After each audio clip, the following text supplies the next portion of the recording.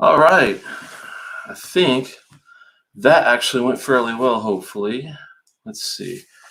Just monitoring all my screens. I've got like about 4 different screens that I'm viewing on the side. And we just did a short review for the Springbank 15 Rum Cask Matured. We just finished up a short review on that. And I get that out for people that just want a quick 5, 7, 10 to the max review time. And I think that one was probably around 7 or 8. That's where I try to definitely keep them to a minimum for the people that just are doing like podcast style, where they're listening to several reviews, maybe in their car, or they are just wanting to, they're looking at bunches of different ones and they're just wanting a quick recap of what someone thinks about something in particular, like this special rare breed, I'd say, on this one.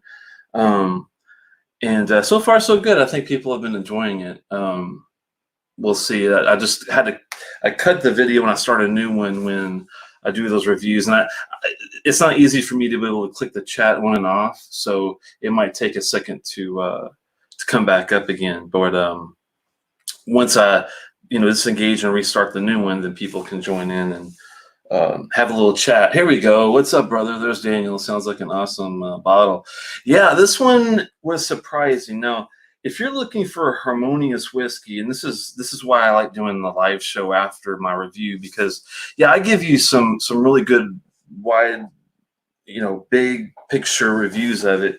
With the discussion, I like to go into more details about what I like and what I don't like about this whiskey. The reason why this did not get a 4.75 or even a 5 was because that sometimes I'm in the mood for something harmonious, where I go for my nose. It's got a great nose. It's got multiple factors to it. It's complex. I dig in a little deeper, and then I go for the palate. And even the notes are of course they're different. They make sense together. They meld. It's like eating a meal. Sometimes you want to go in, and if you are real, precise, particular, I won't say anal about stuff, but you know what I mean, particular, peculiar. You want your whiskey to flow. You want it to segue from nose to palate to finish in a logical manner. This, and I don't want to say sadly, because I was actually pleasantly surprised by the differences that I got out of it, but they do not go together. Like when you listen to some of my notes, I talked about mint, I talked about coconut and spearmint, basil, pine needles. Those kind of make sense, and then it towards the later end of the nose, you get your citruses, your oranges, your pineapples, and tropical kind of flair with the coconut. That all kind of makes sense as one unit for the nose. And when you go for the palate, it's like caramel, butter, popcorn, and toffee, and white pepper, and white ashy peat smoke, and it's just a complete mind blown deal, where you're getting chocolate chip, mint chocolate chip cookies off the nose, and you're getting a complete separation of breakfast and lunch when you're going from the nose to the palate.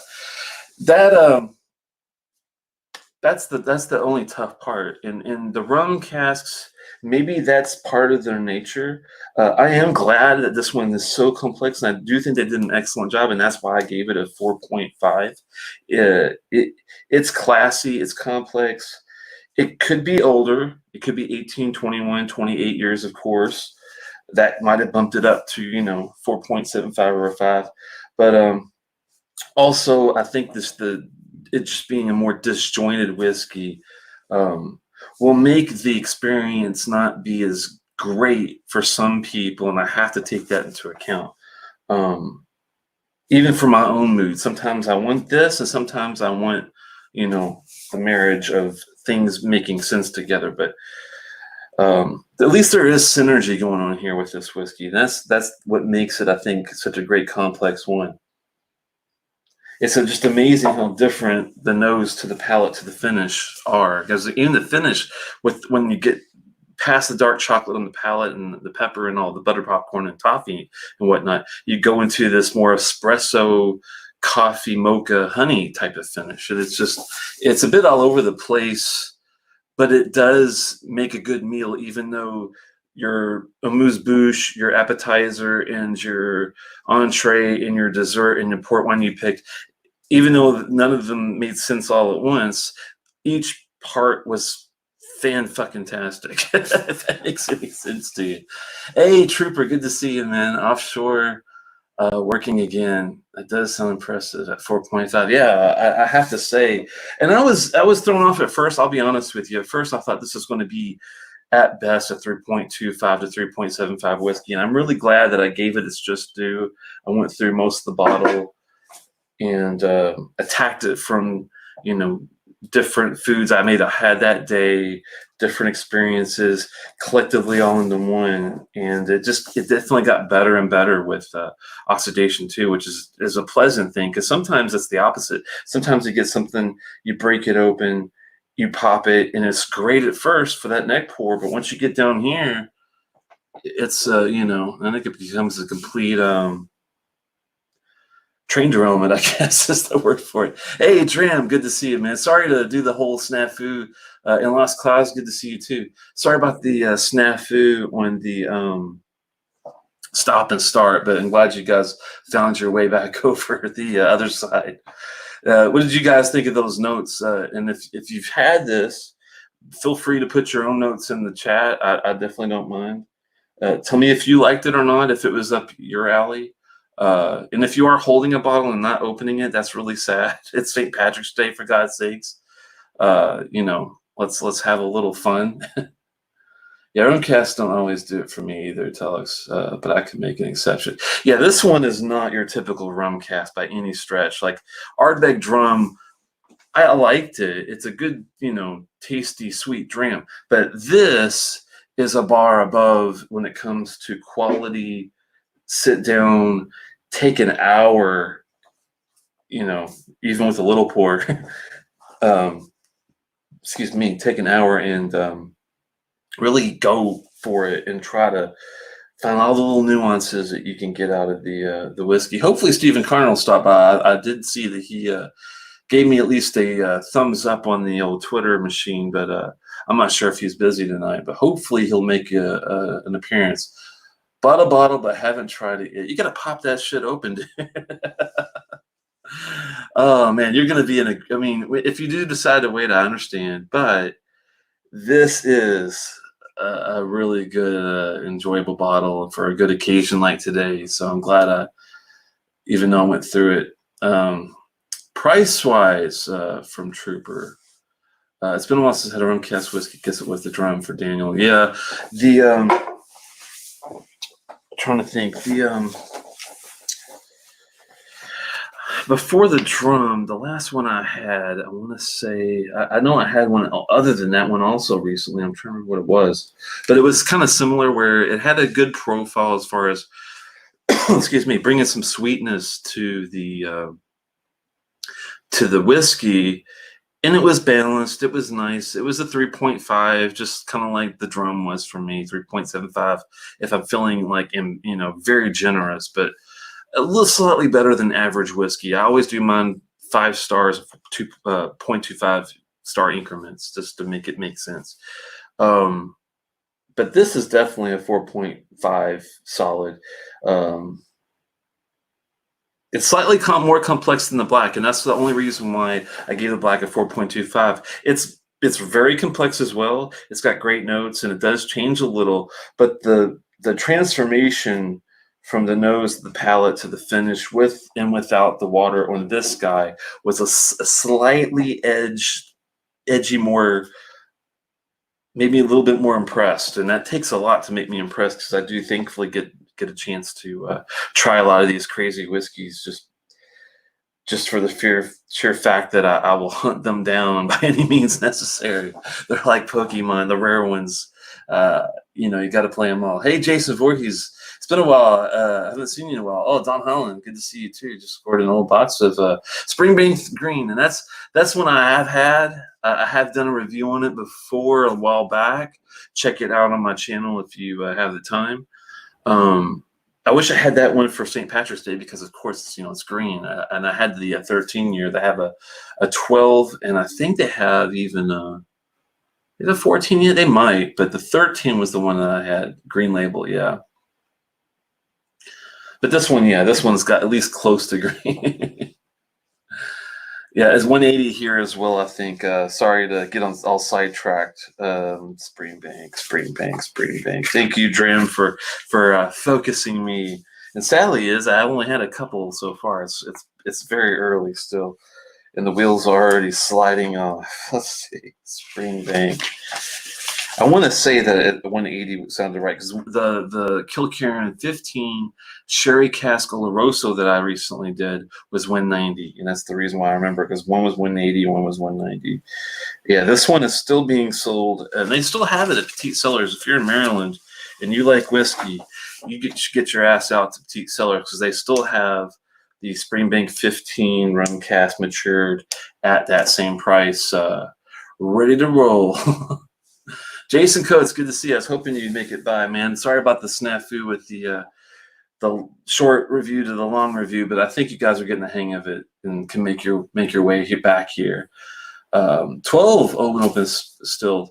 Well, just to give you kind of some background on that, just to maybe entice you to open your green bottle, let me pull out something here on the side.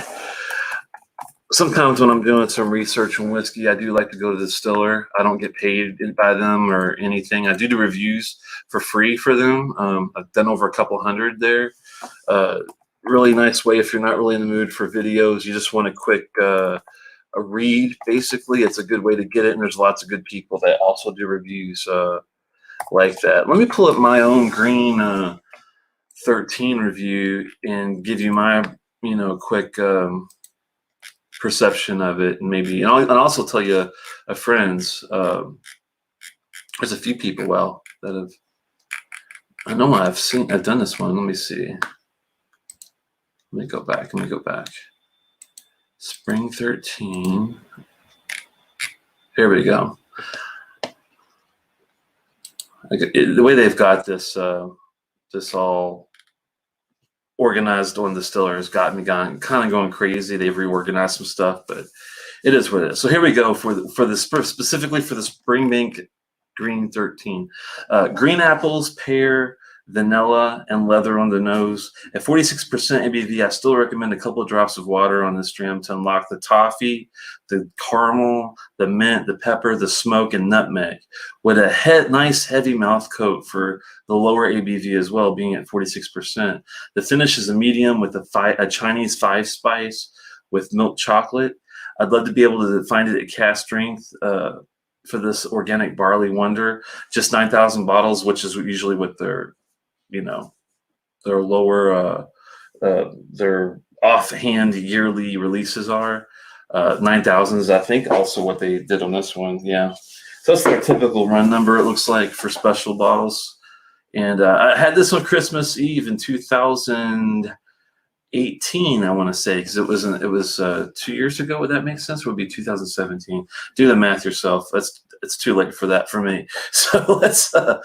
But that should tell you, a little bit about the Springbank Green. Maybe that'll entice you to open your own bottle of it, hopefully. And hopefully you guys are having a great St. Patrick's Day. Good to see you there, Malt Muser. Thanks for stopping by. Green label is it's a different label. It's mine is another room. Let me go get it real fast just to show you what it looks like.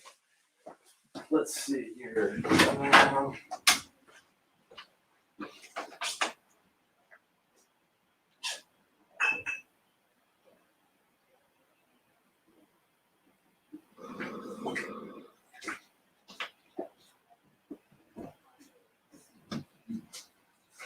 Sorry about that.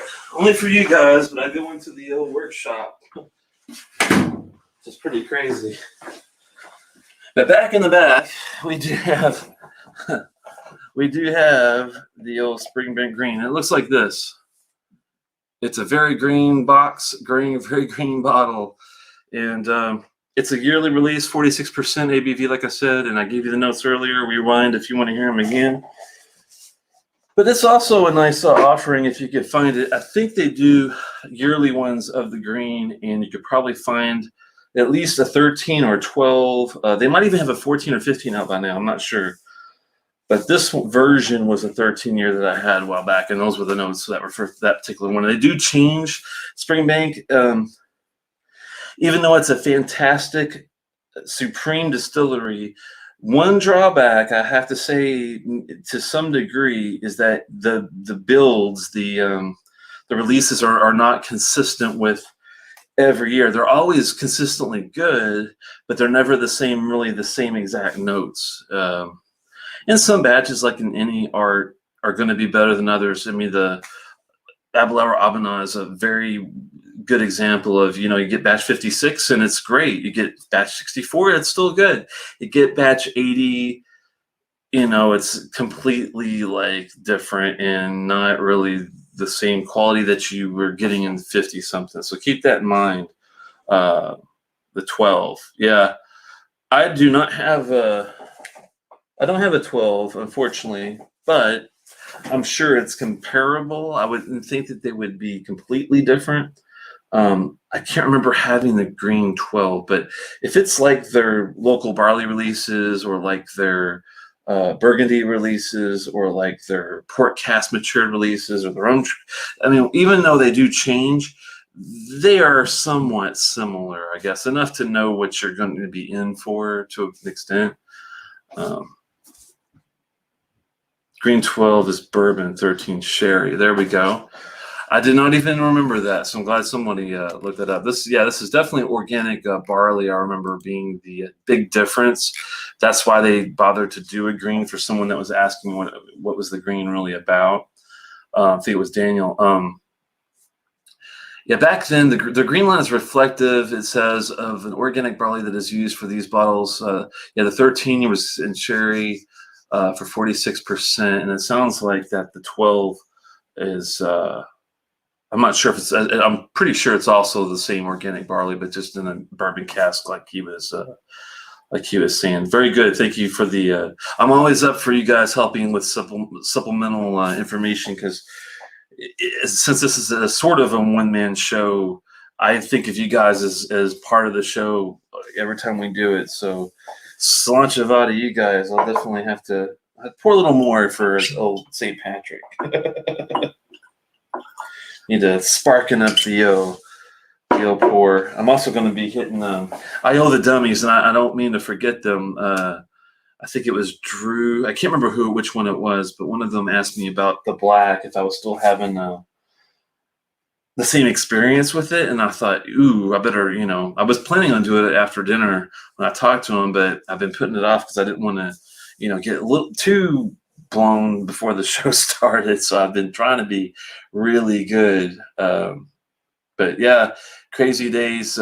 Same here, Malt Muser. Just trying to kick back and relax as much as you can. I was just listening to the Dropkick Murphys before I started the show, and I'm glad they were able to do it. They've got a good cause that they're doing for Boston. Hopefully more bands will do something similar, because this is the time, if you are a musician, artist of any sort, if you can get people to come to you, that would be really an easy way to keep your money stream coming in without having to perform in front of a big gathering. So hopefully, even New York, hopefully can think about that and maybe find ways to stream like plays and shows. And if it's about revenue, then just charge $10 for kind of like a pay-per-view. This is, if I was a pay-per-view business, I would be all over trying to get a bunch of people to advertise and get people to do a lot of streaming stuff, because we're kind of stuck at this point. So you might as well have a little fun. If you're a musician, now is the time to buy more synth gear. Jason, would you be in the synthesizer business by chance? I do have a Roland JP, an XP 30. What is this thing? XP 80? I can't remember. XP 30. It's an old one. I do have a Roland XP 30 that I've been playing for many years, as you probably could tell from the date on it. And that's okay. I don't mind you doing a little sell on the side. Maybe you'll sell me a Nord.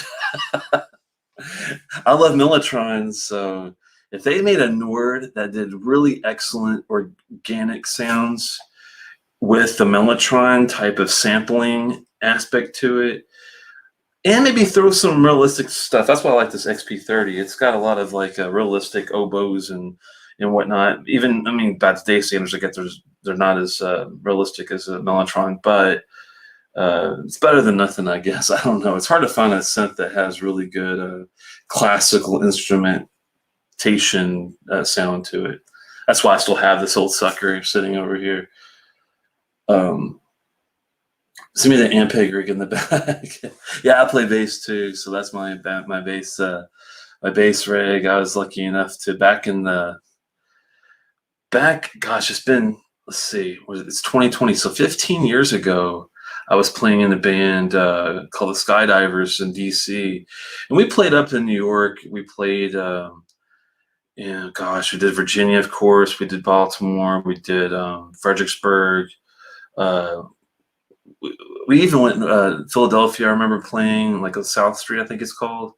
Went all the way down to Atlanta and got to open up for the Chameleons, which is a UK band. And that was pretty cool, I have to say. It was like my peak of my musical career, if you want to call it a career, semi-pro career, I'd call it.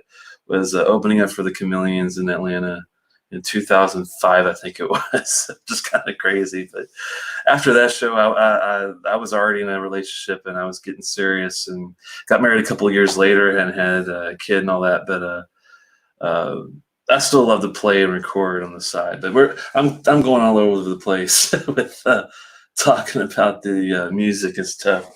Probably boring all the whiskey fans out there, but anyway, back to the old good stuff here. Yeah, we should talk offline. Maybe we can do a music channel, as I play a little everything. I'm actually mostly a guitarist of all things, so I can talk to you about guitars for ages. I got a new set of Roland TD 17 KVX a drum set nearby. You can't see it over here, but been tinkering with that a lot and having a lot of fun with that. So it's I'm definitely into the music and go on for ages.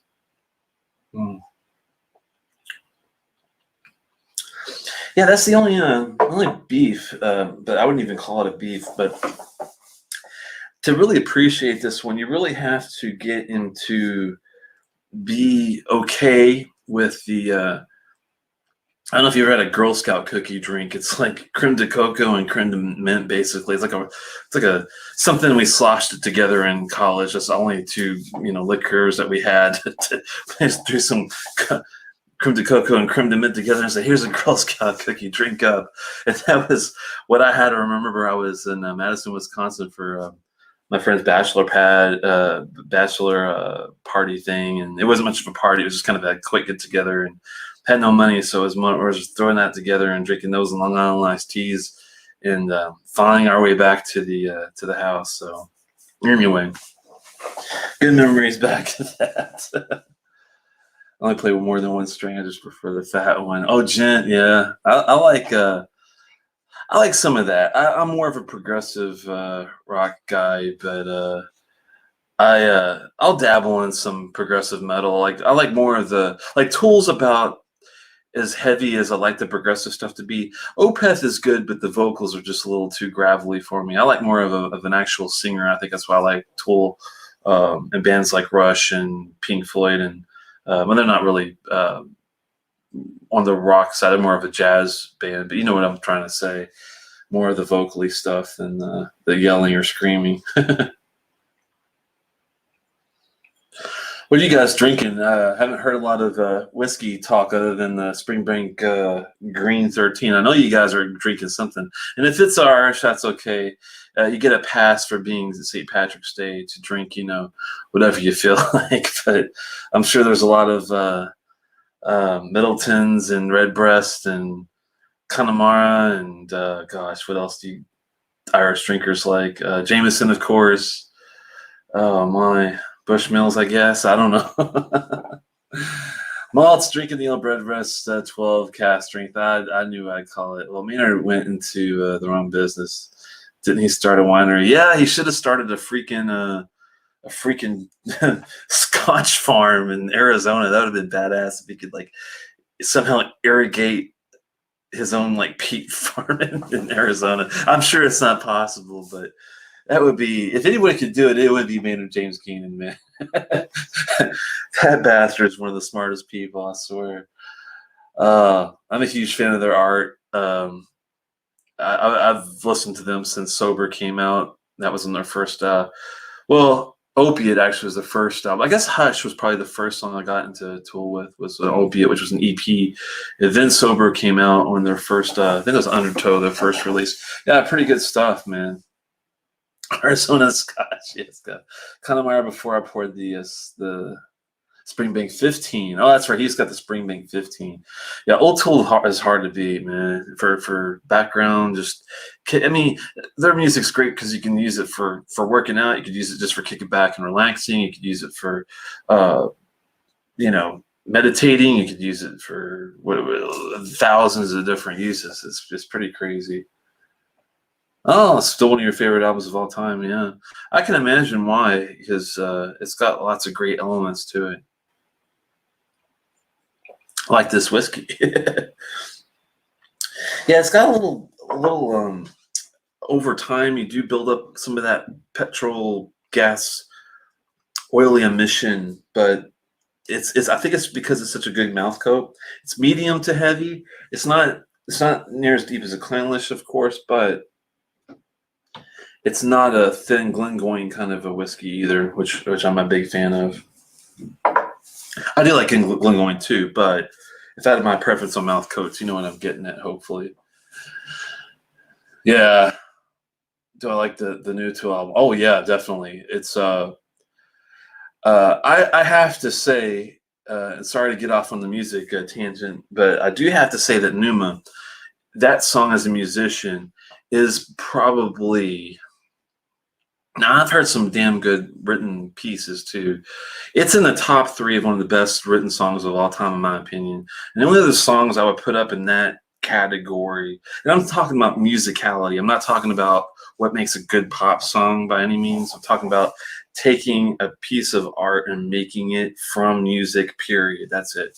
I'd say that from what I like. I mean, I'm not a huge. I mean, I do like to listen to jazz, but I'm not like I don't know a bunch of jazz players other than your typical stuff that you always hear.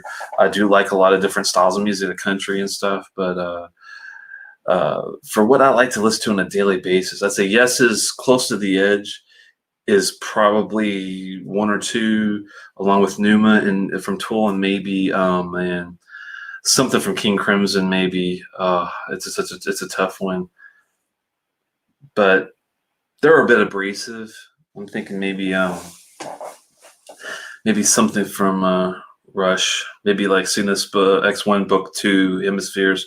The first, the whole side A of that one is really, really good. If you just like music in general, Geddy's voice is a bit high pitched, but I always liked it, and it's one of those things you either love it or hate it. So there you go. Deftones. That's a band I never really got into a whole lot. I have to give them a try and see what I could get myself into. I think I've heard a couple of their songs. I know the name. I might even see them live at a Virgin Festival or something back in like 2005 or 2004, 2006, that area. I think they might have came because I saw a bunch of bands play when I was up in Baltimore. The Flaming Lips, The Who, The Police, oh my, Smashing Pumpkins. I mean, we saw a shitload of bands in it's like a 3-day period for like 2 or 3 years straight when they were doing that. I don't even know if they still do the Virgin Festival up there or not, but you're going to be on the mall tonight, Link. Yeah, I'll definitely send you a link here. Give me a second. Let me just get caught up if I'm missing any quick comments. I don't think so. Maybe a bunch of kindred spirits in here. Yeah, it's funny because I think a lot of people, if you like complex whiskey, you like complex other things, other forms of art, other styles of whatever it may be. Could even be law, for God's sakes, architecture. uh, it's funny. Jason's saying I was more into the industrial scene back then. Yeah, KMFDM is one of my favorite bands. Rabbit, Malt Muser knows that. Um, I love Skinny Puppy, Ministry, and I'm talking even the old shit. Man, of course, Nine Inch Nails. I mean, that goes without saying. Oh my, Lords of Acid. Jeez, you're making me think of all. Cannibal Corpse, I think, was a big one. I can't remember. I remember them in like White Zombie a little bit. They kind of dabbled in some of the industrial stuff. It wasn't as good. I mean, old school Marilyn Manson, like when he first came out, that kind of stuff. But I actually started, I think, with KMFDM and Skinny Puppy, and then went to Nine Inch Nails, and then went to, or I think Ministry was kind of like in that area. Man, it's all over the place. My Desert Island Band is not even close. Oh, yeah, I saw them Lords of Acid twice too. That's cool. Let me get Rabbit in here and let's see if I can do this right, Rabbit. So I'm sorry, Malt Muser. I have a bad habit of calling you by your old name. So let me see how I should do this. I will send this to you via email. That would probably make the most sense. Malt Muser. So give me 1 second. Hopefully you've got your. Trying to think of what I have for your contact information. It's not what I thought it was. I know what I'll do. I'll do a quick Scotch trade. There you are. I see you now. So let me just respond to this and send you the link. Okay. Now, Malt, when you join, and I'm not sure if you're already used to StreamYard, it's a little different than some. Once you join, I'll see your little bubble pop up on the side here, and I just have to enter you into the thing. So one thing I don't have to hear him is I got to go dig down and get my headset out. Sorry about this, guys. I wasn't prepared for a guest, but I thought, what the hell? It's St. Patrick's Day. So let me get the old headset out here and see. And I'm looking for you to pop up there. Well, let me know if you run into any issues with anything at all. Sorry about the close-up. Yeah, I'm getting a little scruffy. I haven't had people out of the house in a while, so you know how that goes. I see Malt, so give me a second to get this up here. Now, I'm not sure if this is going to work, but we're going to try. All right. There he is. I see you, man. Long time no see in the flesh, man. Yeah, same here, man. Sorry, I'm trying to get situated because I had to move this out of the way to get to the old headset out. No, you're good. I can hear you just fine. I'm assuming you can hear me just fine. I think we're in good shape. Yeah. It is sorry, I'm just kind of trying to fix the old camera. I'm sure I'm going to screw this all up, but we'll see what we can do. I'm used to like sitting back. It looks good on my end. It looks like, yeah, there's like a couple different ways you can like arrange the pictures or whatever, but it looks right. That'll work. Oh, well, thanks for coming on, man. So you sound great, and I don't hear any feedback, so I think this is like the easiest guest setup I've ever done. Dude, StreamYard is fantastic. I lamented when Google Hangouts ended their program because it was like such a great, easy way, but this is much easier. You could just share the link. You don't got to do the weird invite thing. Yeah, well, cheers, everybody. Definitely, it's been a rough week, but it's funny because I think I've done more work in the last 2 days than I've done all last week, which is kind of crazy I work in IT, so that's probably why. Sure. You're working at home, I'm assuming, these days? Yeah, I work for the U.S. government, so we're probably one of the first ones to have the whole. We're going to do a day of mandatory telework, and then we're going to have a week of mandatory telework, and then we're going to have 2 weeks of, and now we're looking at a couple weeks, but this could go on for quite a while, as you all already know. So hopefully, we get to the positive side here quicker than what some think. That'd be nice. Yeah, no, I hear you. I mean, I work for a nonprofit, and so I actually work remote as a living. I've been working remote for years, so in that respect, things are very much normal. But the content of what we're working on, and obviously the severity of the situation we're in, is changing the dynamics of things a bit. And yeah, not to dwell on it too much. I mean, I think we're heading towards. I think the worst days are yet to come, but I think as long as we're preparing now, we're in good shape. And so I hope everybody else here, obviously is taking it's real talk. Hope you bought your toilet paper. Yeah, well, I got some of that. I have more whiskey. I just posted my review today of the Redbreast 12 cask drink, one of the newer ones, and enjoying some of this for St. Patty's Day, because unfortunately we can't be living in revelry on the streets. So. Yeah, so I was glad to see that. My friend had it was funny. I work on also do a nonprofit on the side just for fun called Parks in the Air, where we get out with our amateur radios and we talk to people all over the world from national and state parks. And this is a worldwide thing, parksintheair.com for if you just want to look out on the side. But where's it going with this? And what were you just saying a second ago? I'm sorry. I was talking about, the world's crumbling. We're all adjusting to the new reality, and I'm used to work. I'm used to working at home, thankfully, as well. We have a couple of days that we are allowed to telework, because a lot of the work I'll be honest with you, I think 99% of it we could actually be doing from home as it is anyway. Yeah. And hopefully this will be, if anything positive comes out of it, hopefully that'll make it where people can save a lot of money, especially the government of all things, for rent and just needless space for things, unless, having a satellite office to come in hotspot and do that on the side makes sense for, some people that have to have meetings once a month in person. But most of the meetings with Skype and Zoom, it's why even bother, right?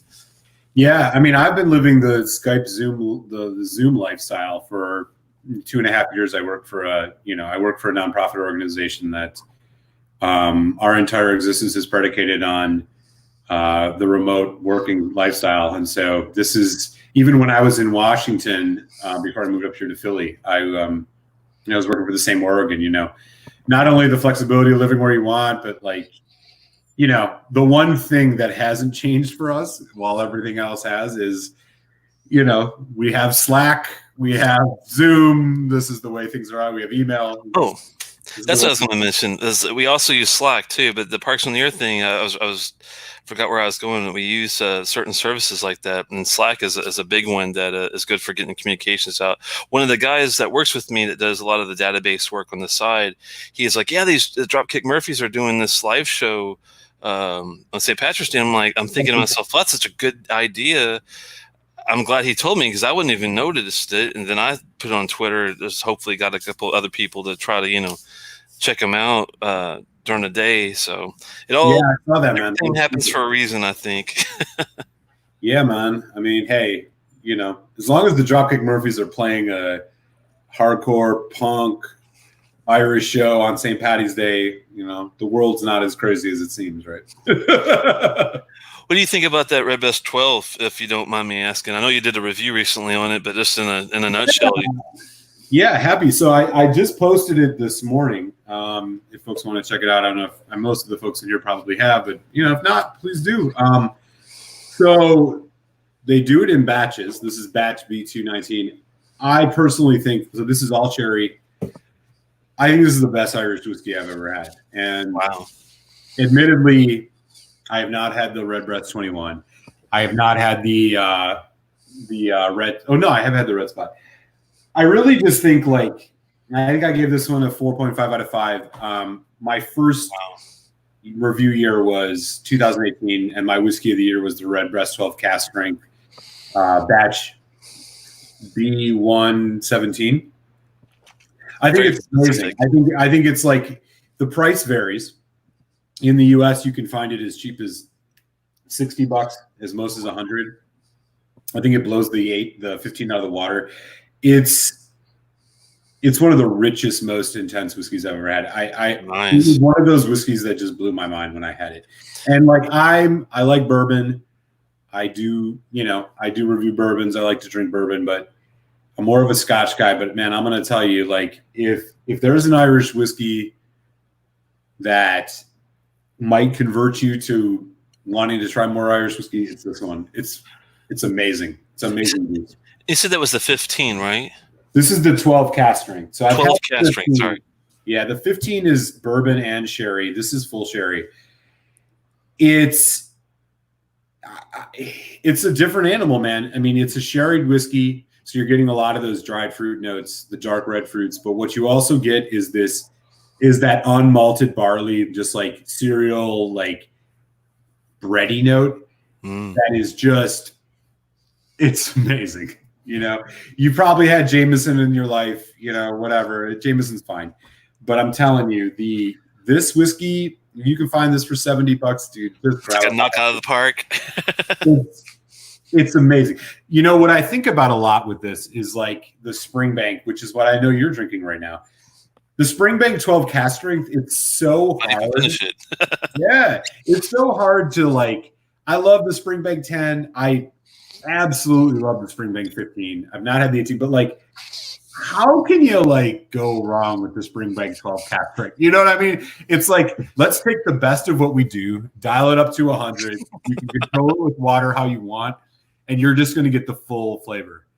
Like, that's what you get out of this Redbreast 12, and it's an animal all on its own.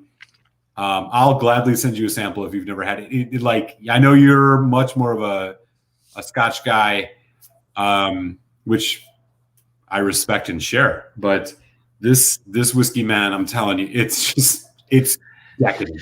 If it's cask strength, you know how I am. I'll probably be like a thumbs up already. Just for the cask strength aspect. Yeah, so they vary. This one is 55.8%. There's a couple that, you know, it depends on what batch you get, but like, I think this batch isn't quite as good as the batch I had in the B117, which is my whiskey of the year back in 2018. But like, wow, I think I still give this a 4.5. It's just, it's sick. It's sickly good. And it's like, this is the Irish whiskey you give somebody who thinks they know what Irish whiskey is, but like only drinks Tullamore Dew. You know, yeah, it's amazing. It's great stuff, and it's a testament to the style. It really is.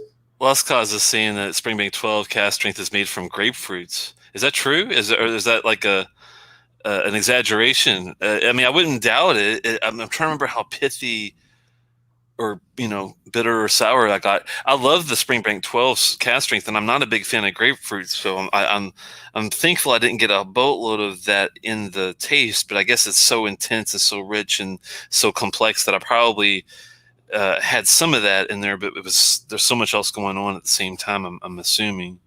Yeah, I can't say that. I've had a couple batches of the Springbank 12 cask strength. Grapefruit doesn't strike me as the dominant flavor I got in that. But again, the batch variation is real on that. But I will say, like, the complexity of that whiskey is such that, like, there are so many notes in that you might pick up that you know, that's a whiskey where, like, man, your palate is really going to find some stuff. And, like, it's a testament to the quality, honestly. I want to pull up my old notes from that one just to see, because Lost Cause was saying that it was just a metaphor for the flavor, which I had a feeling that's what he was talking about. I just want to make sure, because you never know, some of these whiskey, especially these artisan guys, man, they can make whiskey out of freaking bathwater for all we know. True that. Springbank. I also noticed that Daniel said he was looking for the Redbreast 12 cask strength all day and didn't see it. You know, Daniel, I only ask this because I'm curious if you're in the United States, if you live in a state that allows shipping via internet, let me know, you know, maybe drop in the chat which state you're in if you're willing to share that. And, you know, we might be able to find you a bottle that could get shipped to you in a few days. I'd happily share that because this is a whiskey that everybody needs to have, in my opinion. That's very nice of you, man, to be able to do that too. I appreciate it. Holy cow! This is what my notes are from the Springbank 12 cast strength. I started out with "Holy cow," as the late great Harry Carey used to say. Okay, this is a fun dram if you don't mind to do some work. This is a 56.3 ABV version. When I poured it neat, I immediately got a ton of raisins on the nose without being near the Glencairn at all. On a deeper nose, there are ginger snaps in there with candied apples. On the palate, it's a very hot dram, but even more hot than the Abanah, and having a lower ABV, which is kind of strange. Without a mere teaspoon of water, I was getting a lemony taste on the finish. My ABV sweet spot's 48, so the water really helped me here. Slight peat with a ton of nice sherry, more light fruits and spice with a ton of pepper, comparable to a good Talisker. The finish is medium length with a touch of lemon, not off-putting because it's met with graham crackers and spice with the return of more grapes and raisins on the longer finish. I might enjoy the 10 just slightly more just because of the absence of the citrus notes that I don't usually like in whiskey, but they're both extremely good and worth your time. So that was the synopsis of that deal. Did you get similar notes, do you think? I mean, I don't know if it rings a bell or not, but that's I had one. God, I mean, and the batch numbers on that are hard, but like I had one that I reviewed on my channel probably late last year. Yeah, I gave it a 5 out of 5. Let me just actually pull up which one it was. Sure. That sounds about right. Like the complexity and intensity of that whiskey was just like a thing on its own. And this was the old version. This was the bottle that had the not the present one that you usually see. It was the black box with the black and red. Before the big red, it was mostly black, if that makes sense to you. Yeah, so mine was the red. But I do have a bottle of the black and like a black label. I don't remember the name of the specific artist. So the one that I reviewed that I gave 5 out of 5. So this was, I'll find it, but feel free to continue. That's cool. No, that's cool. I like going back and looking at some of these old notes because I forgot about it until I saw the holy cow. I remember how good I thought it was.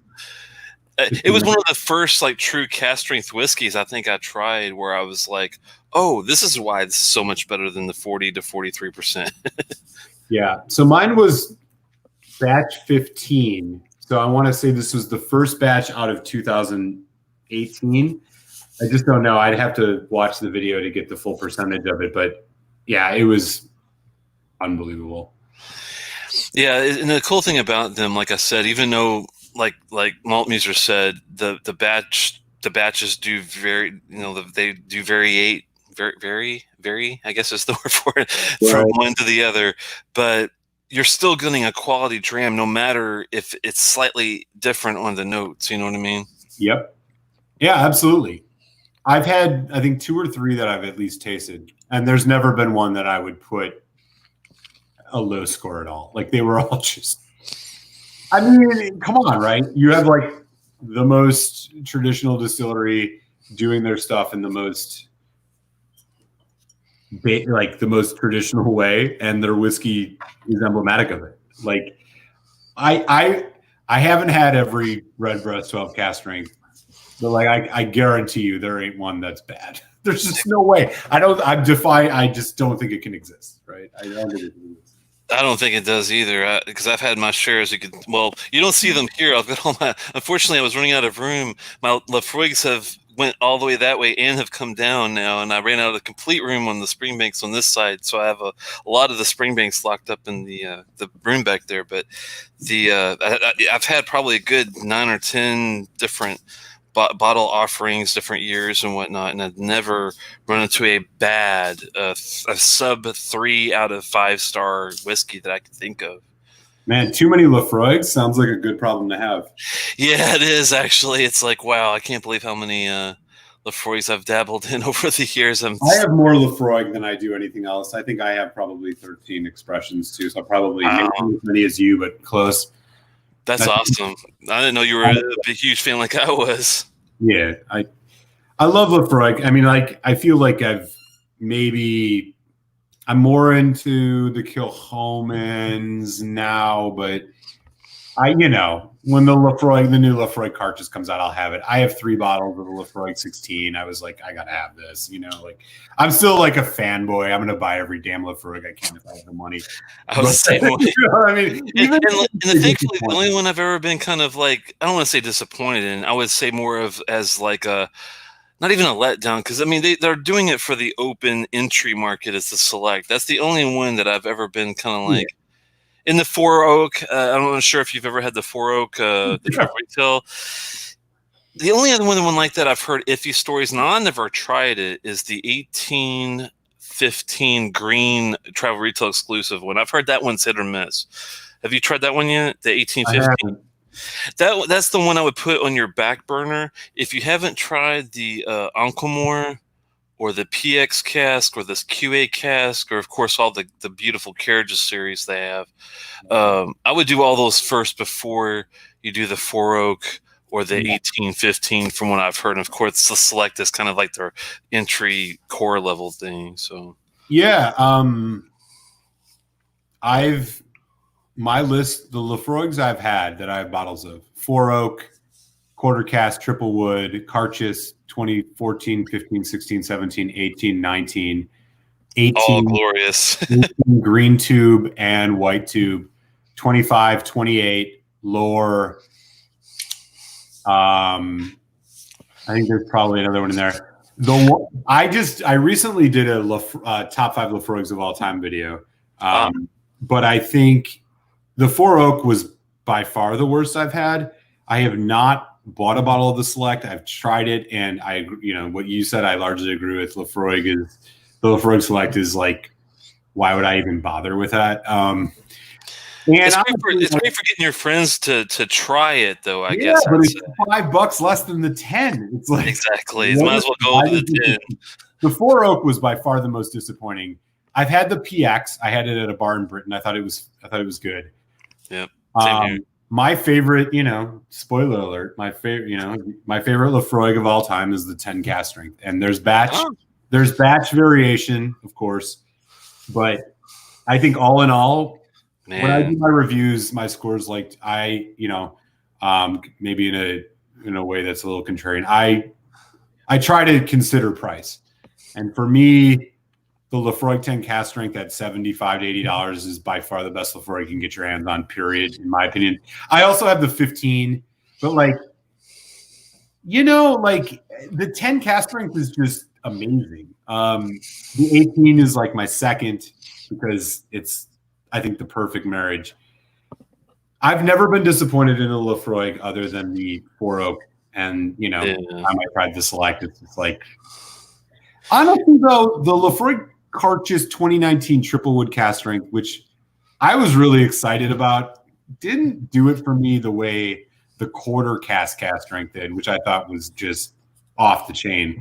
Yeah, I could see, I enjoyed both, and yeah, it depends on my mood which of between the Quarter Cask that you were talking about and the I'm just looking back here to get reference, the Triple Wood cask strength. I think they were, for me they were probably equal, but for just different reasons. What did you think if I had to sit down and think of what's my favorite Lafroig of all time? I'm not sure if you've been lucky enough to get a taste of it. I don't have a bottle, but I'd love to get my hands on one. Is the Lafroig Port Cask Carriages from 2013. Have you got that one? So I was generously shared a sample on it. I had a dram of it. It's great. And I'm sending the other half of my dram to Foodquig. Oh, nice. That's really nice. Yeah, that's awesome. I loved it. That's my personal, if I had to pick, if anything I've ever tasted, even out of all the bottles I own, I don't even own it, is that Portwood from 2013. And I agree with you completely on your second choice for the Lafroig 18. I've only had the white bottle, unfortunately. I haven't had the old green one, but I can only imagine how great that is. Yeah. The Lafroig 18 green, I think I have a couple, and I've just bought them off secondary market, which sucks because they're expensive. Yeah, but they're damn good though.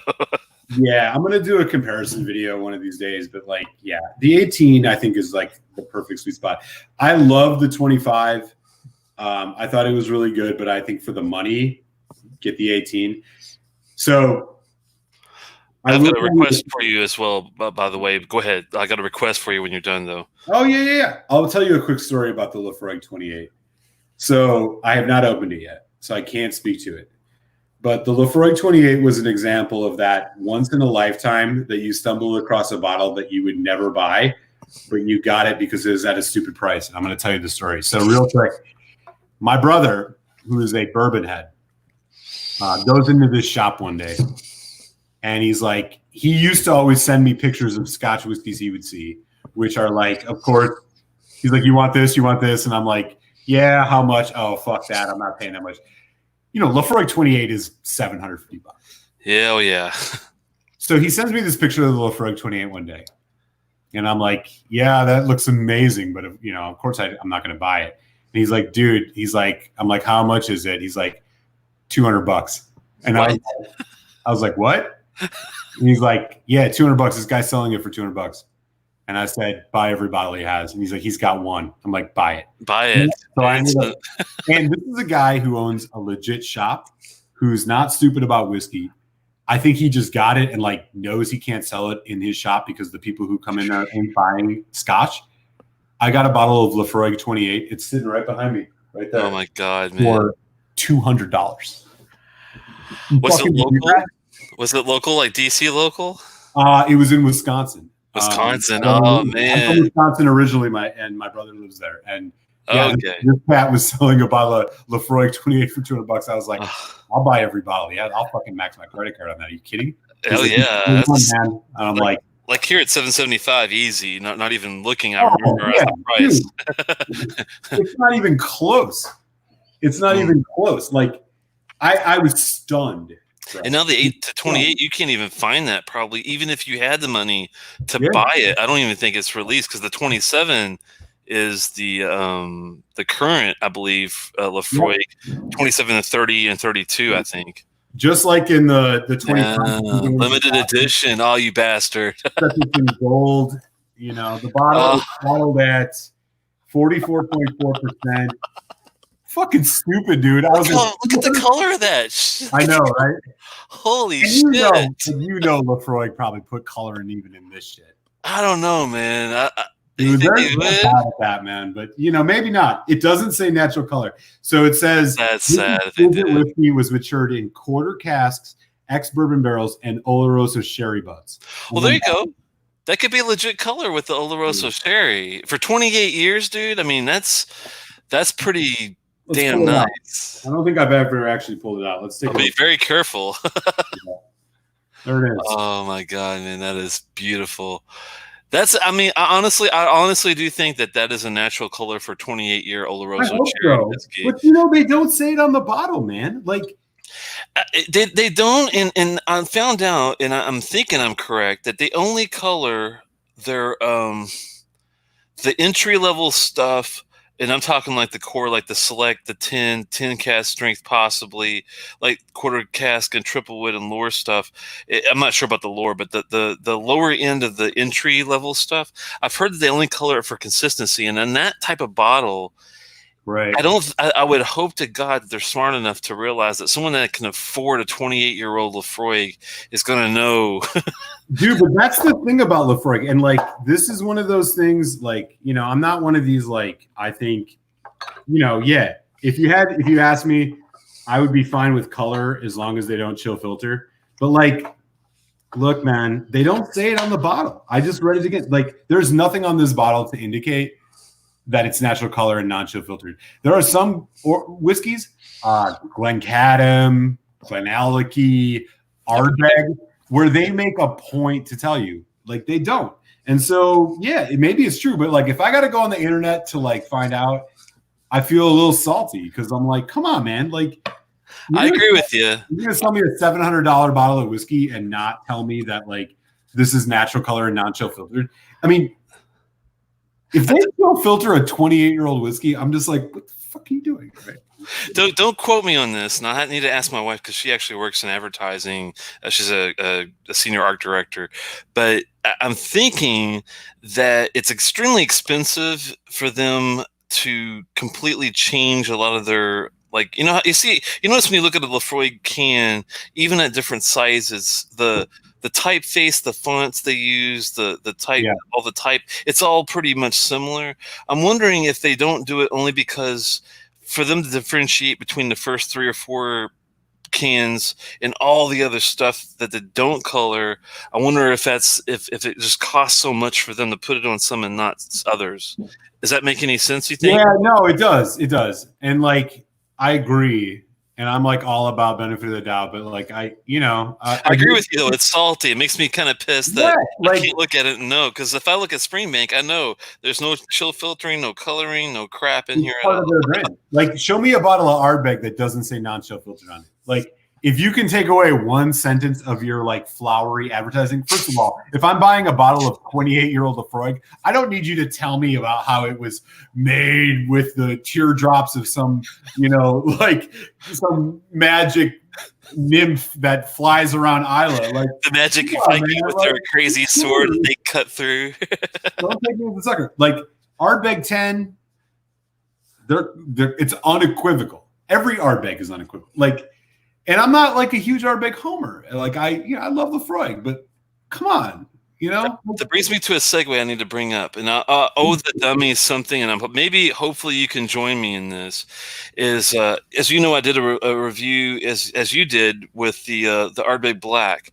The dummies sent me. I was kind of checking up on them. I sent a message to KB and Bob H. If you guys probably know who they are, check on them in New York and in New Jersey, because I was concerned with the numbers of this virus being extremely high, especially in Manhattan specifically where KB is. So I wrote a message to check on them, and they're doing well, thankfully. I wrote a message to the dummies to check on them, and everybody sounds okay, I think. Mark was the only one that really replied much, I think. And then I think it was Drew. It might have been Drew or someone else responded and say, hey, could you let us know what you thought about the Black after the first initial review?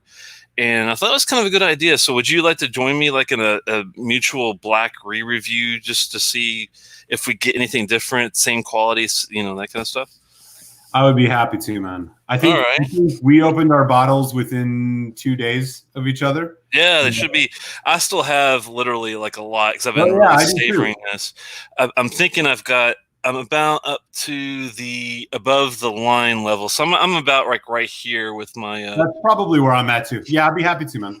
Okay, cool. I'm going to go ahead and pour it and let it air out a little bit. Give me just a few minutes. I'm going to go dark for a second. Let me grab that and sure. We'll be right back. I really appreciate it, man.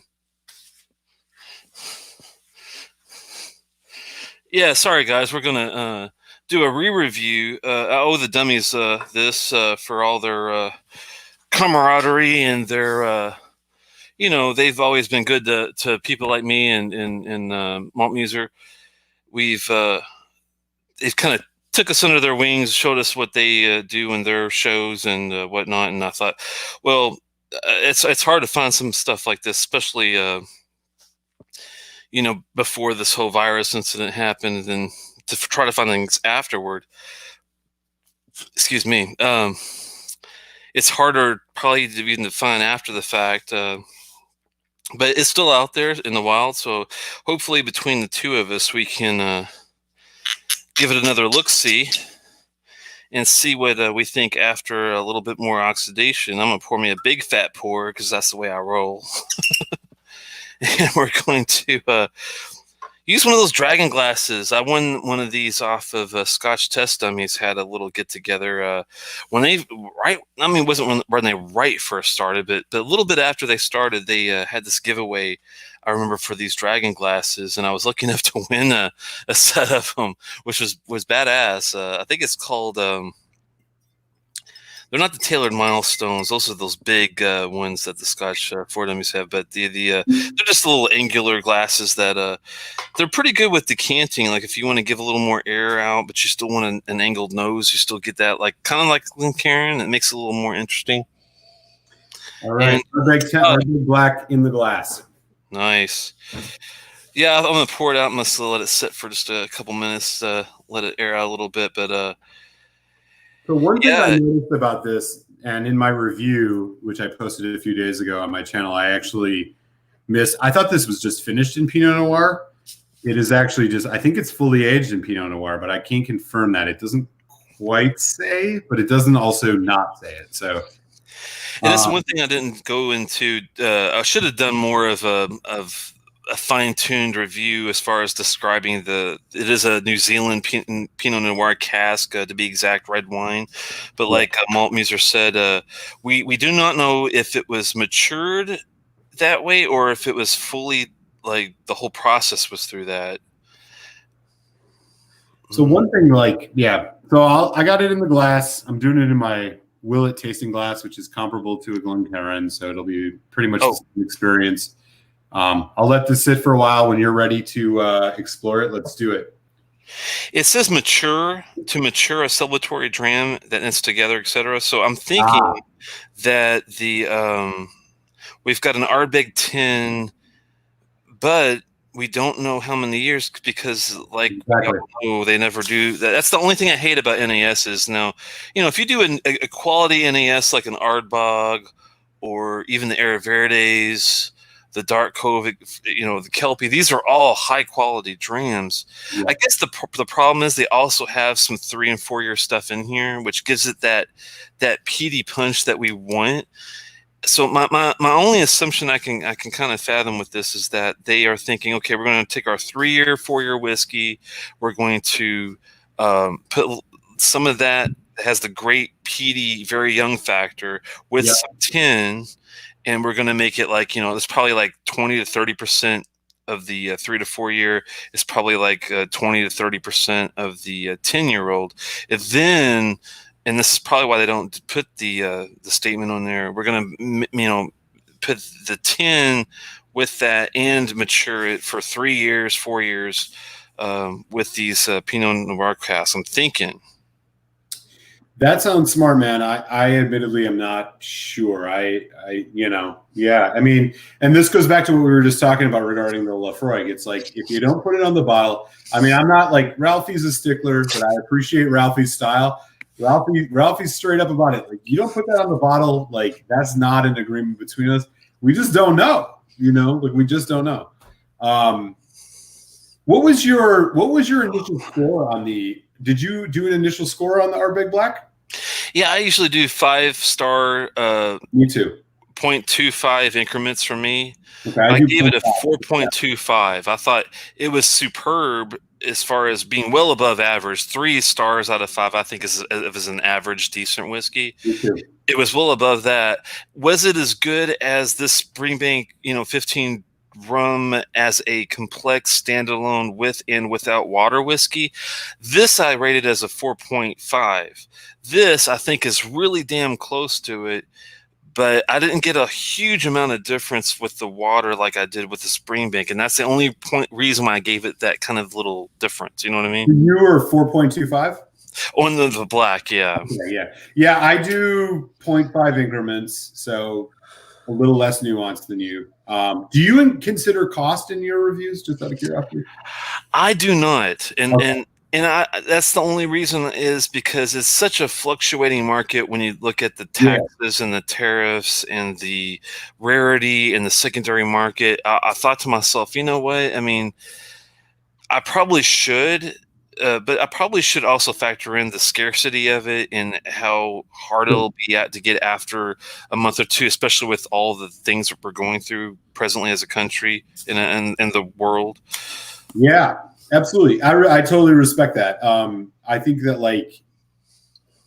makes total sense. I try to factor in costs mostly because, but I also like to do as much as I can to explain why I think the score I give it includes costs. So I gave this a 4 out of 5, which for me is a buy it. And so I'm right where you are in terms of it. I think this is my initial feeling. I did an uncorking video of this. Normally I wait until I've kind of come to a feeling about a whiskey before I'll do the full before I do the full review. but with this one I did an uncorking, and yeah, I'm like right in that same wheelhouse with you. I think this is light years better than the drum. I think it's better than the Grooves, which I also thought was pretty good. Yeah, as far as like if you're looking at it from a pure complexity quality whiskey type of review, then yes, I agree with you. I mean, I do love the way the Grooves taste, as far as like it's a good sit down, smoky barbecue, tropical pineapple-y, even rum cask-esque type of whiskey. I thought the Grooves was a hell of a lot better than the drum too. But this one has that complex, like prestigious edge to it, I think, than other whiskeys do. Yeah. You know what I mean? That was my general feeling too, is like that cherry note, which is something that stuck out prominently to me, was like, oh God, good, but it could be like, if not explained in full context, would be like, do I want a cherry flavored whiskey? But like, it works so well with this, and so yeah. With those florals, man, the fruit cherries, you're right. Like chocolate covered cherries was the first thing I got with the smoke, being probably helping get that chocolate factor with the cherry, but with the florals, to balance all that out, I thought that was like, I'm not sure if the master distiller thinks his whiskey is like a canvas and he's painting a picture, but if Mickey has, and God bless his soul, he just left Ardbeg, which is really sad. But I mean, if this was his, like, I'm leaving you guys, I'm leaving you with my painting that I want you to forever remember me by, he did a fucking awesome job. Yeah, real talk. That's real talk. I can't get over how good that nose is. I haven't even tasted it yet, and that nose will keep me going for like a good 20 minutes. I hate to say it, but it really will. The one thing I'm picking up on this now that I didn't like articulate a lot in my uncorking is just that like road tar nature of Ardbeg. Like it's earthy, but like I described it as earthy in my uncorking video, but more accurately, it's just that road tar earthy mix. It's like I called it creosote as my own little word for it, but yeah, creosote is definitely. I didn't get that as much, like you said. It was probably like my fourth or fifth note on the nose, but now it is actually a little more profound, I think, than it was initially. And it smells. It's rich. It smells fully developed. It smells like it's got serious body to it. Like the drum, in contrast. Oh man! Like sweet lemon smoke, and then there was the rum. Yeah, I mean, it's light years away. Like this smells like it's spent. And again, it's NAS. We don't know. It's just, I don't know how they did it, but it has more, like the marriage is stronger, right? It's just stronger.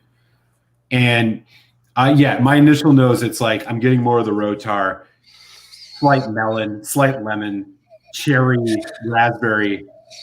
There's like a nice kind of vanilla custard thing way in the background. Do you get any of the? I always get like this huge amount of roses, like a red rose, a deep kind of almost like a floral. Yeah, no, the floral note I'm getting more now. I mean, you've made me actually think about it a little more. I think I associated in my uncorking review the floral note with the cherry note, but I think I'm getting more because it's softer, right? Like the note is softer. It's like Sakura. You know what Sakura is? Yeah. I mean, it just smells rich, inviting, like a nice, heavy peated Scotch. Cherry blossoms for you United Statesers. Hey, man, that goes back to our DC days, man. I know all about that. Yeah, man, it's funny. My wife, her birthday is around it's April the 12th to be exact, and she was talking about how she rarely ever gets. We're kind of hermits to ourselves as it is anyway, but it's always pretty crowded down there. But this is probably the perfect time to go see the cherry blossoms. Oh, right. I mean, you head down to the pond or whatever. I forget. Tidal Basin, yeah. Yeah, Tidal Basin, right? I used to live right by Tidal Basin. Oh, really? Lucky bastard. I was in Southwest. I was in Southwest DC, just down by the waterfront. Where did you move off to, if you don't mind me asking? I'm just curious. Yeah, I'm in Philadelphia now. I'm in West Philadelphia. Right. I've been up here. A little background. Telex and I actually connected a few years back. As he's outside Washington DC, I was living in Washington DC from about June of 2016 to June of 2019, and so. We were DC folks together for a while there, and I'm just up the road now in Philly. DC, like, you know, you got Jack Rose in the house. We never made that happen. We'll have to figure out someday to do it. I'm part of the Philadelphia Whiskey Society, which interestingly is actually before coronavirus was about to do a field trip down there, and I was actually going to speak about it and be like, "Hey, come join us," but it got canceled, unfortunately. Well, as soon as it's back up in action, definitely let me know, and I'll be happy to definitely come and join you. You got to do that for sure. Jack Rose is a fucking national treasure. So, I think the palate's actually helped by the oxidation a little bit. I'm actually, even though I'm going neat on this, being 50.7%. It's actually, I think, even maybe it's because I already had a bit of this, so I got to take that into account too. But it seems like it's a little easier to drink, but I don't know. It's probably because I've been drinking a little bit off and on all day. So I just took my first sip. Sweetness on the nose, vanilla, slight citrus, confectionery, and then it's like spice blast, and it's the drying peat. The smoke is there. Again, more road tar, more of that creosote note than I got actually when I first opened it. And then the cherry. It's that, again, not maraschino fake cherry. It's like it's a deep black cherry. Yeah. Black cherry. Exactly. Like a currant too. Yeah. Dark fruit. Maybe even dark berry. Like, it doesn't have the tang of dark berry, but it has the like flavor profile. Yeah, even some blueberries are in there. Like yes, exactly. It's kind of a roundness. It's a very round, deep, almost. I mean, it's a red wine cask. I'm sure that's doing it, but it definitely tastes like a really well done. Not as dry as Merlot, but it has the deep grape notes that a Merlot wine would have. I'd say, you know. It's like dark red grape and white grape. It's like the snappy kind of like crispness of white grape, but the deep, dark rich fruit notes of a red grape. I think the white grapey notes come from maybe like a little peat action because it's got kind of a bright effervescence to the top end that you're talking about. I think. Yep. Medium on the finish. I'm left with vanilla, slight cherry, slight toffee.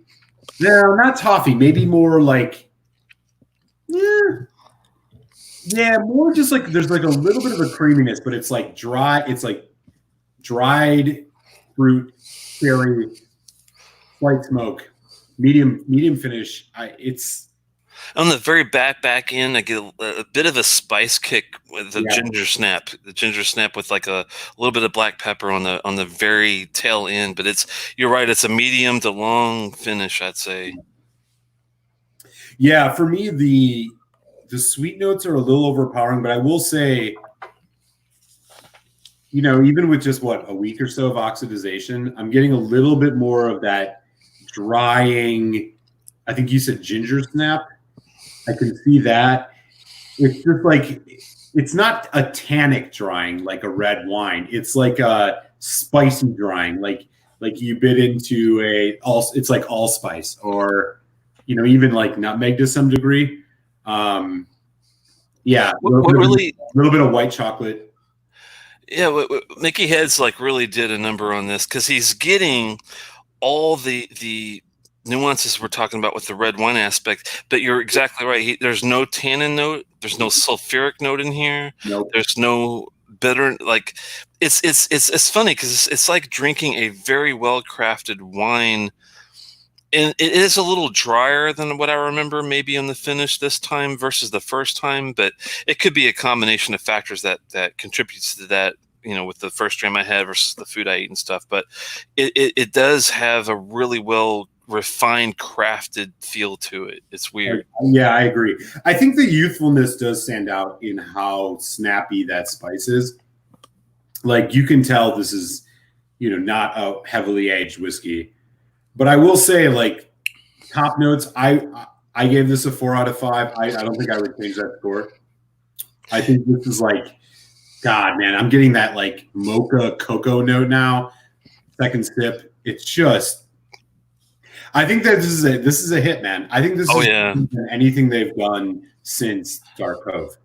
It kind of made me like right there, but I think this is better than the Grooves even.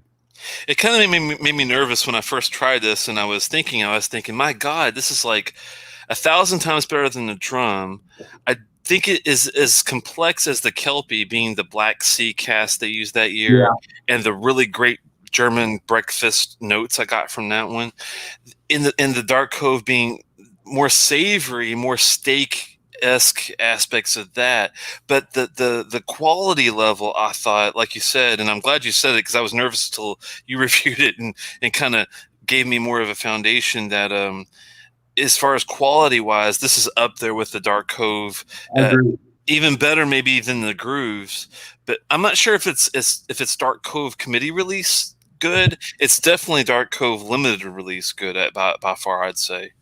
Yeah, that's an interesting point. So I've actually only had the Dark Cove committee, and the Dark Cove committee had a more caramel, full body flavor. Like it almost tasted older. The finish was longer. I think it was more harmonious.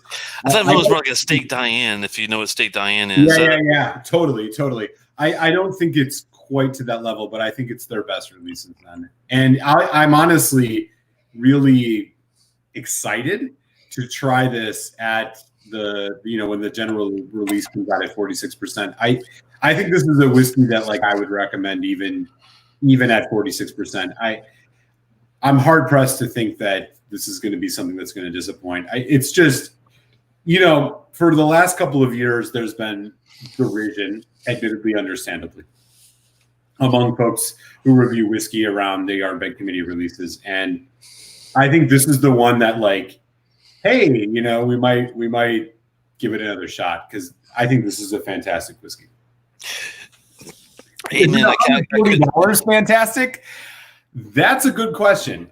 You know what I'm getting on the end of this, though, by the way? Menthol. Minty menthol note. I'm left like way on the tail end of this finish. I have a nice kind of mintiness. But I don't know. I mean, is this, whether it's the tariffs or whatever, I mean, this is $20 more than I paid for the drum committee release. So this is about $140. I know some folks are paying upwards of $160. Could I honestly tell somebody this is worth $160? I can't. That's the thing. And I'm glad you brought up the value when it comes to reviews, and I do respect that you do incorporate that in your review, because it's one of those tough internal battles that I did when I was thinking on the reviews whether or not to fit it in. And I don't think there's a right or wrong answer to it. I think it definitely depends on how you look at it. But if you are looking at value, even though this is $40 more than the drum, it is. I think that this is well worth it because the way I look at it is this has got to be, even though there is 3 to 4 year old stuff in this, I think there's also 10 and plus up to 14, 15-year-old stuff in this. I really do think it's like a three-way prong.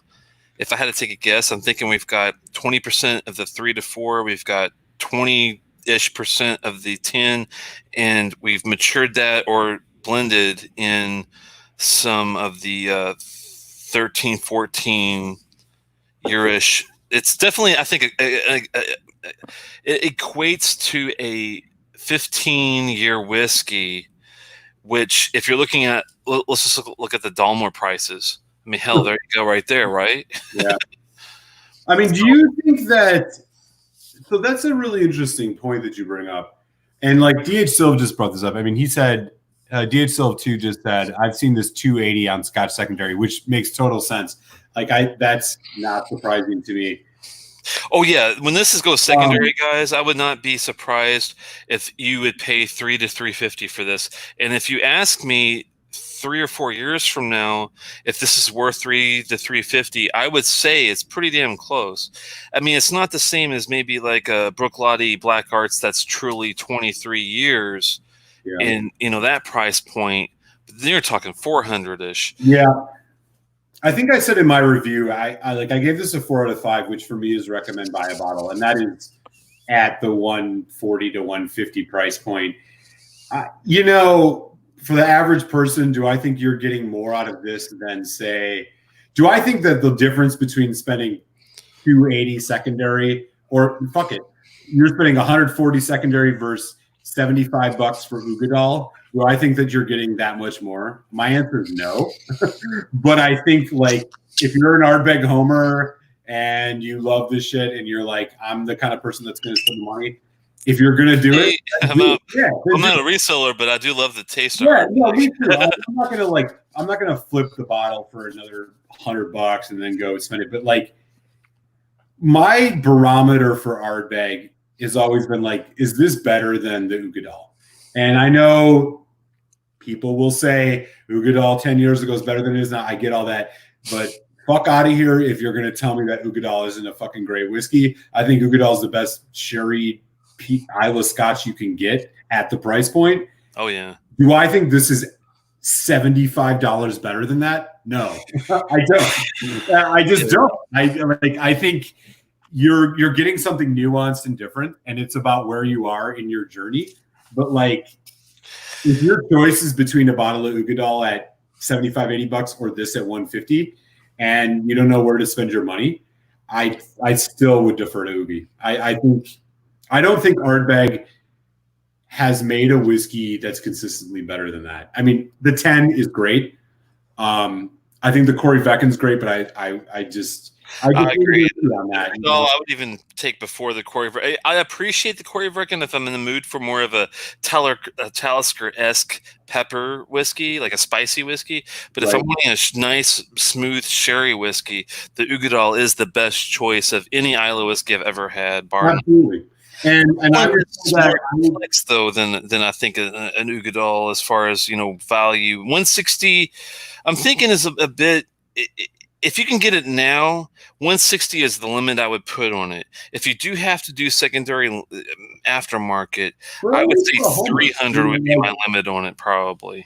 For like the average person, like look, I'm not the kind of person that, and I know you aren't either, that like.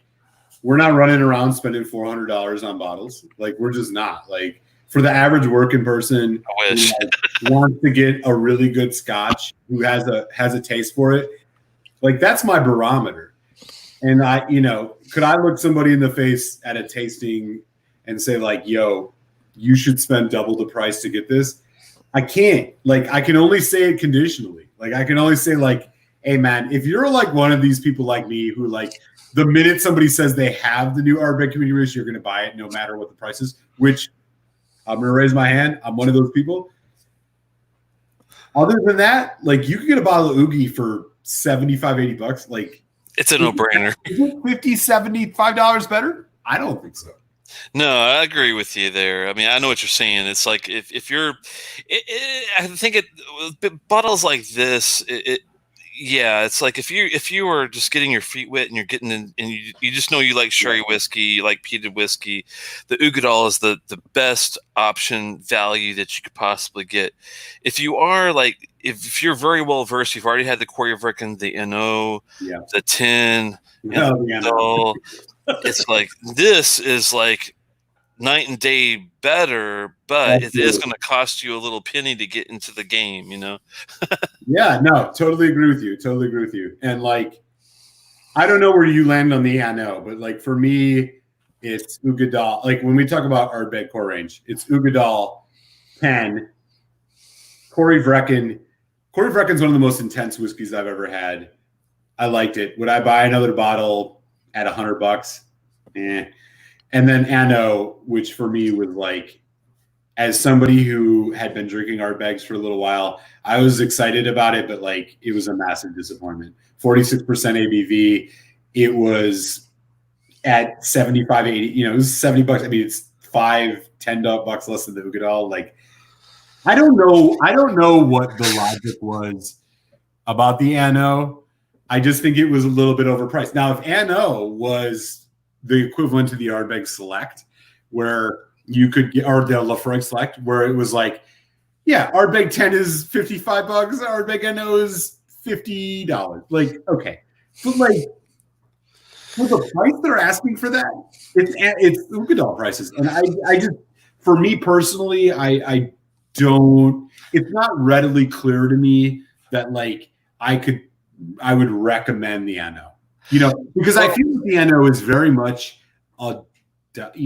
forgive me, it does have its complexities. It does have its goodness, but it's a diet Ardbeg. Well, this is the way. But yeah, I'm eager to hear it. Well, this is the way I look at it. I'm not disagreeing with you per se. It's more of I'm looking at what they were competing against being different than the Select. Now, I do agree with you that the NO is definitely better than Select, and it is a good entry level if you want to try Ardbeg. And if you're like myself, which I do rate them this way, I would say my least favorite is actually the 10, only because I'm not a huge lemon lime citrus fan. Yeah. So I put that at the bottom. I think it's a great whiskey. Don't. And I would never turn down an Ardbeg 10. I mean, I would welcome the Ardbeg 10 way before 1,000 whiskeys I could think of. So I'm not knocking the 10. Agreed. But the 10 is my lowest. The NO, I think, is a little bit better for me, only because the sweet mint you get from it and the white, and I mean really white, ashy ashtray notes you get from it are a bit different than what you get from a lot of other whiskeys. I honestly think that they went in thinking, we're not going to compete with the Select from Lafroig. We're going to compete with like the mid-level NASs like the Valkyrie or the from Highland Park. I think they were going for more of and Ardbeg really might. I'm not saying that they need this because I don't want them to introduce like a low-level whiskey that's just a throwaway, like the Select that I deem a throwaway. Yeah. But the NO, and you sound a lot like Aquavite Roy, if you know him. Mm-hmm. He was also not a huge fan of the NO at all as well. But I think the difference, the only reason I appreciate the NO a little bit more than some people is that I like a sweeter dram.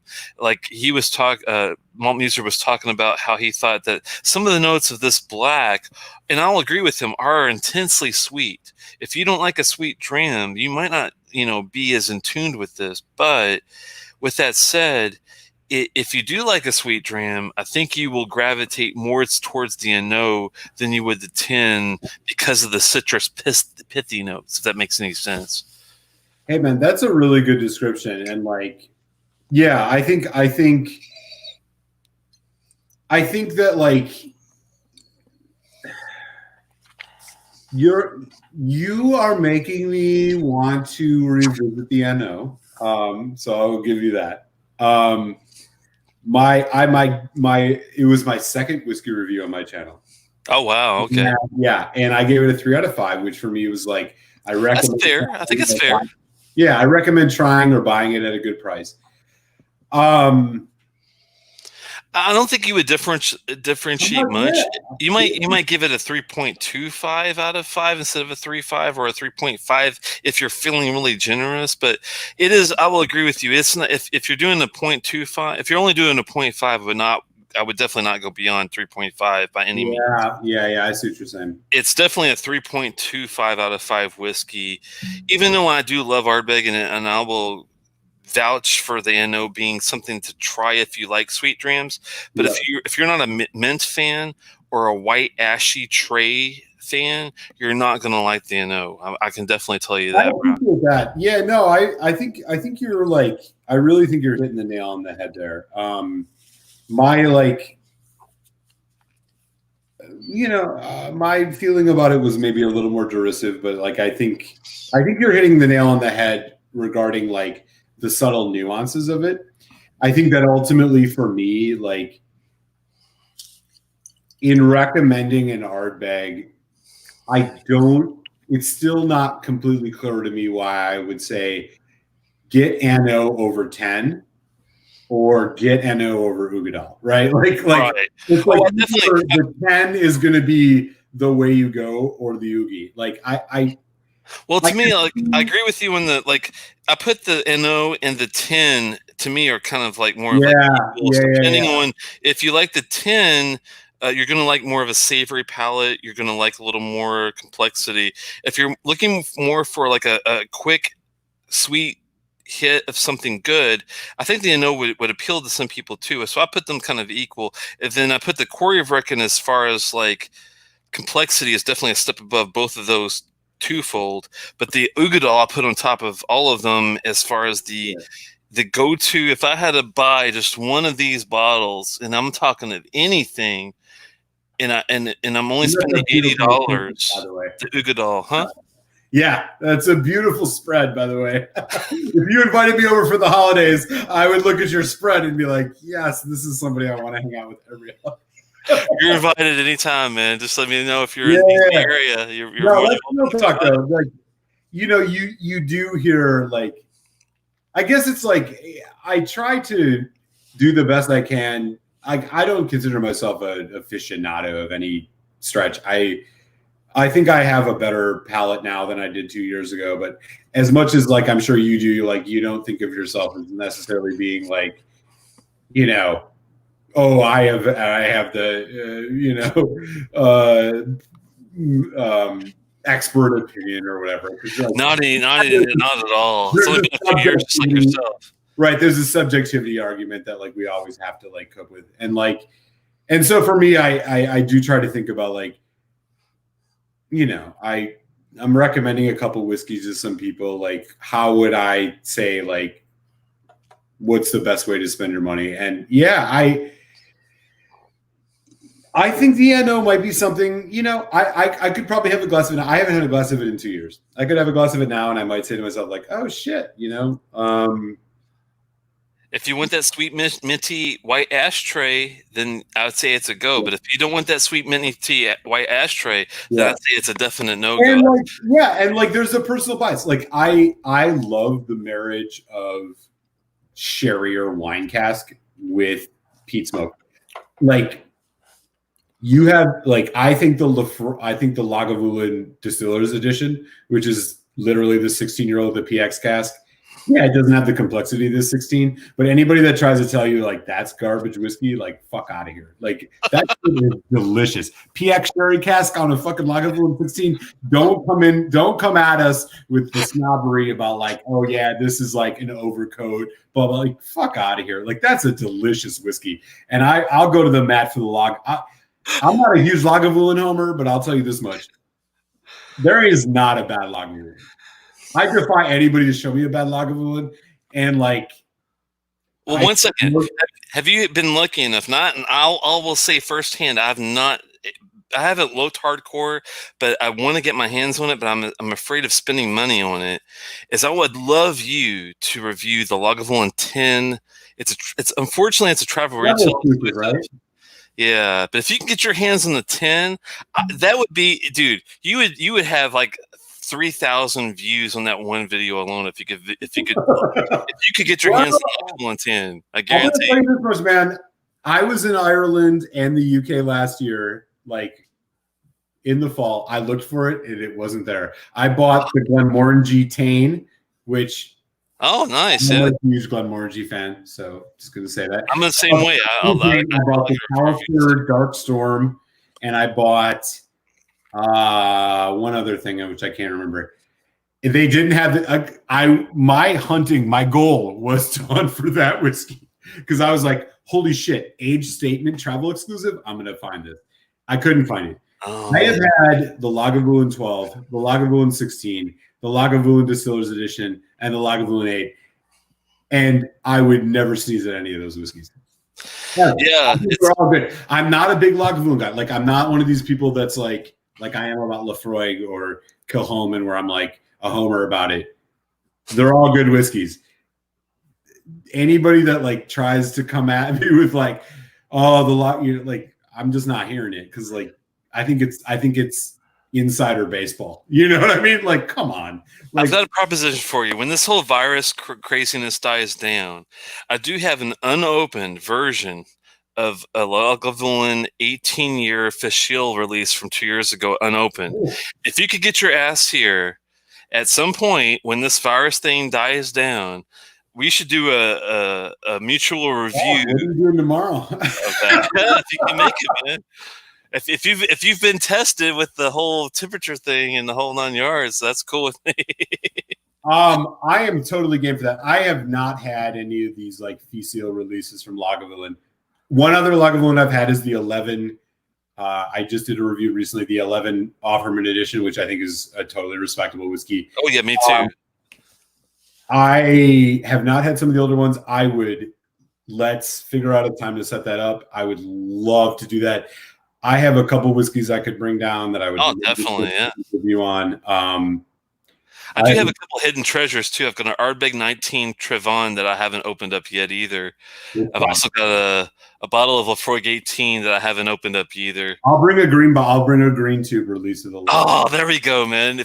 Okay, I might keep the 18 white. Well, if you want it, I'll open it up for you. But if no, I have a Lafroig 18 white open. I could bring that, but I also have green tube. If you can bring a green of the 18, I will open up my Ardbeg 19 Trevon and the Lagavulin 18 Fischl from 2018. That'd be awesome, man. We should have like a joint venture.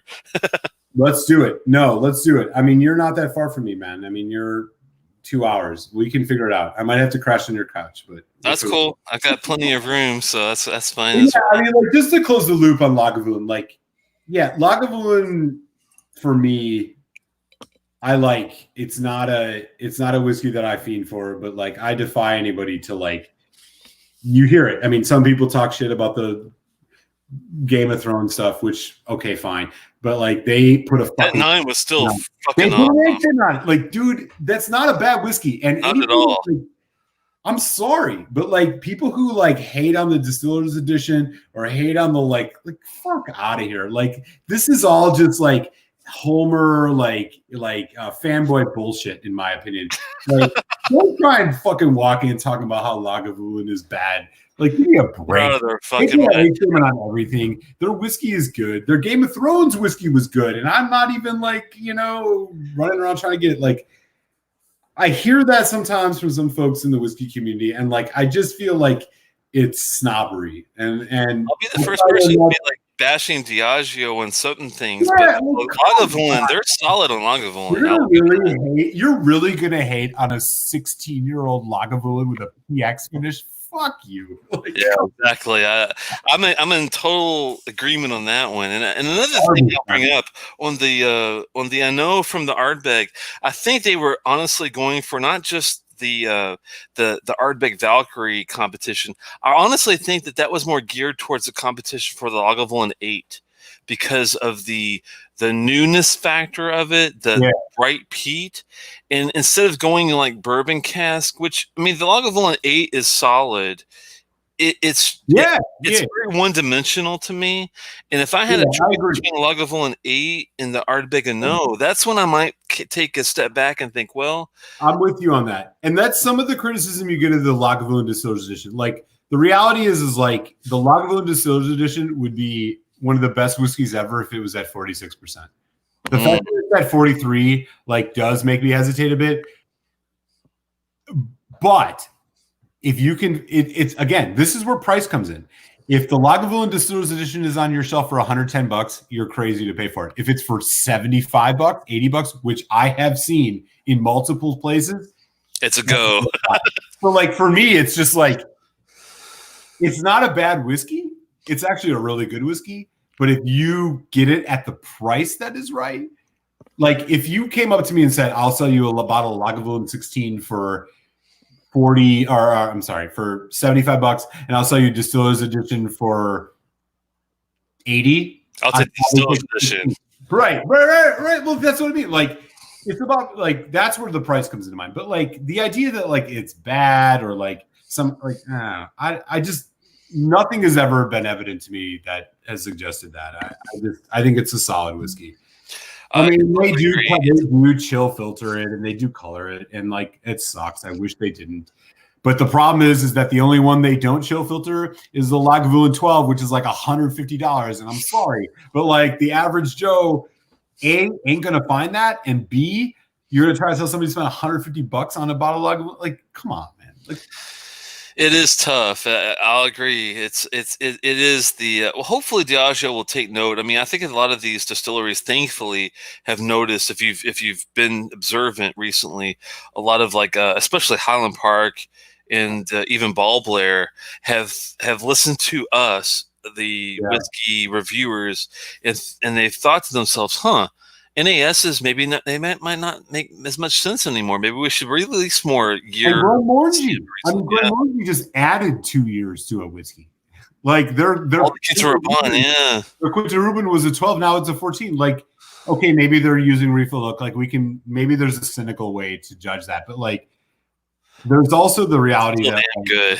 yeah, but there's also the reality that like, some folks are looking at this and saying like, maybe the tide is turning. I don't know. I am actually gonna I just poured myself Larceny barrel proof. It's a bourbon. I'm switching it up.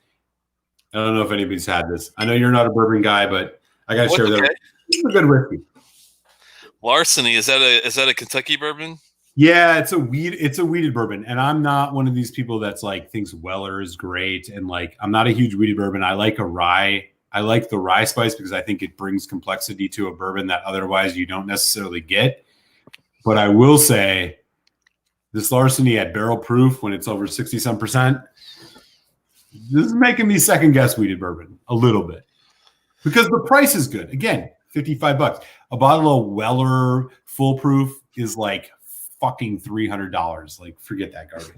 Like, this is exactly what you need at that price. And I love Heaven Hill because I think Elijah Craig barrel proof is one of the best bourbons you can buy at the price. And so, being originally from Louisville, it's like I want to ask you real fast. Do you know which city does the Larceny? Is it Bardstown, Kentucky, or do you know? Larceny is Heaven Hill, and I think it's Bardstown. I think Heaven Hill is Bardstown. Let me just double check.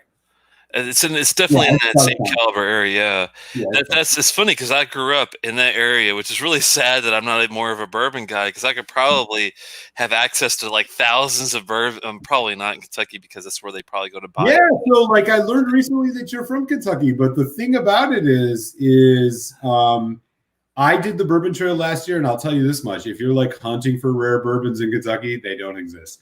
Like my brother and I drove around shops in the rain, trying to see what they would have.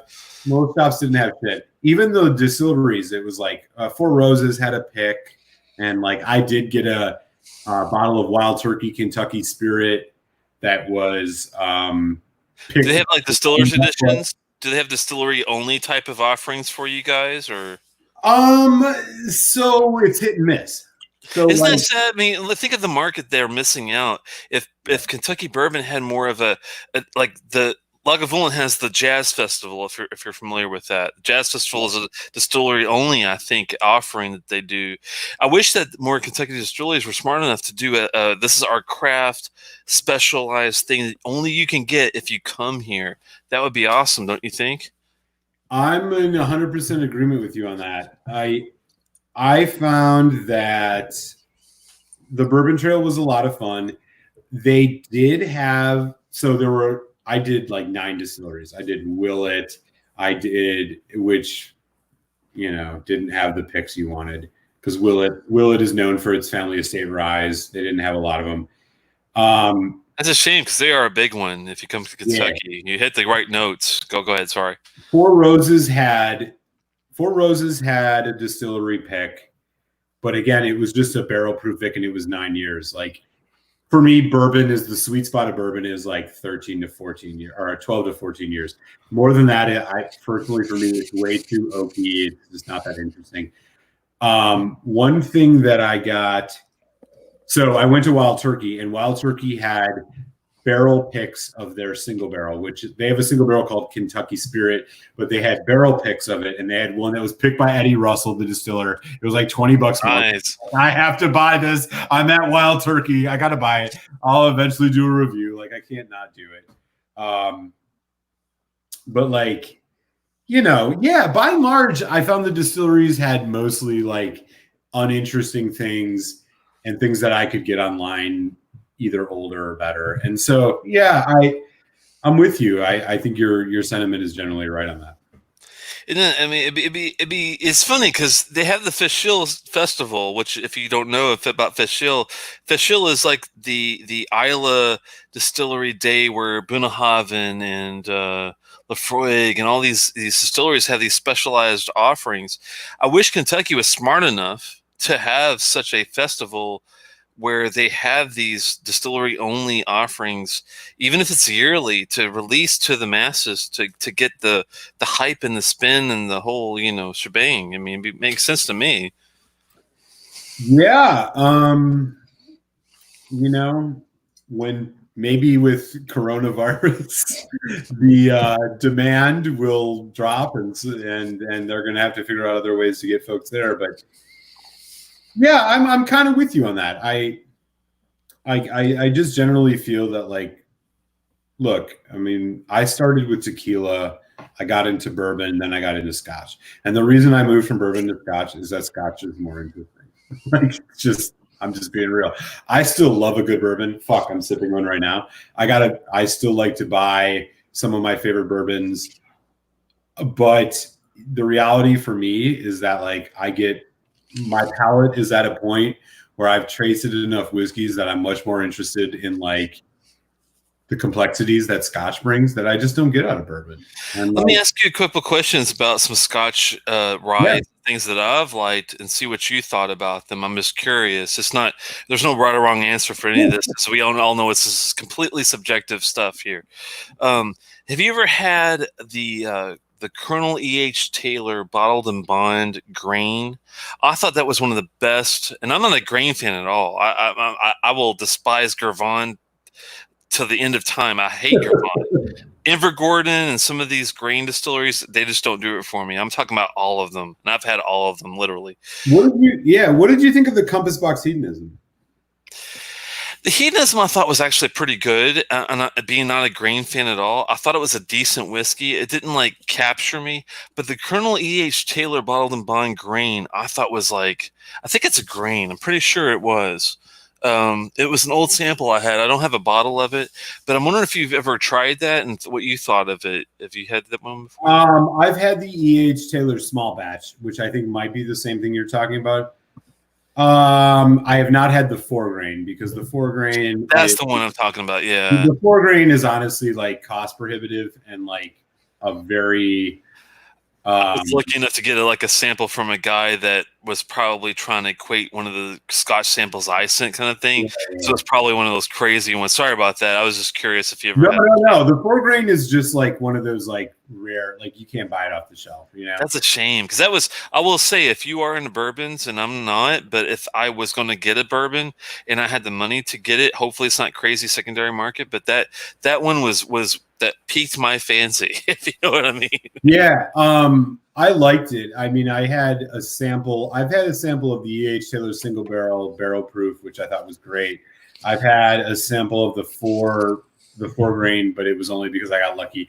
You'll never buy it. It's so cost prohibitive. I mean, it's like $500. Oh, I didn't know it was that crazy. Sorry. Personally, I would never pay. I would not pay $500 for it, that's for sure. But I would never pay that much for a bourbon, period. If it was $100 to $200, then I would probably buy it. Maybe the bourbon price will break and we'll get back to reasonable prices. But what about what about the Midsummer Night's Drams? Have you had any of the High West Midsummer Night's, like, series stuff? I like that rye. It's pretty good. Over. Yeah, I like the Midsummer Night's Dram. There's a batch variation, but all in all, it's good. Is it $89 to $99 good? I don't know. You can get the Rendezvous Rye for $25-$30 cheaper. I think it's really good. It's a good High West, right? What's that? Is it High West, the Rendezvous Rye? Yeah. I think the Midsummer Night's Dram is good. I'm just not, like, running out the door to go buy it. Okay. I don't know the price differences between. Can you tell me what the Rendezvous price versus the Midsummer Night's Dream price? Yeah, the Rendezvous is a core range thing, and while they have changed the age of the whiskeys they put in it recently, the Rendezvous, I think, is still a step up. So they have what's called the double rye, which is you can get for $25-$30. It's kind of got a juniper gin note. I think it's a great mixer. That sounds good. Yeah, it's a great sipper. I'm a fan. The Rendezvous Rye, older, more of a caramel, kind of, like, nice full. I like that too. I'm a fan of that. That's in that $55 to $60 range. That's not bad. The other stuff that High West does, they got the Boo Rye, which is a bourbon rye mix, which is in that, like, it's an annual release in that $90 range. And then you get into Midsummer Night's Drams, which are, like, most collector's items. They're good whiskeys. Would I spend $100 on it given other options? Probably not, but it's good. Having a little palate cleanser here. Do it. Looks like DH Silva's heading out. Take good care. It was good to see you. We got a couple folks chatting in here. Christopher David, Midsummer Night's Dream around 100. Yeah, that makes sense. And Lauren says, I'm sorry if it's not Lauren. They've got experimental with older double rye. So that's interesting. So I know they're doing, so the thing about bourbon that I do love is store picks. And like one of my favorite bourbons is the Knob Creek Single Barrel, 6% ABV. The regular release is bottled at 9 years. But the thing about it is that their store select program is so robust that you can walk into most liquor stores and find Knob Creek Single Barrel in the 12-year, 13-year, 14-year, even 15-year. Wow. $50 or less. And like for me, that's the bourbon sweet spot. And you can get amazing Knob Creek Single Barrels. I will yell till the cows come home about how good Knob Creek Single Barrel is. I think it's the best volume bourbon you can get. You know what's crazy is being and I moved away from Kentucky when I was 20, and moved to Oklahoma City to work for AOL back in the 90s, believe it or not. And then I moved and followed a girl out here to DC, where I eventually married a different girl in Baltimore. That's a whole other story. But when I was in Kentucky before I left, what distillery was you just talking about? The Knob Creek? The Knob Creek. I grew up as a 5-year-old even in Knob Creek is an actual place in Kentucky. And I remember it's an interesting place because there's lots of mountains that are through there. I'm sure there's lots of limestone that you get for really good whiskey. And as a little one, as a 5-year-old, I can remember calling my name through being outside and hearing my name broadcasted out like just crazy, because it's a gigantic like mountain, like a cavern almost. It's like mountains that are next to each other, like in a parallel fashion that go a long ways. And if you go outside and just yell your name, you could hear your name like 5 or 7 times after the fact. just being there, it's crazy, man. Cool. That's so cool. The crazy thing is, I think I might have had Knob Creek whiskey maybe one time in my life, and it might have just been like, when I was 20, 21 at a bar, maybe getting a bourbon or something. But I gotta go back and look and see some of these newer like 12-year, 50, these year statements to see what they have to offer. I'm sure it's good. Yeah, I mean, like the Knob Creek thing is one of the small batch range out of Jim Beam. I mean, like Booker's, Baker's, Knob Creek, like and I think Basil Hayden's. They're all just like small batch variations on Jim Beam. So like, it's so weird that these are real places you're talking about. I know, right in your backyard. My old backyard with my uncle back in the old day. Yeah.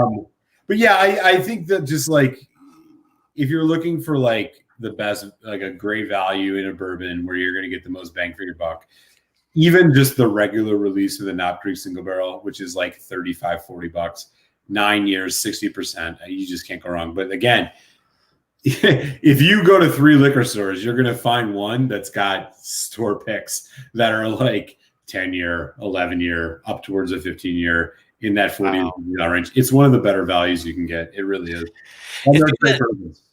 If you had to like pick a rye as just a newbie, and I consider myself, I mean, I've had some Emmert ryes, I've had some really good rye whiskey out there, but let's say I'm still considering myself a newbie and I want to go to a good, give me a go-to daily rye, but then give me like a more high-end kind of like, if I'm willing to spend $100-$200, what kind of rye could I get for that, if you don't mind me asking? Yeah, that's a great question. As far as a daily rye, if you want a good rye bang for your buck, and this might cause some controversy in the chat. It's okay. I like controversy. I got a couple.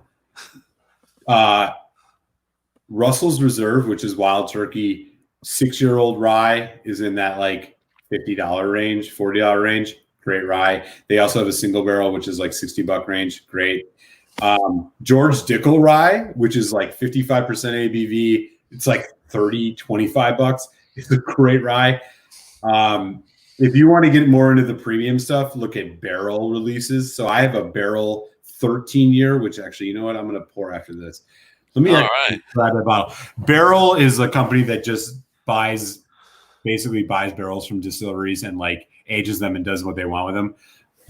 I have a 13-year-old rye from them that's fucking fantastic. Willet 3-year, 4-year, which are in that $55 to $70 range. Great premium ryes. And then you go Canadian. What is Few? God? Do you like Few at all? Is Few a decent Canadian brand? I'm just curious. Is Few a good Canadian brand? Have you had Few before? Few is actually out of Chicago. Oh, is it Chicago? Yeah, I always thought of them for some reason as a Canadian brand. For some reason, that's great. Yeah, Few is out of Evanston, Illinois. I have not had their stuff, so I can't speak on it. But okay. Lot 40 is a Canadian rye. While there's a cask strength version in Canada that unfortunately we cannot get in the United States, they have a regular release, which you can find in that $30 to $45 range, which is a great rye. It's 100% rye. Really, really strong rye. There's a couple others, like we go to High West Double Rye, High West Rendezvous Rye. Both are priced. The Double Rye you can get probably less than $30. Great rye whiskey. What do you think about Buffalo Trace? Do you like any of the rye stuff at all? I can't speak to it because I don't have. Buffalo Trace does a lot of different brand lines. I can't speak to any of them directly, but I wouldn't turn my nose up at anything made by Buffalo Trace that's a rye. I was just curious because that's one of those things that with my ham radio group that I talk with, this guy from Greece of all places, he mentioned that he liked whiskey, and I'm like, well, what's your favorite whiskey? Because I'm from Louisville, Kentucky originally, and he's like, well, I'm a huge fan of Buffalo Trace, and I'm thinking, of all places, why would you be a huge Buffalo Trace fan? But I guess there's a reason to. Marketing. Oh, that's Buffalo Trace standard bourbon in that $25 to $30 range. It's a good bourbon. But you can get better. Like it's just marketing. And I don't mean to say that Buffalo Trace doesn't make good stuff because they do. The BTAC range stuff is phenomenal if you can get it at MSRP. They do Blantons. They do. I mean, I would never hate on Buffalo Trace, but like, I'll tell you a story. I went into a liquor store once. This is when I didn't know shit about bourbon, and I went in and I was looking for a bottle of Buffalo Trace. I'm like, you all got Buffalo Trace? And he's like, unfortunately, we don't have any more. And then he's like, but like, try this. And he gave me a bottle of Elijah Craig 12-year. This is before they went to small batch. It used to be an age statement. He's like, it was the same price, $30. He's like, you want a good mid-shelf bourbon? This is the one. And like, it's about marketing, right? Like, there's a lot of great bourbon in that $30 to $40 range that, it's like Tito's, right? Tito's vodka. People don't buy Tito's vodka like it's like, because it says handcrafted, which, by the way, is bullshit. There's way better vodka, Stolichnaya, for example, that you can get for the money that you're spending. Tito's is a good value, but that's about it. Like there's better. I think there are better vodkas at that price point than what people will pay for Tito's. They pay for it because like there's a brand association, I think, and maybe it's not in all cases. Maybe people love Tito's. What do you like? I'm following you, but I just want to make sure I understand. Like, what do you like better than Tito's? Because I am a vodka fan too, and I want to make sure that I'm not missing out on anything. What do you like as far as vodka? You're looking for a standard vodka that's just like on par with Tito's at the same price but better quality. Stolichnaya, regular Stolichnaya, Stoli. Russian standard. Both of these you can get at great prices. Fucking Smirnoff. Like, there's nothing about Tito's that puts it above anything else in the price range other than its branding. And it's branding about the handmade vodka, and it's made in the United States. All this, like, Stolichnaya is light years a better quality vodka, whether you're a sipper or a mixer. I mean, mixing, it doesn't matter. But if you're a sipper and you want a neutral vodka, Stolichnaya is light years better, in my opinion. I agree with you there. It's funny because I was wondering if I was the only one that thought, why are these people going crazy over Tito's when they have all these other options that are already there? Totally. It's just the branding, man. People are like, oh, it's they say handcrafted, which we all know. Like, once you get into spirits and learn what labels mean, you realize that handcrafted doesn't mean jack shit. The only handcrafted distillery I know of that does everything by themselves are these guys. There you go. And that's Springbank. If Springbank says it's handcrafted, I believe him. But come on, Tito's, like, it's just a way to get $5 more out of you to buy a vodka that has a brand on it that I don't think really means anything. It just is what it is, you know. No, I agree. It's craziness with the marketing, and that's one of the things. It's tough for me because I am a big fan of Highland Park. I will say I like their 12. Their 15 is my favorite for price. Their 18 is even better and it's still, you can get it for $130 if you're lucky.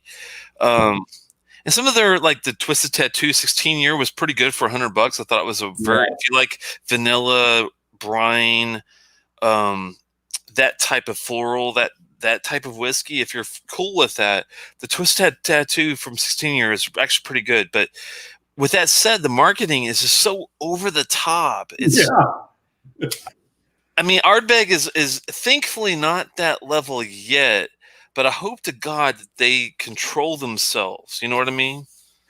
I feel the exact same way, and I wish it was true, but I think the train's left the station. Like, the amount of stuff Highland Park puts out, I can't even keep up with it. Valkyrie, Valknut, Viking this, Viking that. Like, I get what they're doing. They're tangentially playing on the Game of Thrones stuff. Like, okay. I just feel like their whiskey, Highland Park 12 was my number one go-to whiskey for one reason. And that's because it like satisfies a little bit of everything you want. It's like, do you want a little sherry? Do you want a little peat? Do you want a little it's like if I come home and I want a dram and I don't want to think about what I want, give me Highland Park 12. I'll be happy. But like their branding, I agree. It's like over the top. I can't, like, I'm not buying all these NAS Highland Parks. Like what? I couldn't keep up with it or afford it if I could. Exactly. Too much. I love, like, the 18 is a good whiskey. I have a bottle of the 12 single cask, which I'm going to open up in a couple months for my review because I love Highland Park 12. Hold on, did you say it was a 12 single cask? Yeah. Let me is it the Riptide? Is it that one? Yeah. Let me go dark for just a second because I got to grab another dram and fill up my water, and then I will show you what I got here. Oh, awesome! No problem at all. And I'm glad he spoke about that because the Highland Park has been big on. I take this as like a two-pronged approach. Highland Park has been better about age statements, which they've listened to the audience, us, and they've noted, okay, we need to release a 16-year age statement. We need to release a 14-year age statement. We need to release all these age statements. So I do give them the what's the word for it? I give them respect for pulling that off. That's a good thing. The only bad thing about what they do is they have so many, and I'm talking not just the standard, 12, 15, 18, the standard releases of the Valkyrie, the Valknut, the Valk Father that he was talking about, Twisted Tattoo, the full volume, the light, the dark, and the whatnot. I mean, they're everywhere. They are insanely huge when it comes to releases. That they have released a lot of new ones like the Voyage of the Raven, the Dragon Legend, the Spirit of the Wolf. I mean, some crazy and a lot of these are like travel retail exclusives, which I understand is a niche market, and I will try some of these, but please take note of the price of what you're paying for some of these. And some of these travel retail exclusives end up being 3-star whiskeys, 3.5-star whiskeys at best, even if they're 14, 16-year-old, options. When Malt Muser comes back, we'll take a look at the Riptide, which I think he's about to open, and see what he gets out of that. I think, and don't quote me on this, but I think he said it was a 14 or 16. I can't remember which year it was, but it'll be good to see what he thinks about this because the Riptide is a newer offering outside of all the ones I just mentioned. Hey, Malt, welcome back. And Sorry, did that make sense of what I was talking about as far as all the years and the travel retail exclusives and all the insanity they're doing? Yeah. So This is what the Highland. This is called Highland Park Riptide. This is a 12-year single cask. It's in that like $140 range. I would. So the interesting thing about this is this one explicitly was released for like the mid-Atlantic region of the United States. So in other words, regionally here in the States, they've released different versions. Some are older than 12 years, some are younger than 12 years. Do you know if it's like a Maryland and Virginia release, or which area this is? There's one that I also see in shops called the Nor'easter, which is like a 13-year single cask. This is what it looks like bottle-wise. Single cask series. Sounds good to me. I like single cask. Yeah, it's 12 years. It's 65.5% ABV, which is the reason I'll pay 100. Did you say 65%? Yeah, 65%. That's the highest ABV I think I've ever heard in a whiskey. Dude,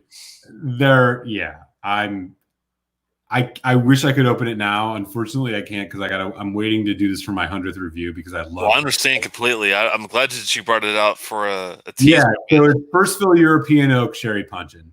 Bottle distilled 2005, bottled 2018, so it's close to 13 years. But yeah, this is what it is. It's unchill filtered, natural color, single cask. I was so excited by the prospect of a single cask Highland Park, I decided to buy it. Do you mind me asking where you got that from? Yeah, so I got this at so I live in Pennsylvania, and Christopher David's going to love to hear this because I'm going to be emailing him later. Pennsylvania is a government-run state. In other words, you can't buy shit online. But I'm going to tell you this much. That's not true. I have a list of liquor stores that will ship to PA and probably to MD for that matter, that you can buy stuff online. I got this online for $140. There is a shop that I go to that we get I'm part of the Philadelphia Whiskey Society. And so we get a discount at some shops that there's one that has the Nor'easter version for like $140. Nice. It's a lot to pay. That's a lot of ABV you're paying for, though. And you're getting an age statement too. I mean, exactly. Like I love Highland Park 12. I recently did a video comparing the like Highland Park 12 to the Highland Park 12 Viking Honor, which admittedly I didn't notice a ton of difference between, but some folks are very militant that there's a difference. The only difference with those two is I think there's a little more intensity on the matchstick, like a sulfur note on the newer one versus the older, but that's like the only thing I ever got from the differences of the two. You know what I mean? Yeah. And so I'm going to do a review of this in a couple months because I'm getting close to my 100th review. I just like, it was at a price that I just couldn't say no to. And so they apparently all come in one of these little baggies and they got the sticker on it telling you which one it is, blah, blah, blah. 65.5%. Was that from the total? I think they're called Fine Wine and Spirits in PA. Was it from their online website kind of thing? It's not from Fine Wine and Spirits. I actually got this shipped to me from a place out of states, but it's part of what's called the single cask series. So, in every area of the United States, they have a version that you can get. So, you being in Maryland, this would be the one that you could get most access to. But like I said, so I'm a little further north of you. There's a version called the Nor'easter, which I think is a little bit older, but less ABV. I want them all. Yeah, I do too, right? I mean, I do too. So I do have that, but going back to your rye, so this is a bottle of barrel, which again, like I said, they basically buy barrels and buy whiskeys and age it themselves. It's got a little sticker thing on the back. This is a yeah, right. This is a 13-year-old Canadian rye whiskey at 63.17%. Wow. It's so good. I had forgot about it until you brought up rye, so I'm going to pour some right now. My question to you is, I will some of this for you because I'll pour you a sample of it. Oh, wow, man. You're very gracious. My only question to you on this is when you're approaching, and I have done the 57, 58% whiskeys, very rarely have I dabbled in the 65 plus area like you're dabbling in now. When you get to that level, how much water, like I usually use a pipette, which you're probably familiar with already. one of these little eyedropper type of devices. This is a bigger version of what you usually see. The scientific one has a little eyedrop. Like, do you get into the spoons when you get to the 65-ish% level, or do you still do the couple drops from the dropper? That's a good question. One moment. No problem. It's one thing that I try to be careful with, because, as you know, as a whiskey connoisseur yourself, that you can always add more to a dram, but you can never take away the water that you put into it. So when you're adding water, you have to be extremely careful of how much you put. But once you get to like beyond 57% cask strength whiskey, and cask strength is definitely does get up to the high 60s that he's talking about. Once you get to that level, is that when you should break out your I can't remember the difference between a teaspoon and a tablespoon, but the smaller spoon, do you get that out and try to do the water thing? Yeah. No. I basically I keep a nice icy cold thermalized bottle of water, and I usually just kind of add drops at a time until I find it hits a nice equilibrium. I don't measure it enough that I could say definitively, I think I measure it enough in the sense that 1 teaspoon or 2 teaspoons, but I usually don't go beyond that, because I do like kind of a heavy cask strength whiskey. And that's what my audience, I think, also it gears towards that, because we want to fine tune it, but we don't want to obliterate it with water either. Yeah, and I've totally obliterated my fair share of whiskeys with water. But before I do a review on my channel, I usually have determined what my equilibrium is. And I just have a feel for it. I don't use a spoon. I mean, maybe it would be a good idea to be more approximate, but I kind of just am bloop or bloop, and that's it, this one, for example, this is it's 63%.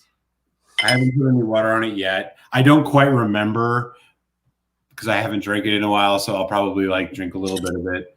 I have a Port Charlotte 14-year boutique whiskey single cask release that is one that which is 66%, I think. Oh Lord, man! But this is insanely good. Yeah, I tweak a little bit. I have one.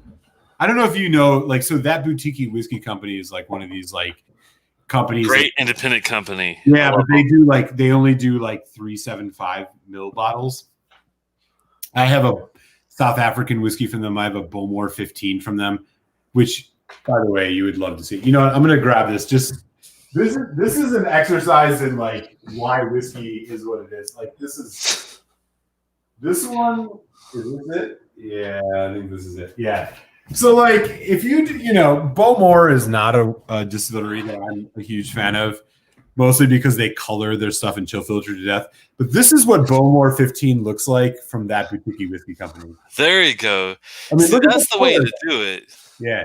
Now they only do 375 bottles. They're kind of overpriced, but this is 48.3%. I mean, this is what an unchill filtered natural colored Bowmore looks like, and it shows. It's spot on, and that's the thing with Bowmore. Now, not to knock Rachel Berry too much, but she used to be the Bowmore queen, and she went over to Glendronach and did her deal with Glendronach recently. And there's people that I will commend her that the revival release of the 15 was on par with the old version of 15, from what I've heard across the board. With that said, though, Bowmore is notorious for being very thin, especially when it comes to Islay whiskey.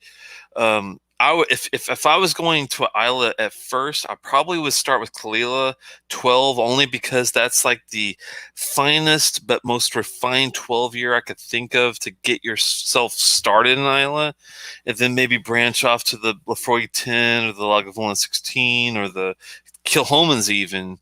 But you know where I'm going with that by chance? Yeah, I follow you completely.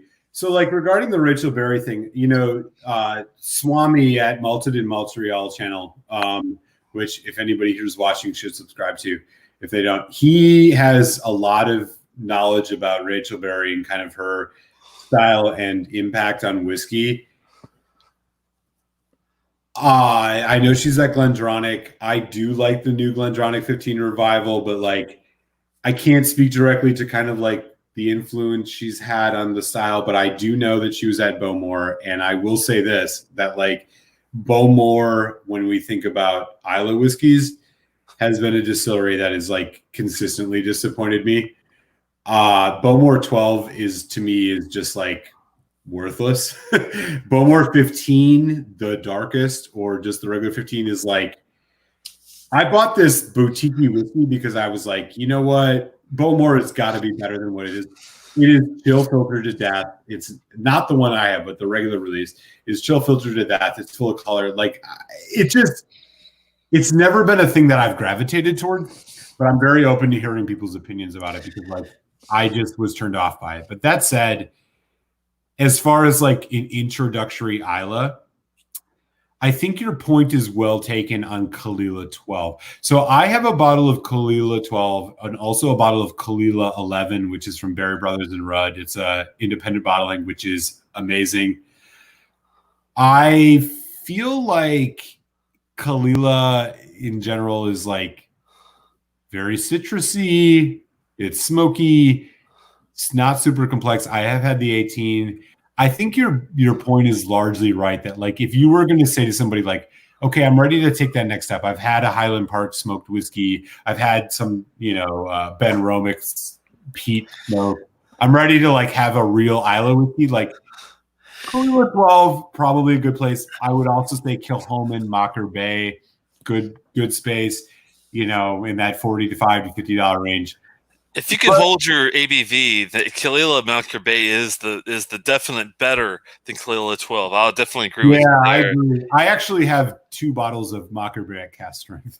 There you go. Which is fantastic. It's tough because with Lefroy 10, I do love it, but if you're not used to that TCB iodine, briny, hospital bandage type of heat, it's going to blow you off your socks if you're not used to it. So that's why, and I love Lefroy 10. Please don't get me wrong; it's one of my favorite whiskeys. But if you're going to start Islay, and if you started with the Lefroy 10, not even the cast strength, if you start with the basic, you might be taken for like a loop-de-loo. You know what I mean? The Kalila 12 is kind of one of those like across the board. If you're looking for more of a vegetal type of dram, and the Moke is a Travel Ritual exclusive, but it's a really good Kalila as well. But as far as like Islay peated, now if you're doing non-peated, of course the Benelhaven 12 is probably a really better venture to go. But yeah, I think I like your Marqueur Bay is very.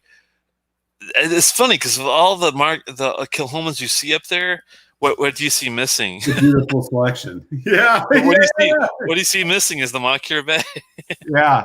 So I'm interested, Jay. What was the peated whiskey that got you into Islay single malts? The funny thing was, and this is crazy, it's probably because I'm from Kentucky originally, I'm assuming, but when I started whiskey, I grew up as a 15-year-old drinking, the Sour Mash, Jack Daniels, whatever we can get our hands on back in the day. And over time, I went and did my Guinness, and I got into crafted beers and the whole Chimay triple and the whole Belgian beer thing. And I went through that venture, and it's got a lot going on with the triple cat, the triple, what do they call it? The triple, you know what I'm talking about with the triple, right? Yeah, the like imperial stouts or like imperial IPAs where you're like in that 11-12%. Yeah. Did that for a long time, and then when I got the Scotch, my first Scotch was a flight, and I was with my wife. I'll never forget this. We were at a speakeasy in Annapolis, Maryland, at Dry 85, which is a really nice place. If you're in Annapolis, you should drive at Dry 85. And they had a flight, and I always had a calling to Scotch. But since I was never a big bourbon fan, I never really thought much of it. But my wife was like, you should give it a try. What the hell would you got to lose, right? So I got the flight, and it was it started off with a Glenmorangie 10. It was my first dram. And it was okay. It was a flowery, Midland, it's I guess they're technically, are they Highland? Yeah, I From mean, Orangey? I don't think. I mean, to be real, I don't think these like region stuff really matter. But I don't know. Maybe they do. Yeah, Very but light, I know what floral. you're saying. Yeah. Wasn't a lot going on with that. It was a good dram, but it wasn't like blow my socks off kind of dram. Sure. The second dram they gave you was the Isla Jura, which I thought was interesting of all choices to introduce people to Scotch. Not a good idea, in I've my never opinion. had a Jura, actually. It was a Jura, and what it introduces you to is just smoke. It just gives you a touch of smoke on the. I think this was a just a basic 10-year, nothing special, but it was like the Glenmorangie with some added smoke to it. Better, but not intriguing by any means. The third dram they had in this flight that they offered was Smokehead, which I thought was interesting. And when I tasted it, I was like, there's something with the Smokehead that I really, really like a lot better than the Glenmorangie 10 and the Isla Jura, just basic smoke. There's something in that I really, this is my first Scotch, mind you, of all time I've ever had. And when I tasted it, I was like, what is this? And I give it to my wife, and she's like, well, that's peat. And I'm like, what the hell is peat? I never heard of it. She explained it to me. They'd smoke it and then get it infused with the whiskey. And I'm like, that's badass. Why haven't I grew up in Kentucky, for God's sake, and I've never heard of peated whiskey before. What the fuck's wrong with me? So, as soon as I had that Smokehead, that Isla NAS, nothing fancy, blended Isla whiskey, I tasted it and I fell in love with peat from that point forward. And that was only like 4 or 5 years ago. Yeah, man. That's awesome, dude. That's so awesome. What about you? Tell me your story. Yeah, my story was similar. So like I was a tequila drinker. I drank tequila neat. I was very much into like, Dos Lunas Reposado was my like go-to. And I was also into bourbon. And I went over to dog sit at a friend's house. This was 2016, late 2016. And he had a bunch of different whiskeys. And he said, like, hey, thanks for dog sitting. Like, you're free to drink anything you want. And I poured a glass of Oban 14. Okay. Holy cow. I was like, this is amazing. And so I sipped that. I really enjoyed it, which, Oban 14 is like, fruity. It's got a little bit of that kind of like nuttiness or whatever, but like a little bit of smoke. Was that your first Scotch? That was my first Scotch neat. Like my first Scotch. Isn't it interesting that both of our first Scotches were actually Isla Scotches? Isn't that crazy? Yeah, right. So it was a Scotch that I had, but I didn't have a ton of like context to it. And so what happened after that was I was intrigued. So I went to a local bar in Washington, D.C., and I tried Talisker 10. I hated Talisker 10. I tried Lefroy 10. I hated Lefroy 10.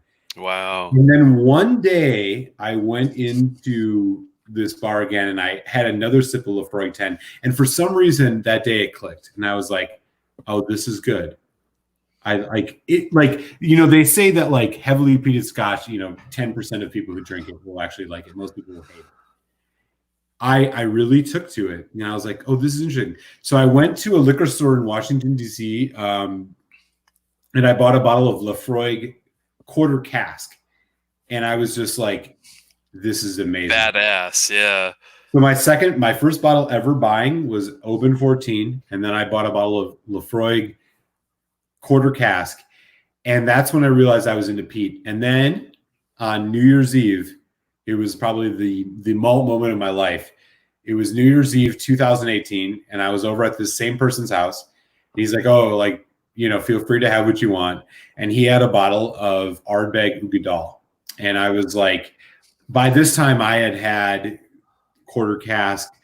I had a bottle of Dalmore 12. I had a bottle of Glenmorangie 10. And I was like, oh, what's this all about? Now you're going to the new echelon. It's like the Lefroy, but it's got like a wine thing. And I was like, oh, that sounds weird.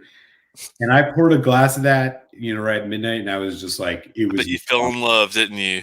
I was like, it's over. I bought a bottle of Ardbeg 10, a bottle of Ugadal, and then I got a bottle of Lefroy 10. Like within the next couple of weeks, I was like, holy sold. I was like, this is my thing. And to this day, I am still not a huge fan of Talisker. I love their distillers edition. The 10 is still not one of my go-to whiskeys. I bet I know why. Style, but I'll tell you this much. The way that Ardbeg, when I first cracked open that first bottle of Ardbeg 10, I was just like, oh my God, this is amazing. And I had 3 or 4 drams on my little porch in the condo I was living in DC. And I had some Lafroy quarter cask, and I was just like, peated whiskey it was like a revelation. And then finally, yeah, I built up the dollars to like buy a bottle of Ugadal, which was just, I can't even like, I remember walking around the New Year's party being like, have you had this? Like, have you had this? And people are like, like, why are you being weird? And I'm like, this is like, this is a euphoric moment. Like, this is going to change your life, because it blew my fucking mind. And yeah, to this day, I've had 2 or 3 bottles of Ardbeg Ugadal that were just like, I remember eating it with a steak once, and it was just like, oh my God. And yeah, that was it. It was quarter cask, and then Ardbeg Ugadal just took me to the next level. And that's what turned me into a peat head. And honestly, like the first year and a half of like my getting into Scotch, it was like I did a right turn right into peated Scotch. And it was like, give me every Ardbeg I can find. Give me Lafroig. Give me, Is that where you I have 2 things here. First thing is I think that the peat, now I'm just speaking hypothetically here. This is just me spouting off nonsense. But I think the peat is so appealing to some of us because we're men. We want that heavy, rich, kick your ass type of taste. And some of us, that after you've tasted lots of different whiskeys and lots of different liqueurs and whatnot, you find that peat gives you, I mean, I don't want to use the Viking analogy to it, but it gives you more of a substance to everything that you've got. And on the other side, sorry, I'm just trying to make sure I get something else in here. Go ahead. Sorry. On that note, do you think that was about the same kind of reason why you think you get into it? Like it was interesting, right? It was like I wanted to like it more than I did until I did. So like I went to this bar and I had Talisker 10 because I knew it was like, this is be a little smoky. And I was like, oh my God, I can't stand this. And then that's what I was going to say real fast is on Talisker 10, I bet you that the only reason that you don't like it, and it's not an issue per se because it's all subjective, as we all know. Right. Talisker is extremely, and I mean extremely, maritime, briny, salty, seashell. It's got a lot of seashell notes in it. And I have, if I'm stepping back here, and I'm going to take a hypothesis here, but I bet you money, I would put $50 for any of you guys here. I bet you $50 that he does not like Old Pulteney that much either. So I have a bottle of 13-year-old Old Pulteney single cask that might beg to differ because I killed it. But okay, stepping back from hold on, because you got a specialized single cask thing, which is awesome. I agree. But if you step back and you went to even the old school 17, the old school 21, and the new school 15, and the new school 18, I bet you're not a big fan of it. The thing about the Talisker was, and still to this day, honestly, I have a bottle of the 18, which I'm not ready to review because I'm not quite sure where I land on it. But I have a bottle. I've had the 10. I've reviewed the 10. I've reviewed the Talisker Dark Storm. I've reviewed the regular Storm. The thing about Talisker that just doesn't sit with me is the sharpness of the like pepper note. It's like, it's a spice. I gotcha. It just doesn't work for me. I don't know why. It's heavy it's heavy black pepper. Okay, erase what I said about the brininess and the maritime factor. Yeah, I don't know why, because I bet you're not a fan of if it's the spice, the black pepper note you get from a lot of Taliskers, I bet you're not a fan of the Highland Park 15. I have not had the Highland Park 15. I bet you will not like it. I'm forewarning you. I'm forewarning you that if you don't like the spicy, peppery black pepper notes in lots of whiskeys, you might want to be wary of that one. Yeah, so like I think that I love the Talisker Distillers Edition, and exactly. And the reason I do is because it rounds that off a little bit. Sherry, baby. Yeah, man, it's so good. I think it's the best Distillers Edition I had. Now I do have a bottle of the Craig and Moore Distillers that I haven't opened yet, but like, there's something about Talisker's profile that just, and I think it's just like the sharp peppery thing that just doesn't quite do it for me. But like, yeah, so like when I went to those bars in my early Scotch, it was just like I tried Talisker, I was like, and then I tried Lafroy 10, and I was like, oh my god, this is insane. But then for some reason, it wasn't even about the profile; it was like the moment.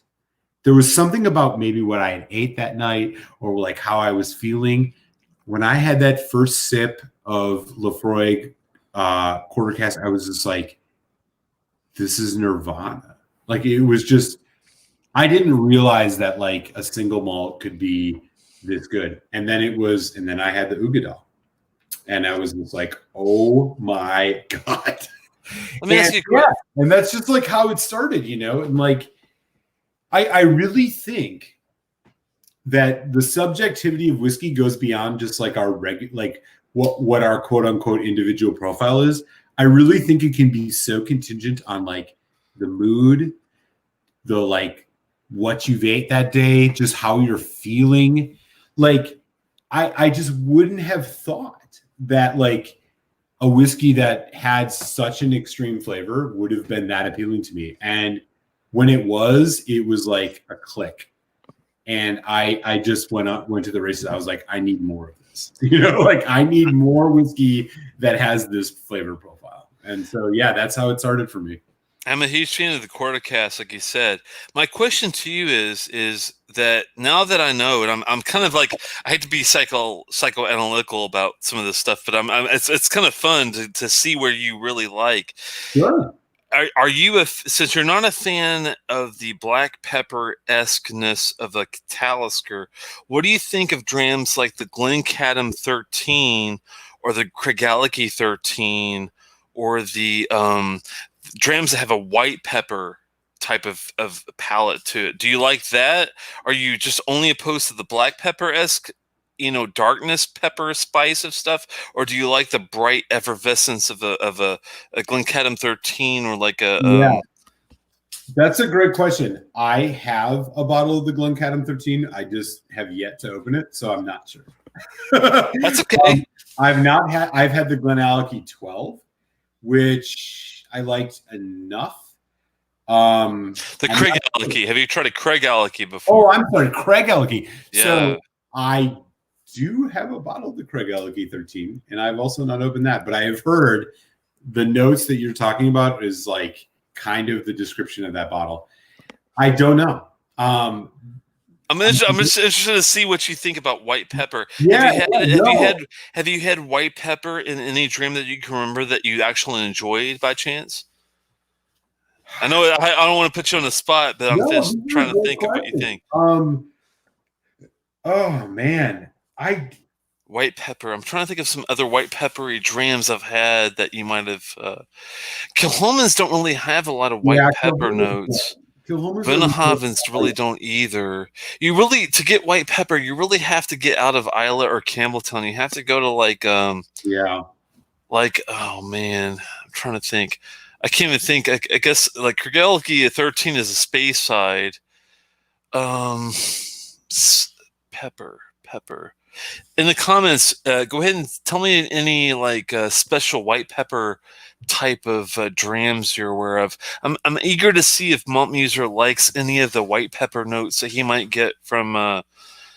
And the ones that come to mind, Craigellachie 13 is a very much a white peppery dram. As far as what was the other one I said a while back? Oh, what was it? The Craig Allegate 13. Oh, and the Glencadam 13 was another one that had a lot of white pepper notes to it. Yeah. I was trying to think of anything else that has like a lot of white pepper notes to it. It's a tough one. It comes up sometimes, but it's not. The only other thing I can think of is maybe like a Springbank Green 13, maybe. I had the green, and yeah, that one didn't. I didn't find it offensive. I think there's just something about the like sharpness of the finish of Talisker that is just never quite satisfying. So, like I said, I'm working through a bottle of the 18, which, like, I'm not ready to review. I really try not to review a whiskey until I feel like I really have my sense of it. And the Talisker 18 is an example of one of these where, like, I think I've had like 6 trams and I'm still just like, I'm just not sure. Like, I might not do a review of this video at all. Like, I might not put a video of that. I'm glad you're being careful because the Talisker 18 is a very weird dram where it's got lots of notes. I mean, if you like a complex whiskey, I think it's there.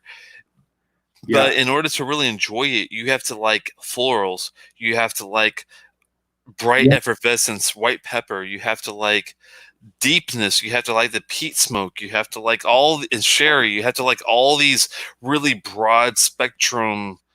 It's funny because Talisker 18 is one of the very few whiskeys that I think that can truly spread beyond. If you think of whiskey notes in like a 3-dimensional form, it really has a lot of everything outside. It doesn't have a lot of internal core stuff that you might be wanting, but when it touches the aspects of the whole sphere, I think that's where it might get kind of interesting for you. But let me think. Tell me what you think about that, maybe.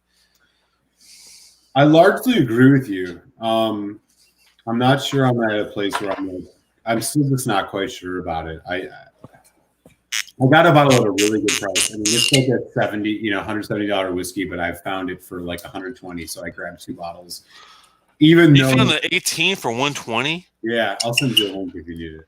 That was I don't, but I'm very happy that you found it because that's a very good that price. That was the reason that I bought it. I just hit you up on a DM. I actually need to drop for about 10 to 15 minutes. That's cool. Phone call. So, feel free to stay on. I'll check back in a couple minutes and glad to rejoin you, but I got to make a phone call. No problem at all, man. I appreciate it. Yeah. Cool. I'll catch you in a minute. All right, man. Yeah, let's talk about the Talisker 18 for you guys that are maybe not well versed with it. The Talisker 18 usually, he was saying 120-ish, and that's a great price. Typically here in Maryland, you can find it for like 150. 150 is the normal-esque good price for a Talisker 18. It might venture above the 150 to 160 and 170 range in some markets, of course. But if you do your homework, you can find it for 150. We'll put it that way. Let me know if you guys in the comments, if you think that Jason Coates is a big fan of the Talisker 18. Isn't 150 an ideal price for that? I mean, you're looking at an 18-year whiskey. The Dalmor 18 is going for above 220, which I think is absolutely asinine. I will say that. Dalmor, it's absolutely asinine that you're charging 220 plus for an 18-year-old whiskey. I'm not joking. It's asinine. There we go. All right. Sorry. With that said, go back to the Talisker for 150.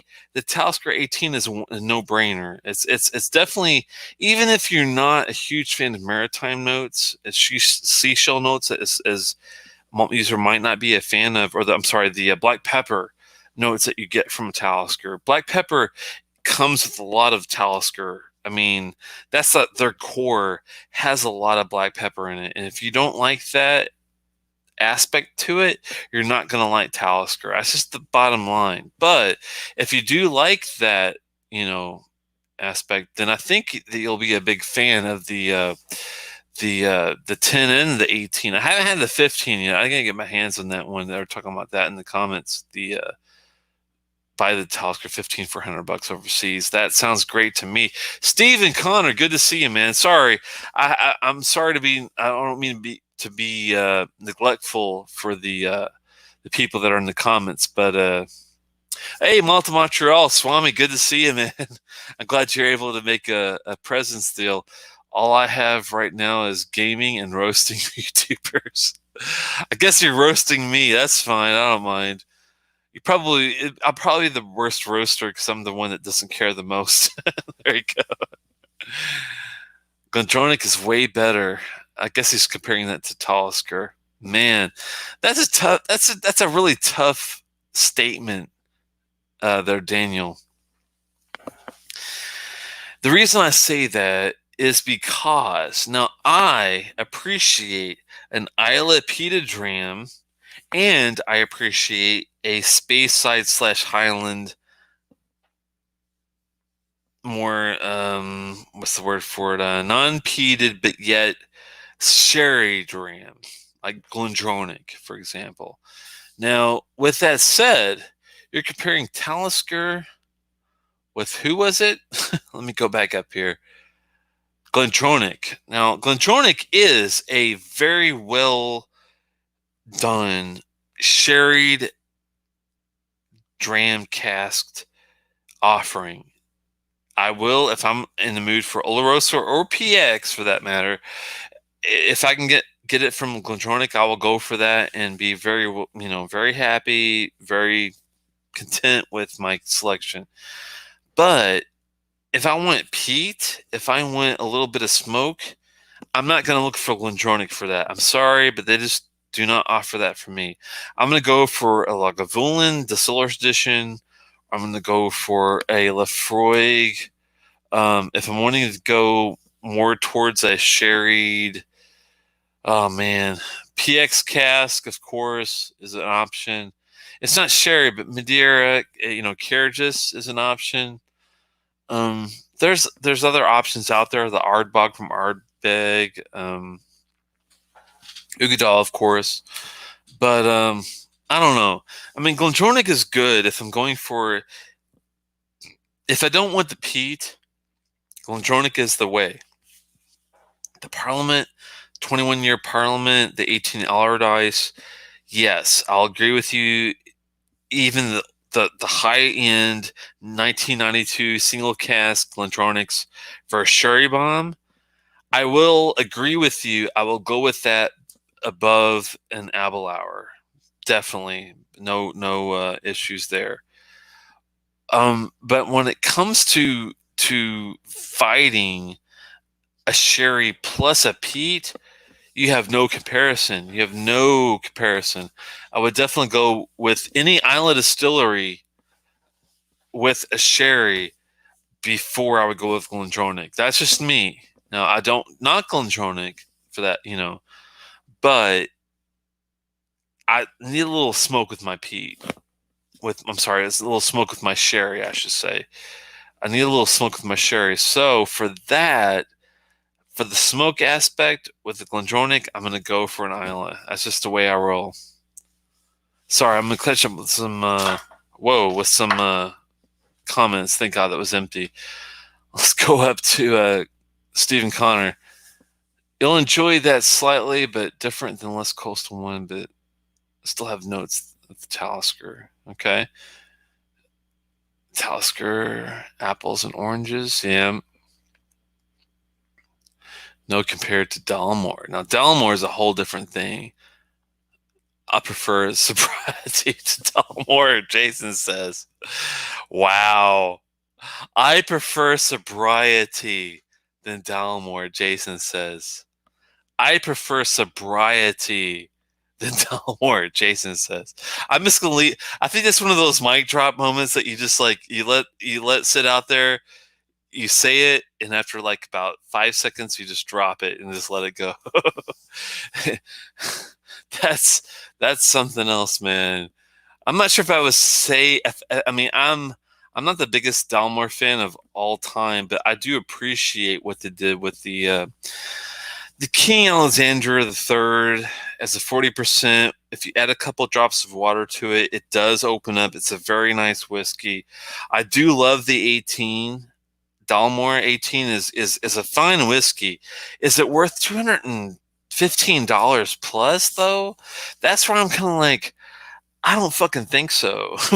I'm sorry, but 180 is what the Dalmore 18 is worth. I don't care what you say, how you spin it, how you fucking do anything. The Dalmore 18 is worth 180 plus tax minimum. Once you go to 220 plus, I have to draw a fat red X and say, I'm sorry, but you have crossed my line of worth. It's just not worth it. It's a great dram.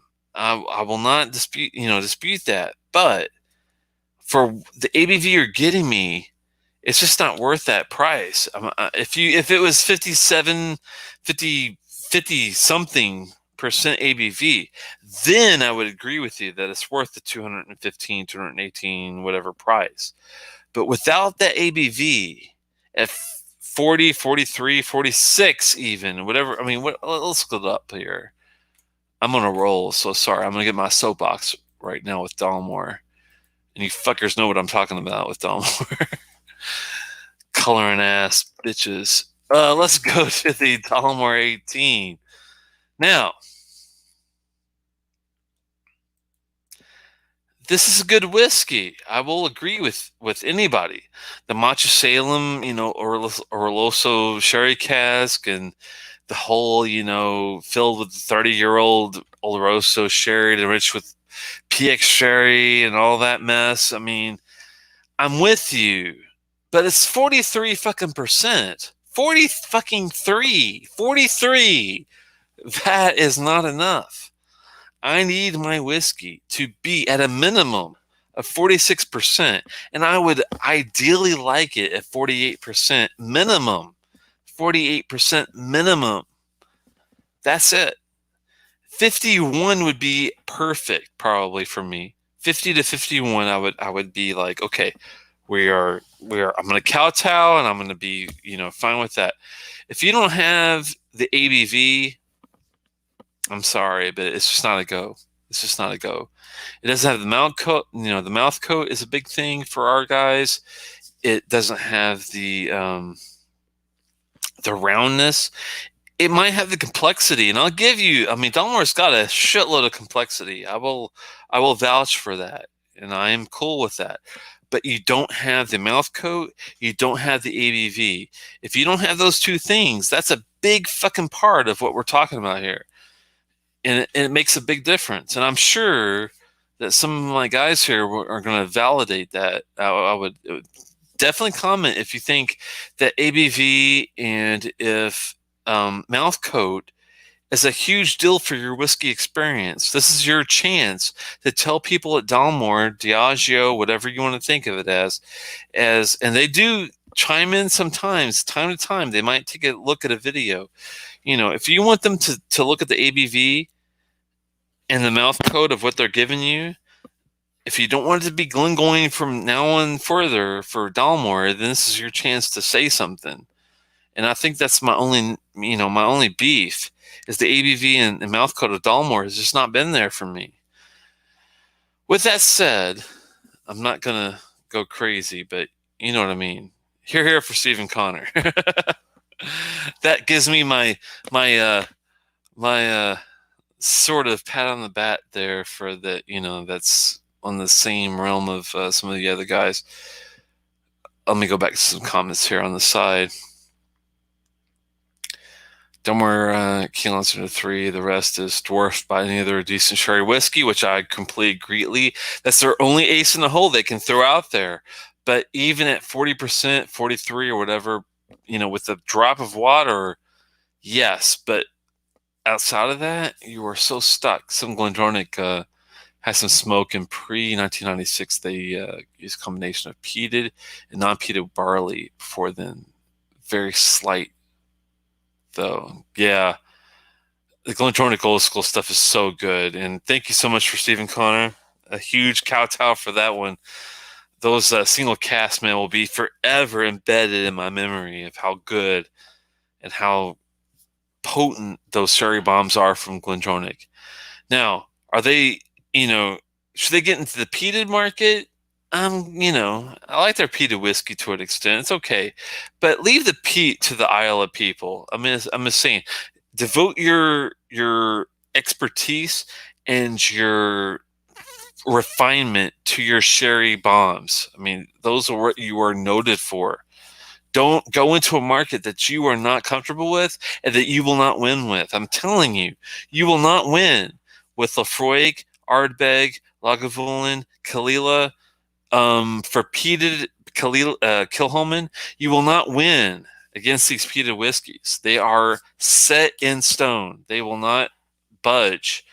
Keep trying. If you have a good release that you think can battle with them, I'll try it. I'll be all ears. But unless it's got 12 plus year statement, unless it's got a 50 plus ABV, unless it's non-chill filtered and non-colored, Glendronach, please don't try to go to the peated route at this point. I'm just telling you.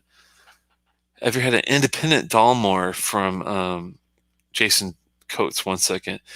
The Glendronach 2016 bottling turned me on to Scotch forever. And I agree with Lost Cause. That was one of my, not one of my first per se, but one of my favorites is a Glendronach 18. It's a no-brainer. It's a beautiful sherried whiskey, period. You don't have to say much more than that. Smoke, sherry, Glendronach 18, sold. It's a done deal. Have I ever an independent Balmore? I have, and I will vouch. I have a Scotch Malt Whisky Society bottling of a Dalmore. It's a 15-year statement. It's across the bin, so I'm not going to go and get it and all that. But all the independent Dalmores and Bowmores, for that matter, are doing extremely well. So if you are looking to dabble in a Dalmore or a Bowmore, I would highly, and I mean highly, suggest of not doing a distillery option. No offense to Rachel Berry, no offense to whoever's doing the deal at, what is it? Whatever. I've had a few drams, but I would definitely look at it as, bare bones.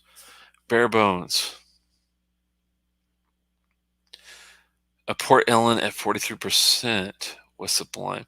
And that's where you get into the really refined whiskeys.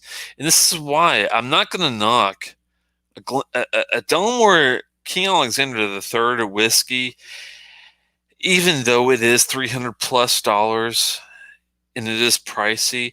I'm not saying it's not worth it. It is a very good whiskey, even at 40%, because if you do add a drop of water to that sucker, it is very complex and it does a great job for what it is. It's sublime. I will agree. No question about that. But compared to same price, $300, what can $300 get me? After market, it'll get me an Ardbeg Black committee release. Do I like this better than a King Alexander III? The 3? Fuck yeah. It's like night and day difference when it comes to that bite of the peat. And this is where they get you in these NAS statements sometimes, is they have that smart, they're smart enough to put a little bit of young peat, the 3-4-year-old stuff, with a little bit of the 10-year-old base, and the mature that with Pinot Noir casks for 4 or 5 years, you can't beat that. It's like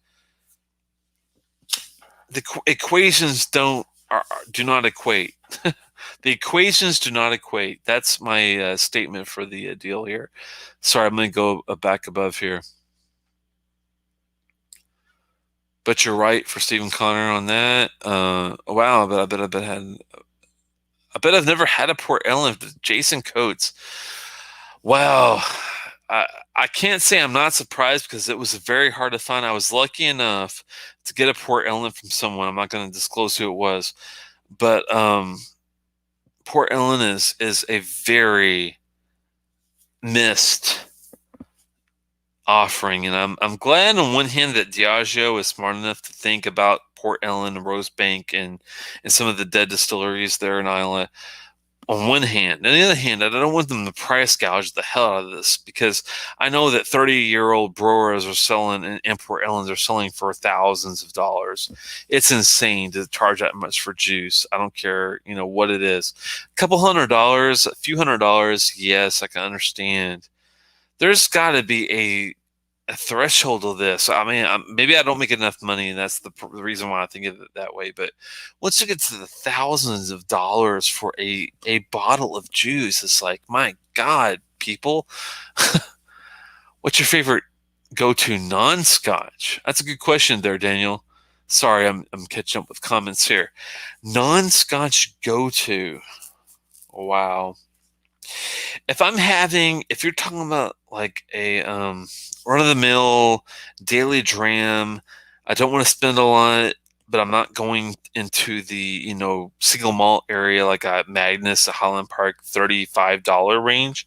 If I'm going ultra cheap, man, I would go with like Johnny Walker Black. I mean, would be a decent, like, just complete entry level. That's still a Scotch though, non-Scotch. Wow. I do like the Midsummer Night's Dreams from the High West people. I like the Campfire. I like the Corsair Triple Smoke. That was a whiskey that I had, was American whiskey. I had my birthday a couple of years ago. It was called a Corsair Triple Smoke. That's one I would seek out and see if you could still find it, hopefully. That was a good dram, 4-star out of 5-star dram, and it was an American whiskey. Nicely smoked, complex, had a few different type of deals. It had the sherry, it had the smoke, it had the bourbon cask, it had the whole, 9 yards with that. Oh, sorry there, Malt. I apologize. I was getting off on a tangent. Hey, can you hear me okay? I'm back. Sorry, man. Sorry, I had to take that little break there. Had to handle some personal business and talk to my better half, but I'm back. Glad things are still going. What's up? Yeah, we're just talking about the DHS asked me about the favorite non-Scotch go-to whiskey, and that's a huge question. It's a tough one because I usually stay with Scotch because I love Scotch. But if I had to pick something outside that, Corsair, let me see if I can. Let me take Corsair. Really, I'm interested. I've not had any of the Corsair stuff, and I know they do a bunch of innovative stuff. And I'm interested. Let me see if I can find it on. I did a review a while back on Distiller. Distiller. If I can. Demon Hunter's in the house. And Jason Coates and Daniel, y'all are keeping it going on the late night. What's up? Yeah, I appreciate you guys hanging out.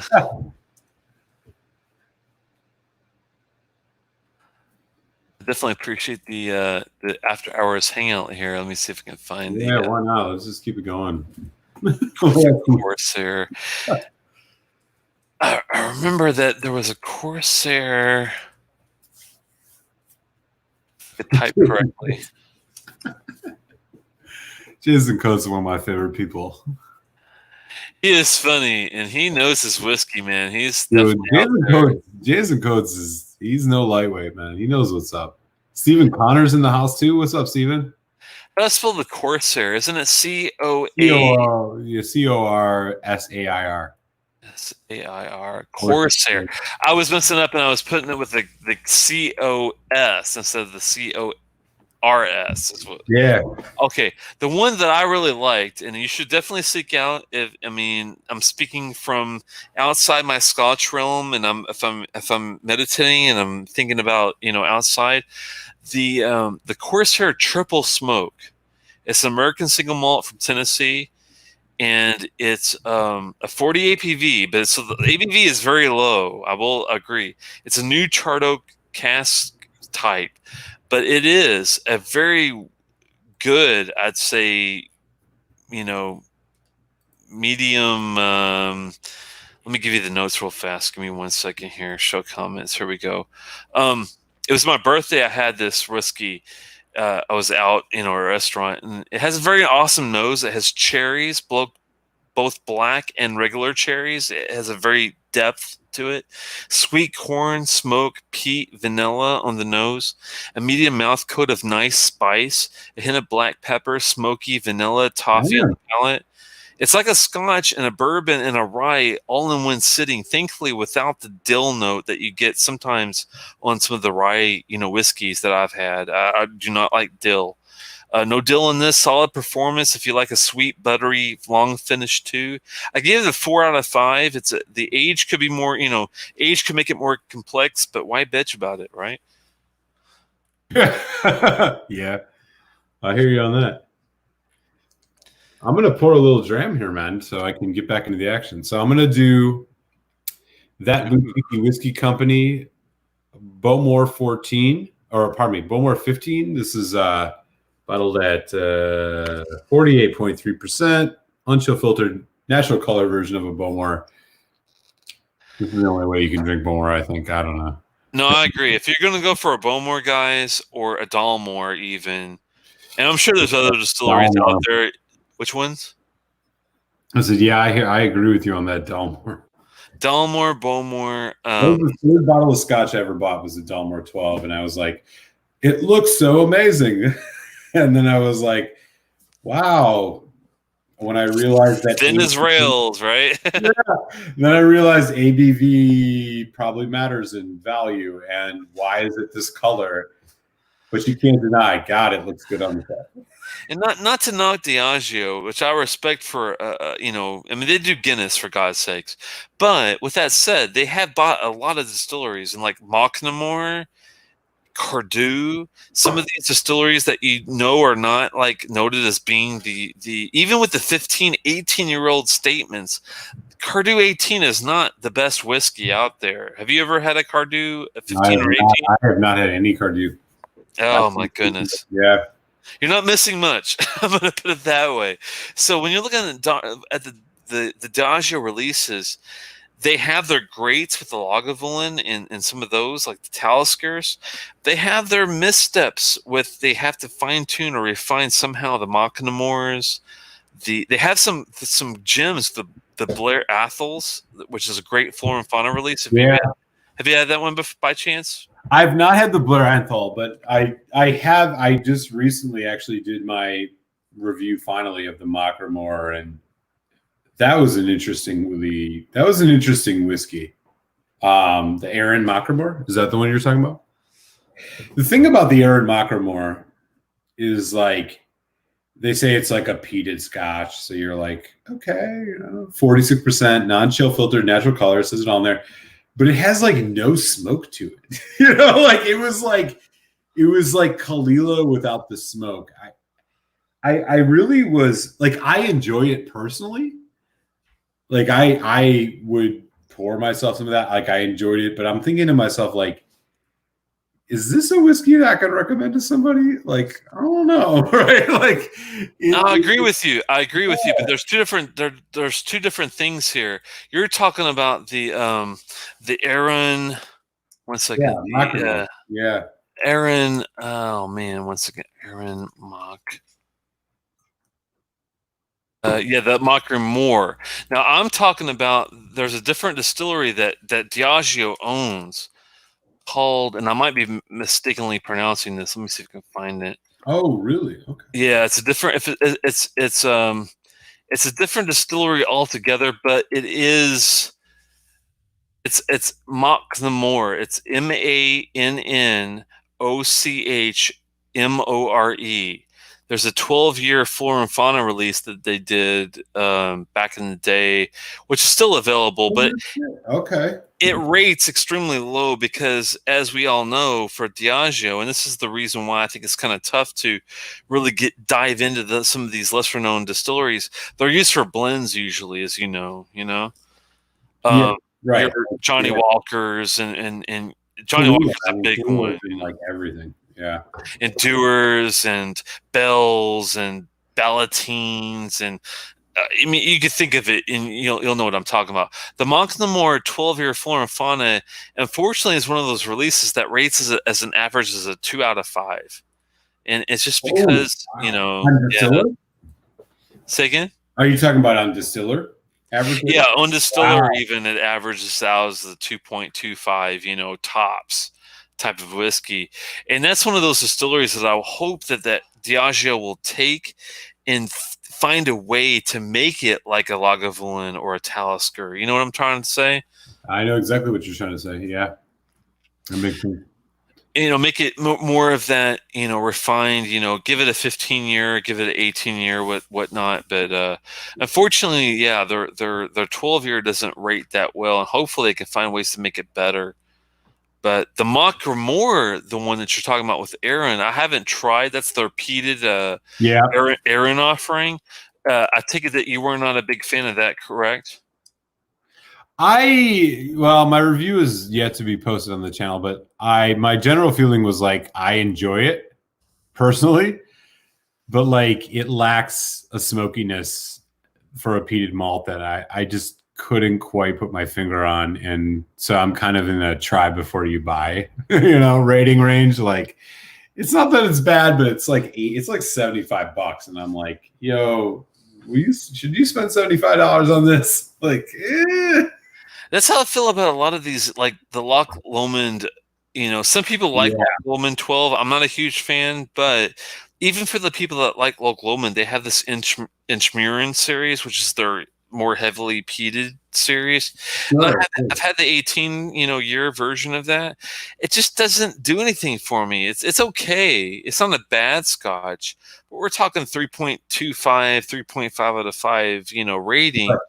For the money that you're spending, you can get an Ugadal for that price. Why? Right. So I'm interested, actually, like riffing off that a little bit. Like, what peated single malts are you a big fan of that you wouldn't describe as like, or let me rephrase. What peated single malts are you a fan of that are kind of like hidden gems? Like, are there any that you've had that you would say like these are worth your money, these are worth buying? I'm thinking more like not your like, maybe a Lefroy, but like maybe there's one that you think is just like way better than what the word on the street is for it. No, I hear you. Now, one of the drams, this is not necessarily peated, unfortunately, but if you're looking for something off the wall that's reasonably priced for a 15-year statement, is the Bladnoch Adela 15. It's a lowland whiskey, which is way usually outside of my wheelhouse, right? Being an Isla Campbelltown guy, you would think I would be like, lowland whiskey, what the fuck is that, right? But I tell you what, that Bladnoch Adela 15-year is a definite buy, and I think even at Petite Cellars locally, they still have it, and they have it at $120. So for $120 for a 15-year lowland that has a little bit of smoke, even though it's not peated, and is extremely complex for the years that it is, that is a go-to. I mean, at minimum, I think you would rate it as a 4.25 out of 5 kind of wow. That's how good this fucker is. I mean, it's damn fucking good. I would put it's funny because like I've tried a lot of whiskeys over the years, and I've seen a lot of like underdogs. But if I had to pick the underdog of the year, 3 years that I've ever had, is the Bladnoch Adela 15-year. You will not go wrong with that one. Yeah. And you can still find it. Yeah, you can still find it locally, at least in Maryland. Like I said, at Petite Cellars in Ellicott City, you could find it. But I'm sure you could find it probably at specialty. If you've got one good specialty guy at Philadelphia, you probably could find it there, I imagine. Yeah. Interesting. As far as peated though, I mean, that's a tough call when it comes to regular. One of the best price points, I will say, was that Highland Park Twisted Tattoo 16-year. If you can still find that, I think for the year statement that you get, for the slight peat, heathery peat you get from Highland Park, for $100, I think it's a pretty good. If you like fruit, you like vanilla, you like brine, maritime notes, then for you, I would be hesitant only because of the brininess and the maritime. But you're more of a pepper guy. There is maybe some white pepper on it, but there's no black pepper on it. So I think that you would be actually okay with it. Yeah, so I've seen that one, and like, you know, like we were talking about before I had to drop, like Highland Park in general, I love the 12. The 18 is really good. But like, god damn, they have so many releases. Like, I don't know, like, you know, for the average person to like go into the shop and they like the Highland Park profile, it's like, do you spend $80 on the Vladnuk or the Valkyrie? Like, these whiskeys. You were saying earlier about just like the branding and like the way it affects things. Like, God, man, they put out the full volume. The like, should I spend $5 more to get the 12 versus the what is that one? Their new base level range one. You know what I'm talking about? Man, oh man, There's that one that you can get, like the Magnus. Yeah. No, the Magnus is only good if you're looking for a select Lafroig Select or equivalent level of getting your foot into Scotch. Yeah. Magnus is perfect for that person that I'm not sure if I like Scotch and if I want to invest $50 into the 12-year. If I want to get my feet wet, the Magnus is actually okay. And I agree with you on the NAS statements. The Valkyries, the Valknuts, the Valfathers, the full volume, no. But with this one, the Twisted Tattoo is different because it's a 16-year statement. And with that statement, that's the reason why I thought $100. Okay, I'll take the venture. You kind of got me intrigued, so I'll try it. And when I tried it, it has some really good fruit notes. It has some really good floral notes in it. It's got some really good briny maritime stuff. Now that I'm not sure if you would like as much, but since with Talisker you like Talisker, but don't like the black pepper note. It does not have any black pepper in it. It's more of a white pepper if there's any spice in it. So I think if you like the lighter end of Scotch, that the Twisted Tattoo 16 would be up your alley. No question. You know if that's all like sherry cask? Is that all sherry cask aged? Let me take a quick look just to make sure. I have a feeling that we're talking primarily bourbon, but before I say that, let me see if there are any. It is peated, and it's a slight heathery peat. I love that. I love that's one of the things I love about the house. It's a 46.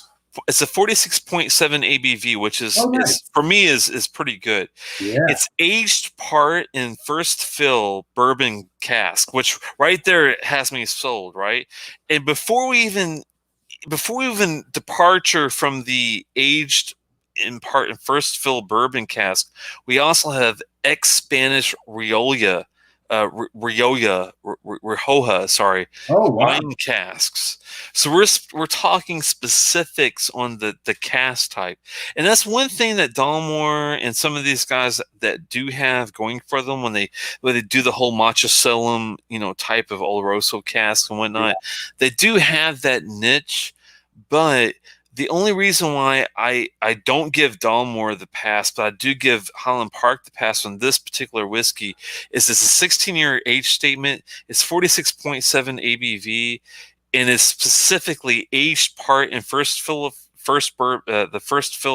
bourbon cask, as well as the ex-Spanish Rioja wine casks. So, interesting. Yeah, I mean I hadn't admittedly looked into it too much, and so like kind of the way you're describing it makes me actually think I should, because like I said, I love Highland Park. Like I don't know what to make of their like recent blitzkrieg of like 36 whiskeys a month, where they're like, if it's me, like I would stay away from the $100 like NAS stuff, but I would go maybe gravitate for if it has an age statement, and if it has a decent ABV above 46, which this does, and if it has some sort of cask maturation after the bourbon, and the bourbon's first fill, by the way, and they introduce that Spanish wine, cask to it, that is when I'm thinking, okay, $100, 16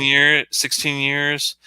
coloring How do and, you feel how do you feel that wine cask shows up in a first fill bourbon influence like that? Like, I don't know if you remember, but the funny thing is, I remember that dram very well because I do think it was a solid +4. I can't remember the exact rating gave it, but I'm sure it was at least a 4.25, if not a 4.5.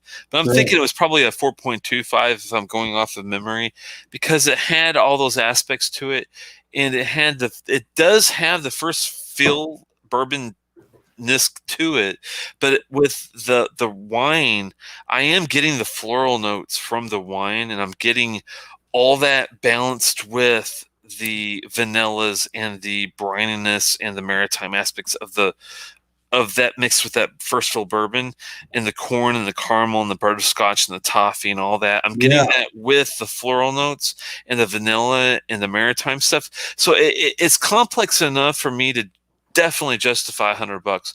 I definitely suggest that to get it at 100 before it's at 150 is all I'm saying. I think it's worth 150 is all I'm saying. Your description of this is something I was gun shy on that one.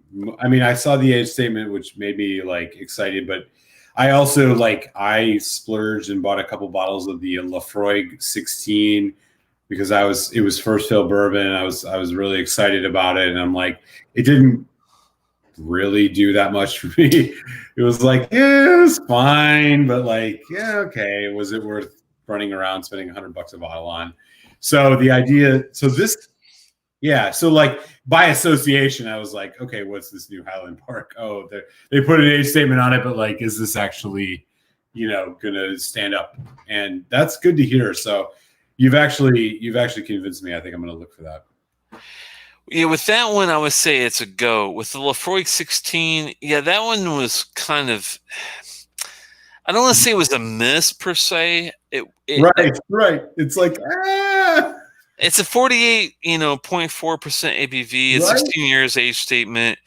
It is a standard. I think that the problem only with the 16 release was the Lafroig it's a runoff regular, not a cask influenced, very complex dram. It's a good snapshot of what their tenure would be.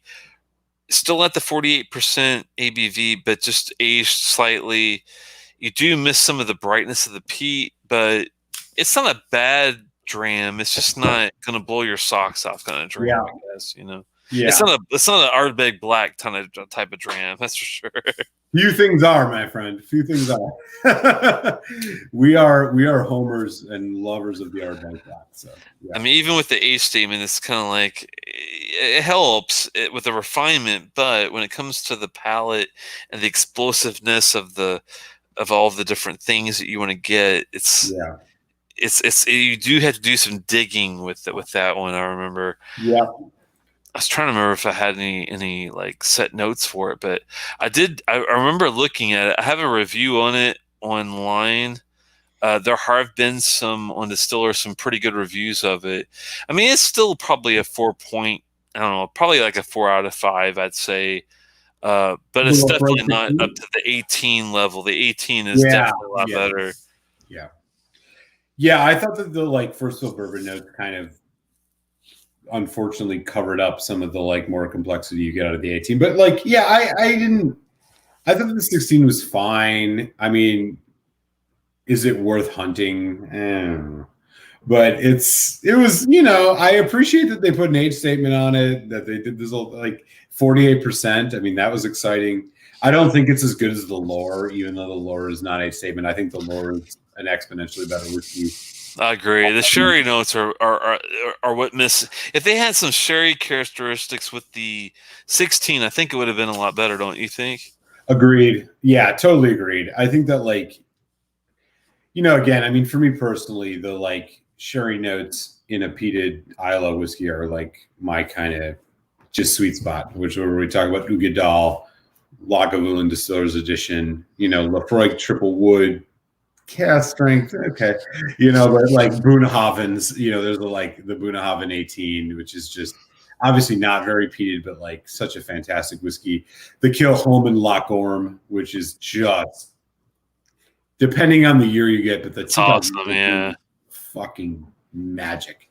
I will agree with Steven, though, on the Lafroig 16 is nice. He liked it better than the 18. And I think for Oh, you guys interesting. that prefer the bourbon-esque cask, like a true like oaky, if you're more of a wood oak bourbon kind of person, that's not so much into the sherry like Malt Muser and I, you probably would like the 16 better than the 18. But if you are like us and do appreciate more of the sherryness with it, I mean, the weird thing is Stephen Connor is a huge Glendronach fan. I'm surprised that he didn't like it as much. Hey, Stephen, let me know what you think as far as if it wasn't the sherry that was missing, what was the reason why you liked the 16 better than the 18? I'm just curious of where you came up with that. Yeah, definitely. The thing about the 18 that I appreciated, it was like I felt like it was like the sweet spot for Lafroig in that you did get a little bit of the sherry, but I didn't feel like the sherry was like strong in the 18. It was like you still had the bourbon note. You had just the depth and complexity, which I thought in the 16 was kind of masked by a heavy amount of just like bourbon notes. Yeah. The 16, I just felt like you got a little deeper into it. But like, again, I don't think the 16 is anything to sneeze at. I thought it was a good whiskey. Is it $100 good whiskey considering you can get a bottle of Lafroig 10 cask strength? Yeah, it's one of those like if you're in the mood for more refinement, I would go for the 16. If you're in the mood for more palate like power, then I would go for the 10 cask strength. I think you hit the nail on the head there, Telex. I think you hit the nail on the head. Like that's exactly the case. Yeah. He says I tried them side by side in the group. I tasted it with agreed. We like the 16 more, nothing to do with sherry. Okay, well, there you go. I'm very surprised because if I did a blind test, I'm not joking. If I did a blind testing right now with the 18 and the 16, I am completely certain that I would personally prefer the 18 to the 16. That's just even the white bottle versus. I never even tried the green bottle yet, but even the white bottle 18 versus the 16 that we all know. I mean, Malt, would you think that would be the same kind of thing that you? My guess is that I would choose the 18 as well. But like I said earlier, like I don't think the 16 was anything to sneeze at. I just felt that it didn't have quite as much of the. Go ahead. I was just saying, I think I know what's missing. If I was stopping and thinking of, okay, what am I missing from an 18 that I would get from a 16 with the same distillery? The only thing I can think of, and I'm thinking that Stephen Connor, if I had to ask you, I bet you would prefer the triple wood to anything else because you like the woody aspects of the whiskey. And I bet you that's why some people would prefer the 16 to the 18 because the 16 definitely, and if you remember, and you're already nodding, that the 16 had a lot more of the woody, oaky aspects to it, right? Yeah, and no, I think that's nail on the head, man.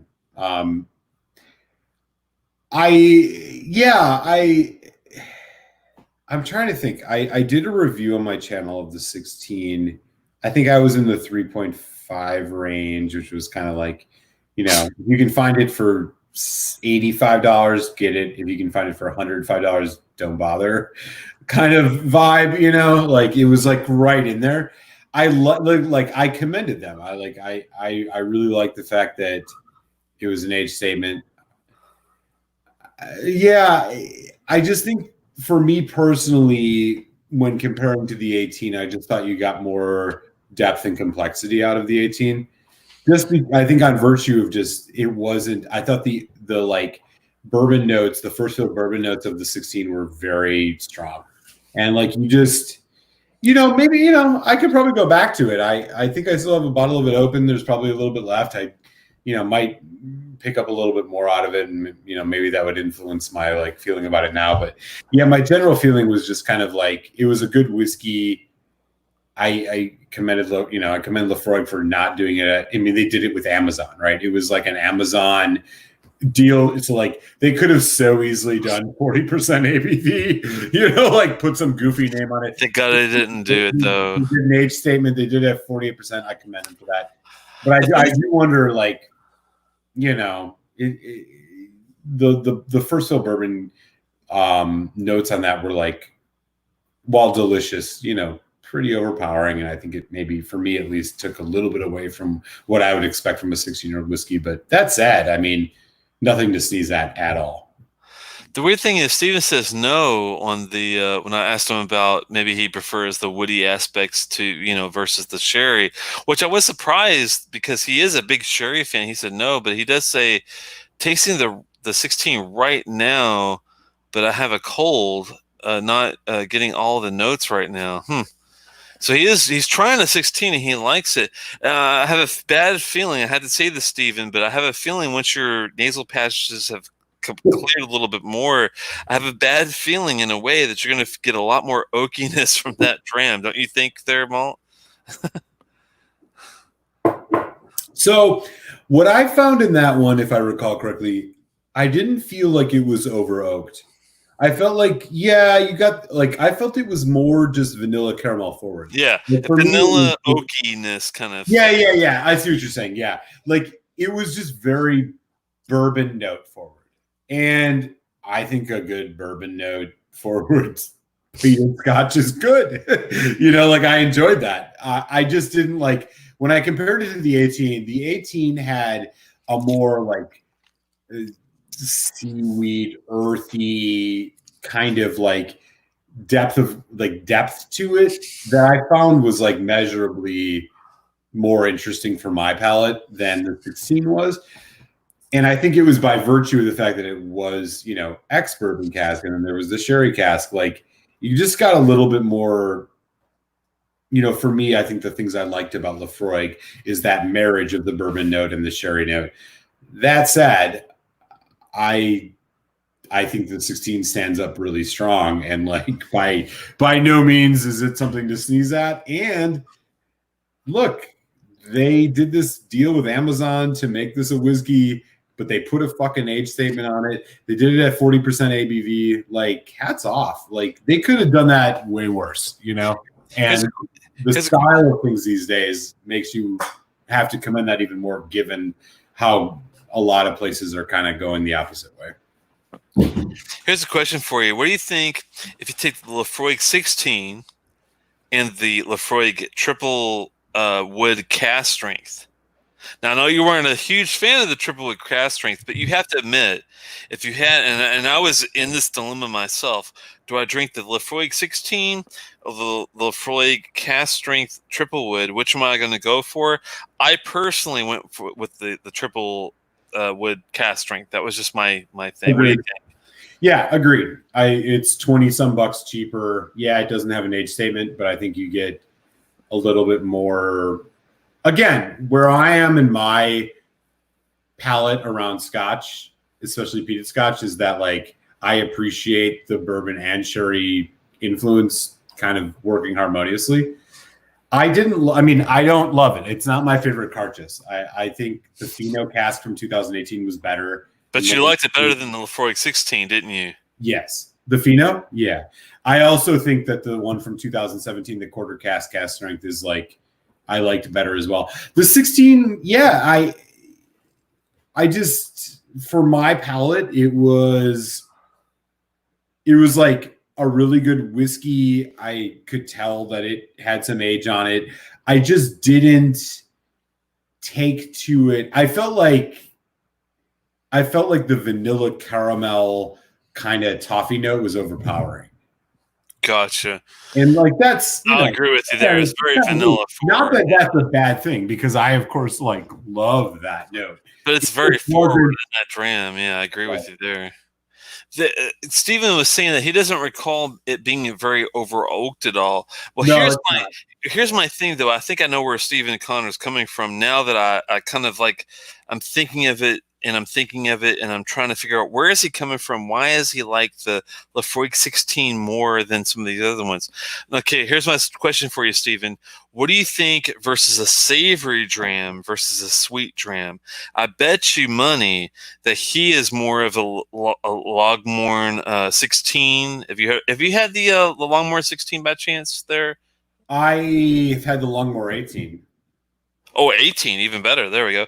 No, I'm not sure about the 18 versus the 16. Yeah. The 16 was a very savory dram, very spicy. It almost had like an Ethiopian sambusa. I'm not sure if you ever had like a. I had to get crazy one. Hey, man, yeah. But if you like pastry, think of pastry.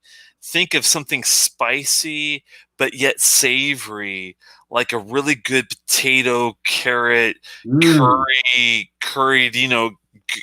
earthy goodness. The Longmorn 16 did that for me. It has a very intense, spicy savoriness. Now, I'm assuming that Stephen Connor, if I gave him a savory dram versus a sweet dram, he would take the savory dram first. Now, that's what I want to ask him. But what do you think about that? That makes sense. I luckily had the Longmore. I got a chance to try the 18, and I see where you're coming from. Well, the 18 was a little bit more of a balance between the two. I can't say specifically to the 16, but yeah, I think that the logic of that makes sense, right? Like the notes that are predominant in that Lafroig 16 are like very much so like a savory, wouldn't you think, more or less? Yeah, I think it's I don't know, savory. It does have some bourbon sweetness to it, but on the facade, on the front end, but on the back end, it's got a lot, and I mean a shit ton of like oak and wood and I might have to try that again, to be honest. I would hate to speak out of conjecture because I think I would have to try it again. My initial feeling was more on the former, not the latter, which was that the bourbon, the sweetness of the bourbon notes, which was the caramel, the vanilla, the like, slight kind of like cinnamony allspice was what I think I got more predominantly. I just might have to try it again. It's funny. He just said that he had the Longmorn 16 as the one I was speaking of, but he said it was all right, but not great. I'm a hard grader, though. I would take a savory dram over a sweeter dram, but it's not about balance. But that's the tell. So he gave me his tell. If we're playing poker, his tell is his savory side is a lot more than his sweet. My tell is I am a more sweeter guy than a savory guy, even though I completely respect and adore the Longmorn 16 that he's describing. I actually like a savory dram, almost equal, but on the sweeter side, I might bring it up a little bit than a savory. But you know what I'm trying to say? It's like what your mindset makes a difference, I think, of what you're going to grade that whiskey as. Yeah, I agree. I think that makes total sense. If anything, his feedback is making me want to taste these whiskeys again. So much of this is like just on like there's so many like variables that come into it. I try to sparingly do uncorking reviews on my channel specifically because of this point. It's neck pour. It's my first taste of it. Like there are a lot of whiskeys like, man, I could go back to, like we did earlier tonight with the Ardbeg Black. While there wasn't much deviation, I think there's probably some whiskeys that would be, I will say from the black, I did get more of the nose was similar, but the palate was not as intense maybe as the first go, but it was still just as quality. So I agree with you there. Yeah, exactly. Yeah.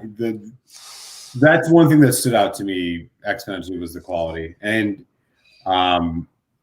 That didn't change, which is great because the last thing I would have wanted was for that to change. Yeah, for 160, you don't want your quality to You wanna wake up defer and be after like, like "Oh, 1 wait, this is month of actually good." oxidation. Yeah. Yeah. I got to grab one more bottle. I'll be right back. Oh, okay, no problem, man. Let me catch up with the Savory sounds good. Complex, yeah. Down Holland. If you're looking for a new dram, and if you haven't tried Longmorn yet, it's a very good distillery. I've had the 16. I've had the old gray bottle, which I think is back here somewhere. Over here somewhere. It should be up here somewhere. Yeah, up there. The gray bottle. I've got a gray. They have a new purple 16 offering. I'm not sure if it's much different. This more gray-esque bottle is definitely savory, like I mentioned before. And if you've ever had an Ethiopian sambusa, also known as maybe like oh gosh, I'm not sure how to equate it, but it's very spicy, but savory. It does have some sweetness to it. You might have a little bit of a peach, a little bit of an orange, but primarily you're looking at savory, spicy aspects to the dram. If you're cool with that, then you will enjoy the Longmorn 16 a lot, I think. Jason says he didn't fall in love with the Longmorn either, but I had it at the end of the long tasting night. Not a fair way to judge, and that is a good analogy. It's a good explanation that if you start off and you have a boatload of sweet drams and that's primarily what you have, and then you end the night with a Longmorn 16, it's going to be kind of a jolting factor. I love that chair you got there, Muser, by the way. Oh man, it's less comfortable than you think. Oh no. It looks great though. I love the headrest that you got there. That part of it's really nice. So I got a new bottle, Berry Brothers and Rudd, Kalila 11-year-old. Oh, nice. 55% ABV cask strength. Oh wow. Yeah, this is an 11-year-old Kalila. I'm a big fan. I've been exploring this one for a little while, so this will be a good nice. You're past the neck pour, it looks like there, right? What's that? You're past the neck pour there, it looks like. Oh yeah. I've done a little bit of damage to this one. That's perfect damage though. That's right where I think you want to do a review. Yeah. You already went through the neck pour. You already went through, once you get to that top level of that label, that's like the perfect review time, I'd say. And it's interesting that you say that because this is going to be one of the whiskeys that I finally do my review of next. I think I have one more, but that I'm going to do before this. I'm going to do the Altmore 12, but this one is right behind it. And specifically for that reason, it's kind of like right at that sweet spot. What the Altmore 12? That's awesome. I'm trying to remember if I had the Altmore 12. I know I've had. I think I love the Altmore 12. You do like it? Yeah. I was lucky enough, I think, to get a sample of the 16. Don't quote me on that. I have to look it up to make sure. While you're describe what you get off that, while I'm looking up the Altmore and see what I can give you on notes on that one. So the Kalila, this Kalila to me is melon, citrus, vanilla. Like those are the three main notes I get off of any Kalila. Kalila is not my favorite of the kind of Isla single malts. But I'll tell you this much. Compared to the regular 12, this one's smokier. It is just jumping out. Lemon, lime, melon, pear, heavy citrus notes. And then just this beautiful, just like nice peat smoke in the background. Kalila's never been one of those distilleries that I've been a huge fan of, but I found this bottle for like $55. I was like, wow. What was the year on that one again? This is 11 years. So this was bottled 2007, or I'm sorry, distilled 2007, bottled 2009. This is Berry Brothers and Rudd. Nice. Okay. I got this at, I think, Total Wine. And I was like, $55 for an 11-year-old Kalila? Okay. Non-chill filter, natural color. Berry Brothers and Rudd is one of my favorite independent bottles. It's right up there with like a Delphi. The Delphi does just, I think, premium independent bottlings. Berry Brothers and Rudd is, for the most part, really, really good. I haven't had a lot of them, so I can't speak to it specifically too deeply, but I really respect their stuff. It's always cask strength. I mean, come on. I mean, $55-$60 for a freaking 11-year-old Kalila. Like, come on. That's the thing, guys. Like, Kalila is one of those distilleries. It's not like Bowmore, where with Bowmore and Dalmore, you want to go for the independent bottling. With Kalila, it's like the good thing is you can go for the distillery bottle and be okay, but you could also go for the independent bottling. Porta Seg is a good one. The one that you're talking about, the Berry Brothers one's a great one. Chapter 11, you probably heard of those guys. They do really good. Signatory. Signatory does great Kalila offerings. And speaking of Altmore, just give you kind of like a sneak preview on what you get for the 18. I was actually able to luckily do like a little review back in the day with about a year ago, but just kind of give you a heads up of what you might get from the 18. I got it from a guy named Paul that I was doing some distillery salsa swapping with. And I was like, hey, 18, wow, nice find, Paul. Thanks for the chance to simmer down with this one. The nose is full of nice vanilla, honeysuckle, barley, sweet white grapes. The palate is warm, inviting with a layer of butter, cream, icing, oil, with a heavy mouth coat. Vanilla is definitely in your face, neat. And the finish is a tad hot with dry alcohol. I put a few drops of water on it to see what I could get from it. And I got some grapes with light fruit coming from the forefront of the nose with some white wine qualities that it went with the water for the finish. The mouth coat is nice, a buttery finish, but it's far from a complex dram at the 18 level, unfortunately. But I still gave it a 3.25 out of 5 on the overall. Oh, and you did the Altmore 12 or the Altmore 18? Yeah, and on the distiller, I don't do this on my normal reviews, but as a kind of like this little gag, I'll put a theme to the dram. I'll pick a song that I'll equate to the dram on distiller. So if you are a fan, go to distiller.com. I've got over 200 reviews and 200 songs that I pick out for some of these drams. But this one is an old song that I remember because it's funny because I picked this song before the commercial came out, but it's Bread and Butter by the New Beats, which is like a 1960s like band where this white guy sings falsetto and he sounds dead up like a black lady. It's crazy, but give it a try. Look at Bread and Butter from the New Beats from 1963, and you'll be like, okay, I see why he picked this for this dram. And I can totally vouch for that. I mean, the reason that I met Telex in the first place was like going on Distiller and seeing all these amazing reviews he wrote and like inspired me to try a bunch of different whiskeys.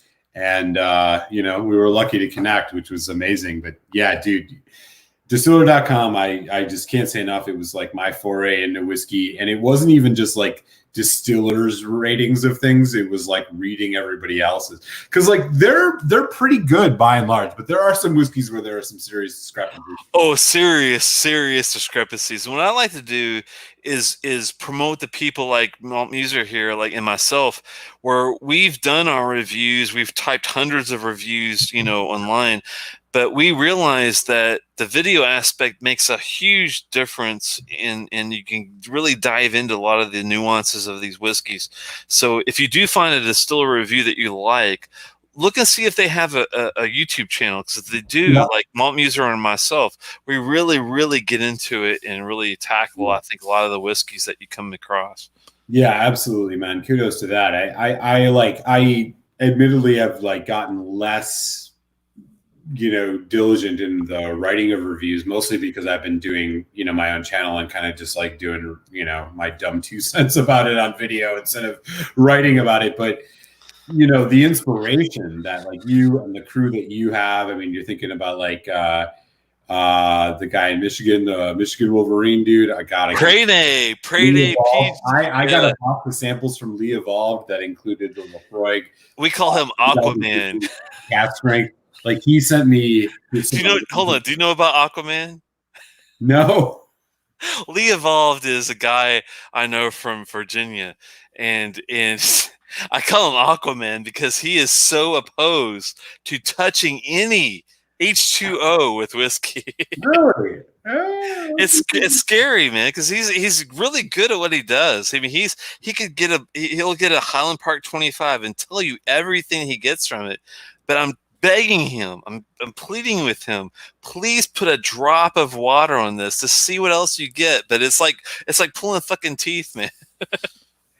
Yeah, he's a character. We had some email correspondence just because of our contact on Distiller. He sent me an amazing box of samples. I mean, this is over a year ago, and whenever I do one of his samples as a little video review, I always give him credit for it. But he sent me the Lafroig 2013 Portwood Carchis. He sent me. That was the same. I was the only reason I was able to taste that was Lee Evolved, man, is the man. Yeah, that guy, I bow down. I've learned so much from reading his stuff, and you and Michigan Wolverine, and what's the other guy? Generously Paul. Generously Paul. Yeah. Generously Paul. There's one other guy. It's like Scotching hard or whatever. Yeah. The guys in our little distillery, we hit every distillery. Literally, we had this pact where it was Prene, which is the PB Michigan Wolverine guy, Lee Evolved, which I call Mr. Aquamarine Aquaman, and then we got Generously Paul. And the fourth guy was Scott E, Scott E, I think is what he goes by.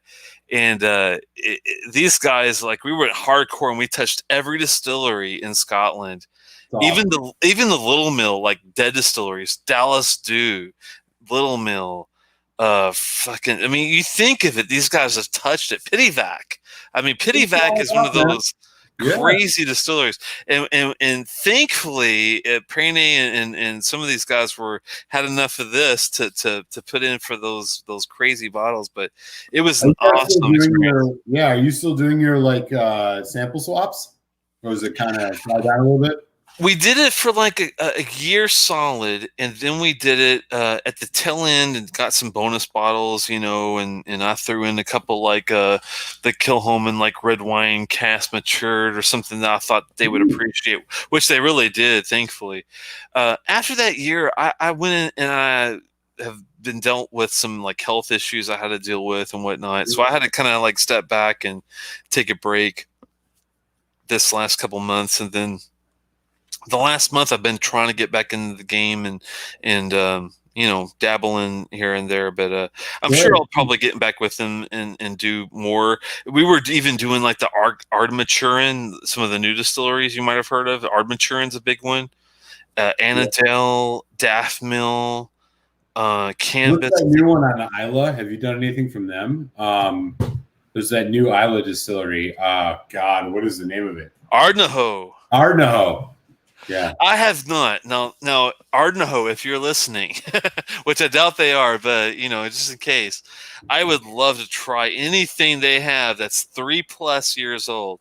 If they have a spirit that's not 3 years yet, I will still try it, because I have tried Ardmaturin Spirit, which is a 1 year mixed with some 3 mixed with some other things. And it actually is still good for a spirit, which you can't call, technically in Scotland, if it's not 3 years, it's not a Scotch whiskey. Right. But it's still good. And Elisa Bay has a really good inaugural release. Avondurg, I would stay the hell away from. Do not try Avondurg unless you are caught by gunpoint. It's that bad. It was that bad. But the Elisa Bay was really good. The Armaturin was really good. The King's Barn is a new distillery that's really good. I think there's a lot of promise we have yet to see in Isla / Campbelltown.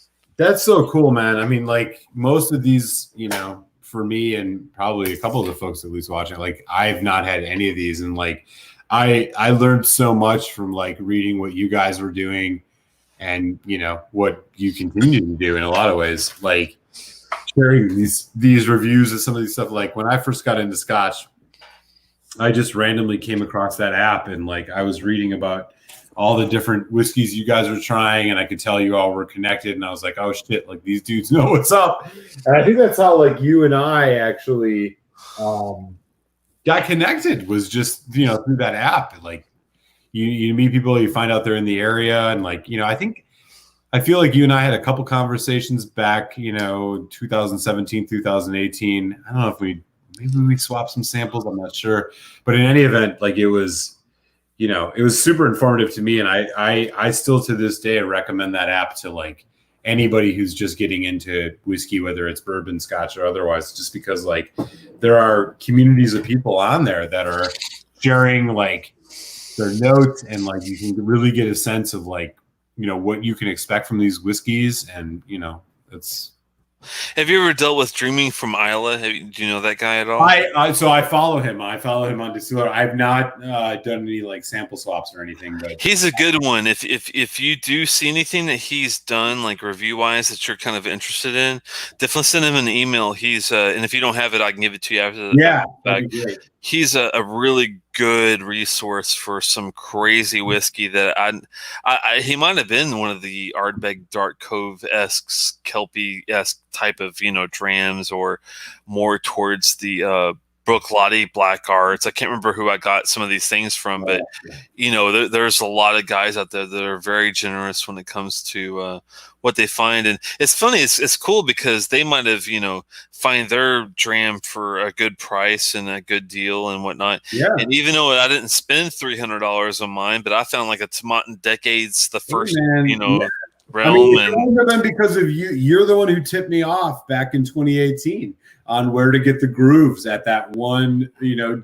government store down in Virginia that had it. I drove out there that day when you told me about it, and sure as shit, they had a bottle of the Grooves Committee release. And like, it's just a great way for folks who are like, have just reached their like, you know, entry level into Scotch, and they're going to get more. Like, you can meet just so many cool people on there. It's amazing. If you want more black, you can get it at Total Wines and Spirits in Laurel, Maryland. Just a hint if you are looking for, because when I got mine, they had 5 other ones there. That's worth spending a little more money on. Once this maybe with the COVID-19 thing simmers down a little bit, hopefully, I am not thinking it will, for the record, but if it does, I agree. It's going to be a lot of time. I think like July, August at this point. Yeah. Oh, dude. I mean, I think we're lucky if the social distancing stuff is abated in a year.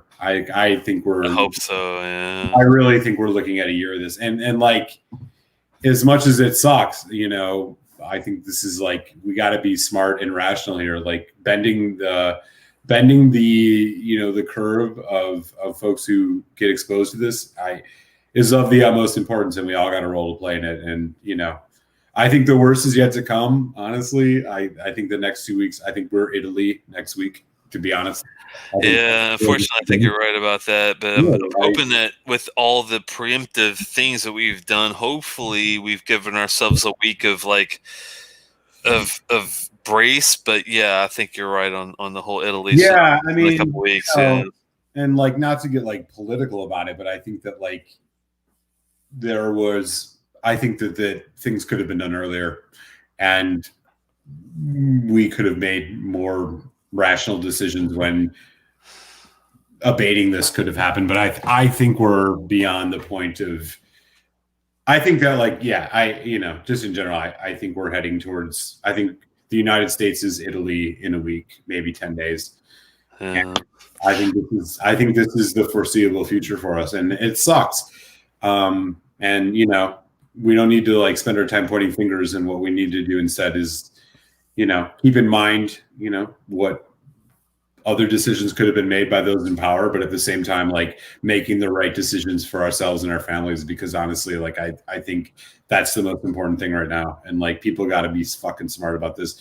Wash your fucking hands. Don't go out in public if you have to. Like this is real, you know, like. I agree. It's funny because even though I'm a huge KMFDM fan, I do think sort of that way too. On the other hand, I am, and I'll be honest with you, I do usually vote like more Republican-esque, but with that said, it's like I do realize that, you know, with things like this, you have to be all in from the get-go. Yeah. You can't like half-ass this shit, or it Yeah, does I cause totally agree problems. with you, man. I mean, like, you know, everybody's got their political views, and like, I think that's, you know, that's one of the things that makes this country great. Like, we're not China. Like, China was able to stop this because they put fucking guns in the face of 50 million people and said, "You're not going anywhere." Like, Oh, did you see there some of are those values crazy, like they were like taking over the Yeah. people and like throwing their Like, heads people out are, kind of people are thing? looking at China and saying, "Oh, how great this is!" Like, look at how much this is abated, and like, the reason it's abated is because China's an authoritarian country, and they put speakers on your corner and said, if you walk outside your house, the military is going to force you back in. Like, that's the That's reality. no joke. That's There are true. Yeah. values outside of that, whether you're a Democrat or Republican in this country, that like are beyond making, you know, like, we're not going to sacrifice that. And like, that's right.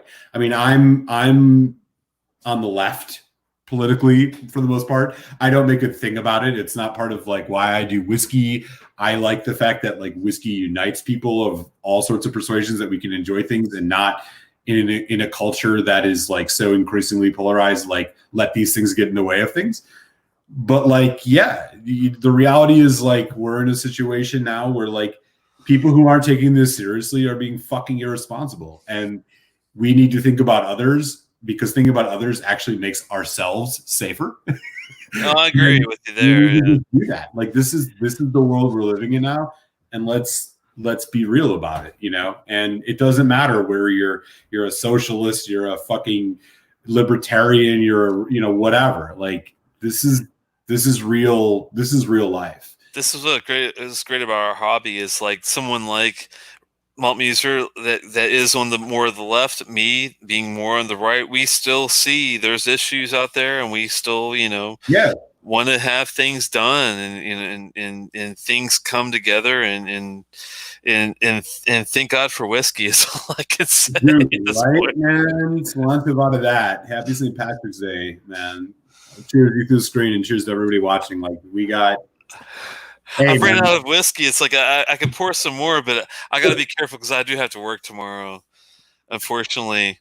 But no, I appreciate you being on board, man, and having fun with us. And Yeah, we'll definitely do it again. Anytime you have a chance, let me know. And I appreciate you guys in the field being, you know, joining us and having a dram. And I think the good thing, and it's funny because I'm not a religious guy really on one hand, but on the other hand, it's like I do think there's like some sort of purpose and some sort of reason for all this. But I'm hoping that people think of this likewise as we dealt with 9/11, as we dealt with the sniper shootings, and we dealt with anthrax, and we dealt with this, being as someone that's lived in DC for a long time, that we can use this hopefully as coming together and trying to find some sort of like meaning to all this. And I think that's the only reason that we're dealing with this whole crazy virus. I mean, there's a lot of, you know, I don't want to get into like craziness, but part of me thinks that this is probably happening because, you know, of evolution, and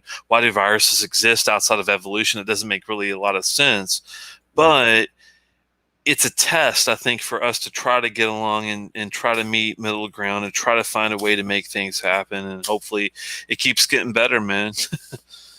Yeah, man. I mean, I'm with you. Like, I think that like what we're entering a new phase of society in a way that like not any of us have experienced. And like the better angels of our nature, which like regardless of your political views, religious views, are like, we are in this together. We do live in a society, and we need to make the choices that are going to like ensure that we can go forward. And we have to figure out the ways to like do that together. And to your point explicitly about if there can be good things that come of this, whether it is a new sense of community, a new sense of like understanding that like we are all tied together in the sense of what happens to you happens to me. I think this virus brings that to a very acute point.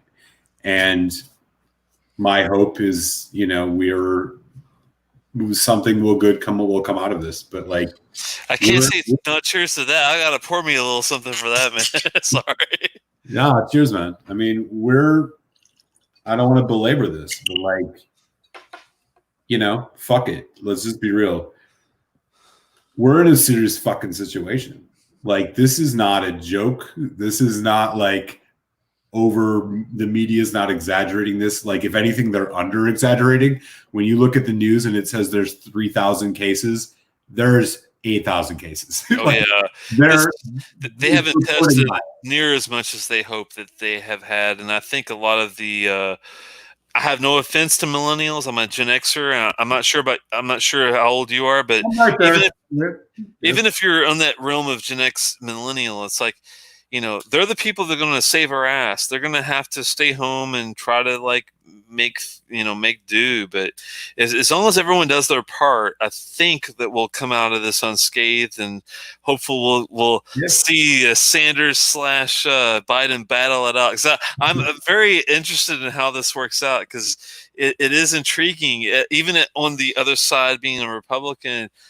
And I'll be honest with you. I am a Republican, but if I could resurrect McCain right now, I would so resurrect his ass and pray that he could run. But with that said, my only options in looking at the other side is like, I am interested to see how this whole Sanders Biden thing turns out. Yeah. And I'll be honest with you, man. Speaking even as a Republican, if I could vote on the Democratic side, I probably would have voted for Klobuchar. Or maybe even, I don't know if I want to go there or not, but Klobuchar was probably my favorite choice out of the whole 9 yards, which is kind of sad that she's out of the race. You know what I mean? Yeah, no, I feel you, man. And like, look, I mean, the U.S. government is talking about cutting checks to people. Like, we're all socialists now, right? Like, whether or not you're a Bernie Sanders supporter or not, like, literally the entire U.S. government has come to a consensus that, like, we need to save the economy, and the way to do that is to cut checks to people. Mitt Romney's out there talking about giving people $1,000. Like, isn't it crazy? The first person that's out there talking about, and honestly, I'll even admit that when I was looking at like what are the proposals to try to alleviate a lot of this shit, Romney, which is usually a Republican, and he's a Mormon, he's the first one to say maybe we should put $1,000 to every. Like I said, man, we're all socialists in some way now, man. And like, hey, we're heading into a brave new world, man. Like, we're heading into a world where like our conceptions of what political alignment means, our conceptions of like the role of government, our conceptions of like what it means to like be in community are like about to be both challenged and changed. And I was talking to my mother today, and like, there's a lot of people out there who are looking at this and saying, oh, everything's going to be okay in 2 weeks. It's not. Like, my feeling is like, this is the reality for a fucking year. Like, this shit's not abating. And we got good whiskey, and we got YouTube, and we got internet. Thank God that we live in this time and not 300 years ago. Like, y'all, like, we're going to have to just do our part, be responsible for ourselves, be responsible for everybody else, make the right fucking decisions, don't do stupid shit, and like do our part to make this happen. And like, that's all we can do, I will say I am praying that we're hopefully leaning towards the July option and rather than the August plus, but I am a realist, so it is kind of one of those, you never know. But I'm with Malt. One thing we can agree on, I think, at this point is that, try to limit your connectiveness to anybody outside of your household. Stay inside. And the only reason why my family is ever leaving the house is to go get groceries. And that is one of those orders from fucking anywhere. You live in, an urban environment. I live in I'm in West Philadelphia. I'm in a city that the metro area is 6.5 million people. It's the sixth biggest city in the United States. Like, I'm going to tell you this right now. I ain't going fucking anywhere. Yeah, unless you got to go to the grocery. And if you do have to go to the grocery, order if you can online, online or one of those delivery services, I would definitely edge toward that. But unless you have an absolute reason, and I mean and I work for the U.S. government, I'm not joking about this. Unless you have a huge reason to visit outside of your home for, if it's your family, immediate family, and there's an issue, I understand. But outside of that, you should stay home and eat, your frozen pizzas and your canned soup and all that before you do anything else. And yeah, man. hopefully, like you said, you hope for the best and prepare for the worst is what we have Real to say. talk. Real talk, man. That's real talk. I'll raise a glass to that, man. Well, I don't want to cut it short, man, but I do have to work tomorrow. Unfortunately, I do get the telework, of course, but it is working, so I got to be careful with how much caffeine I intake. It's been great hanging out with you, brother. You too, man. We'll figure out a time we can do this in person and maybe broadcast it live. I mean, we're not that far from each other. It's been too long. We'll figure it out. Exactly. And it goes to show that even though if we're on two different spectrums, we can find a freaking way to make this work in some fashion, Pettiness plays rough in this world, man. And now ain't the time for pettiness. And like, who gives a shit? There's more that binds us than divides us. And like, this might be a moment where an internet culture that thrives on division breaks down, and like we realize that like we can listen to each other, understand each other, and like thrive together. And like that's all we can ask for, Yeah. And I hope that everybody that has a job out there, that if you are the type that you have to, you're the your busboy, you're the person that pumps gas in New Jersey, you're whatever it may be. I hope to God that you find a way to where you can make ends meet. And I know it's going to be really rough. And I'm very thankful as a government employee to be able to work from home, because I know a lot of you guys out there cannot work from home, and it's really sad to me in that regard. So hopefully, with Pelosi and McConnell and all that, hopefully they find a way to produce some bills that we can all kind of gravitate towards to try to get help out there for everybody. Because I don't want to see crazy martial law and any of that nonsense down the road. You don't want to go there. It's not worth it. Hopefully we can make ends meet, and I think that it's going that way, but it's going to take a little time. And I think you coming by, Malt, for having a dram, and definitely going over to the RB Black again for the dummies, and hopefully they got what they wanted. Hey, man, it's a pleasure to be here, man. Always love chatting with you, Telex, and chatting with everybody. Some of the folks I know, some of them I don't know. Hopefully I'll get to chat with everybody again, man. Y'all have a good night. Stay safe. Keep it real. Enjoy a little whiskey. Do what you got to do. Let's beat this shit. It's lunch of all, everybody, and I'll be back online Tuesday, 9 p.m. Eastern is my normal time. If I can do before that, I'll try, but if I don't get a chance, definitely Tuesday, 9 p.m. And maybe even Malt will come back by if you are around. Always open to it. Always. All right, man. Well, take it easy, guys, and hope to see you soon, and stay safe. Peace.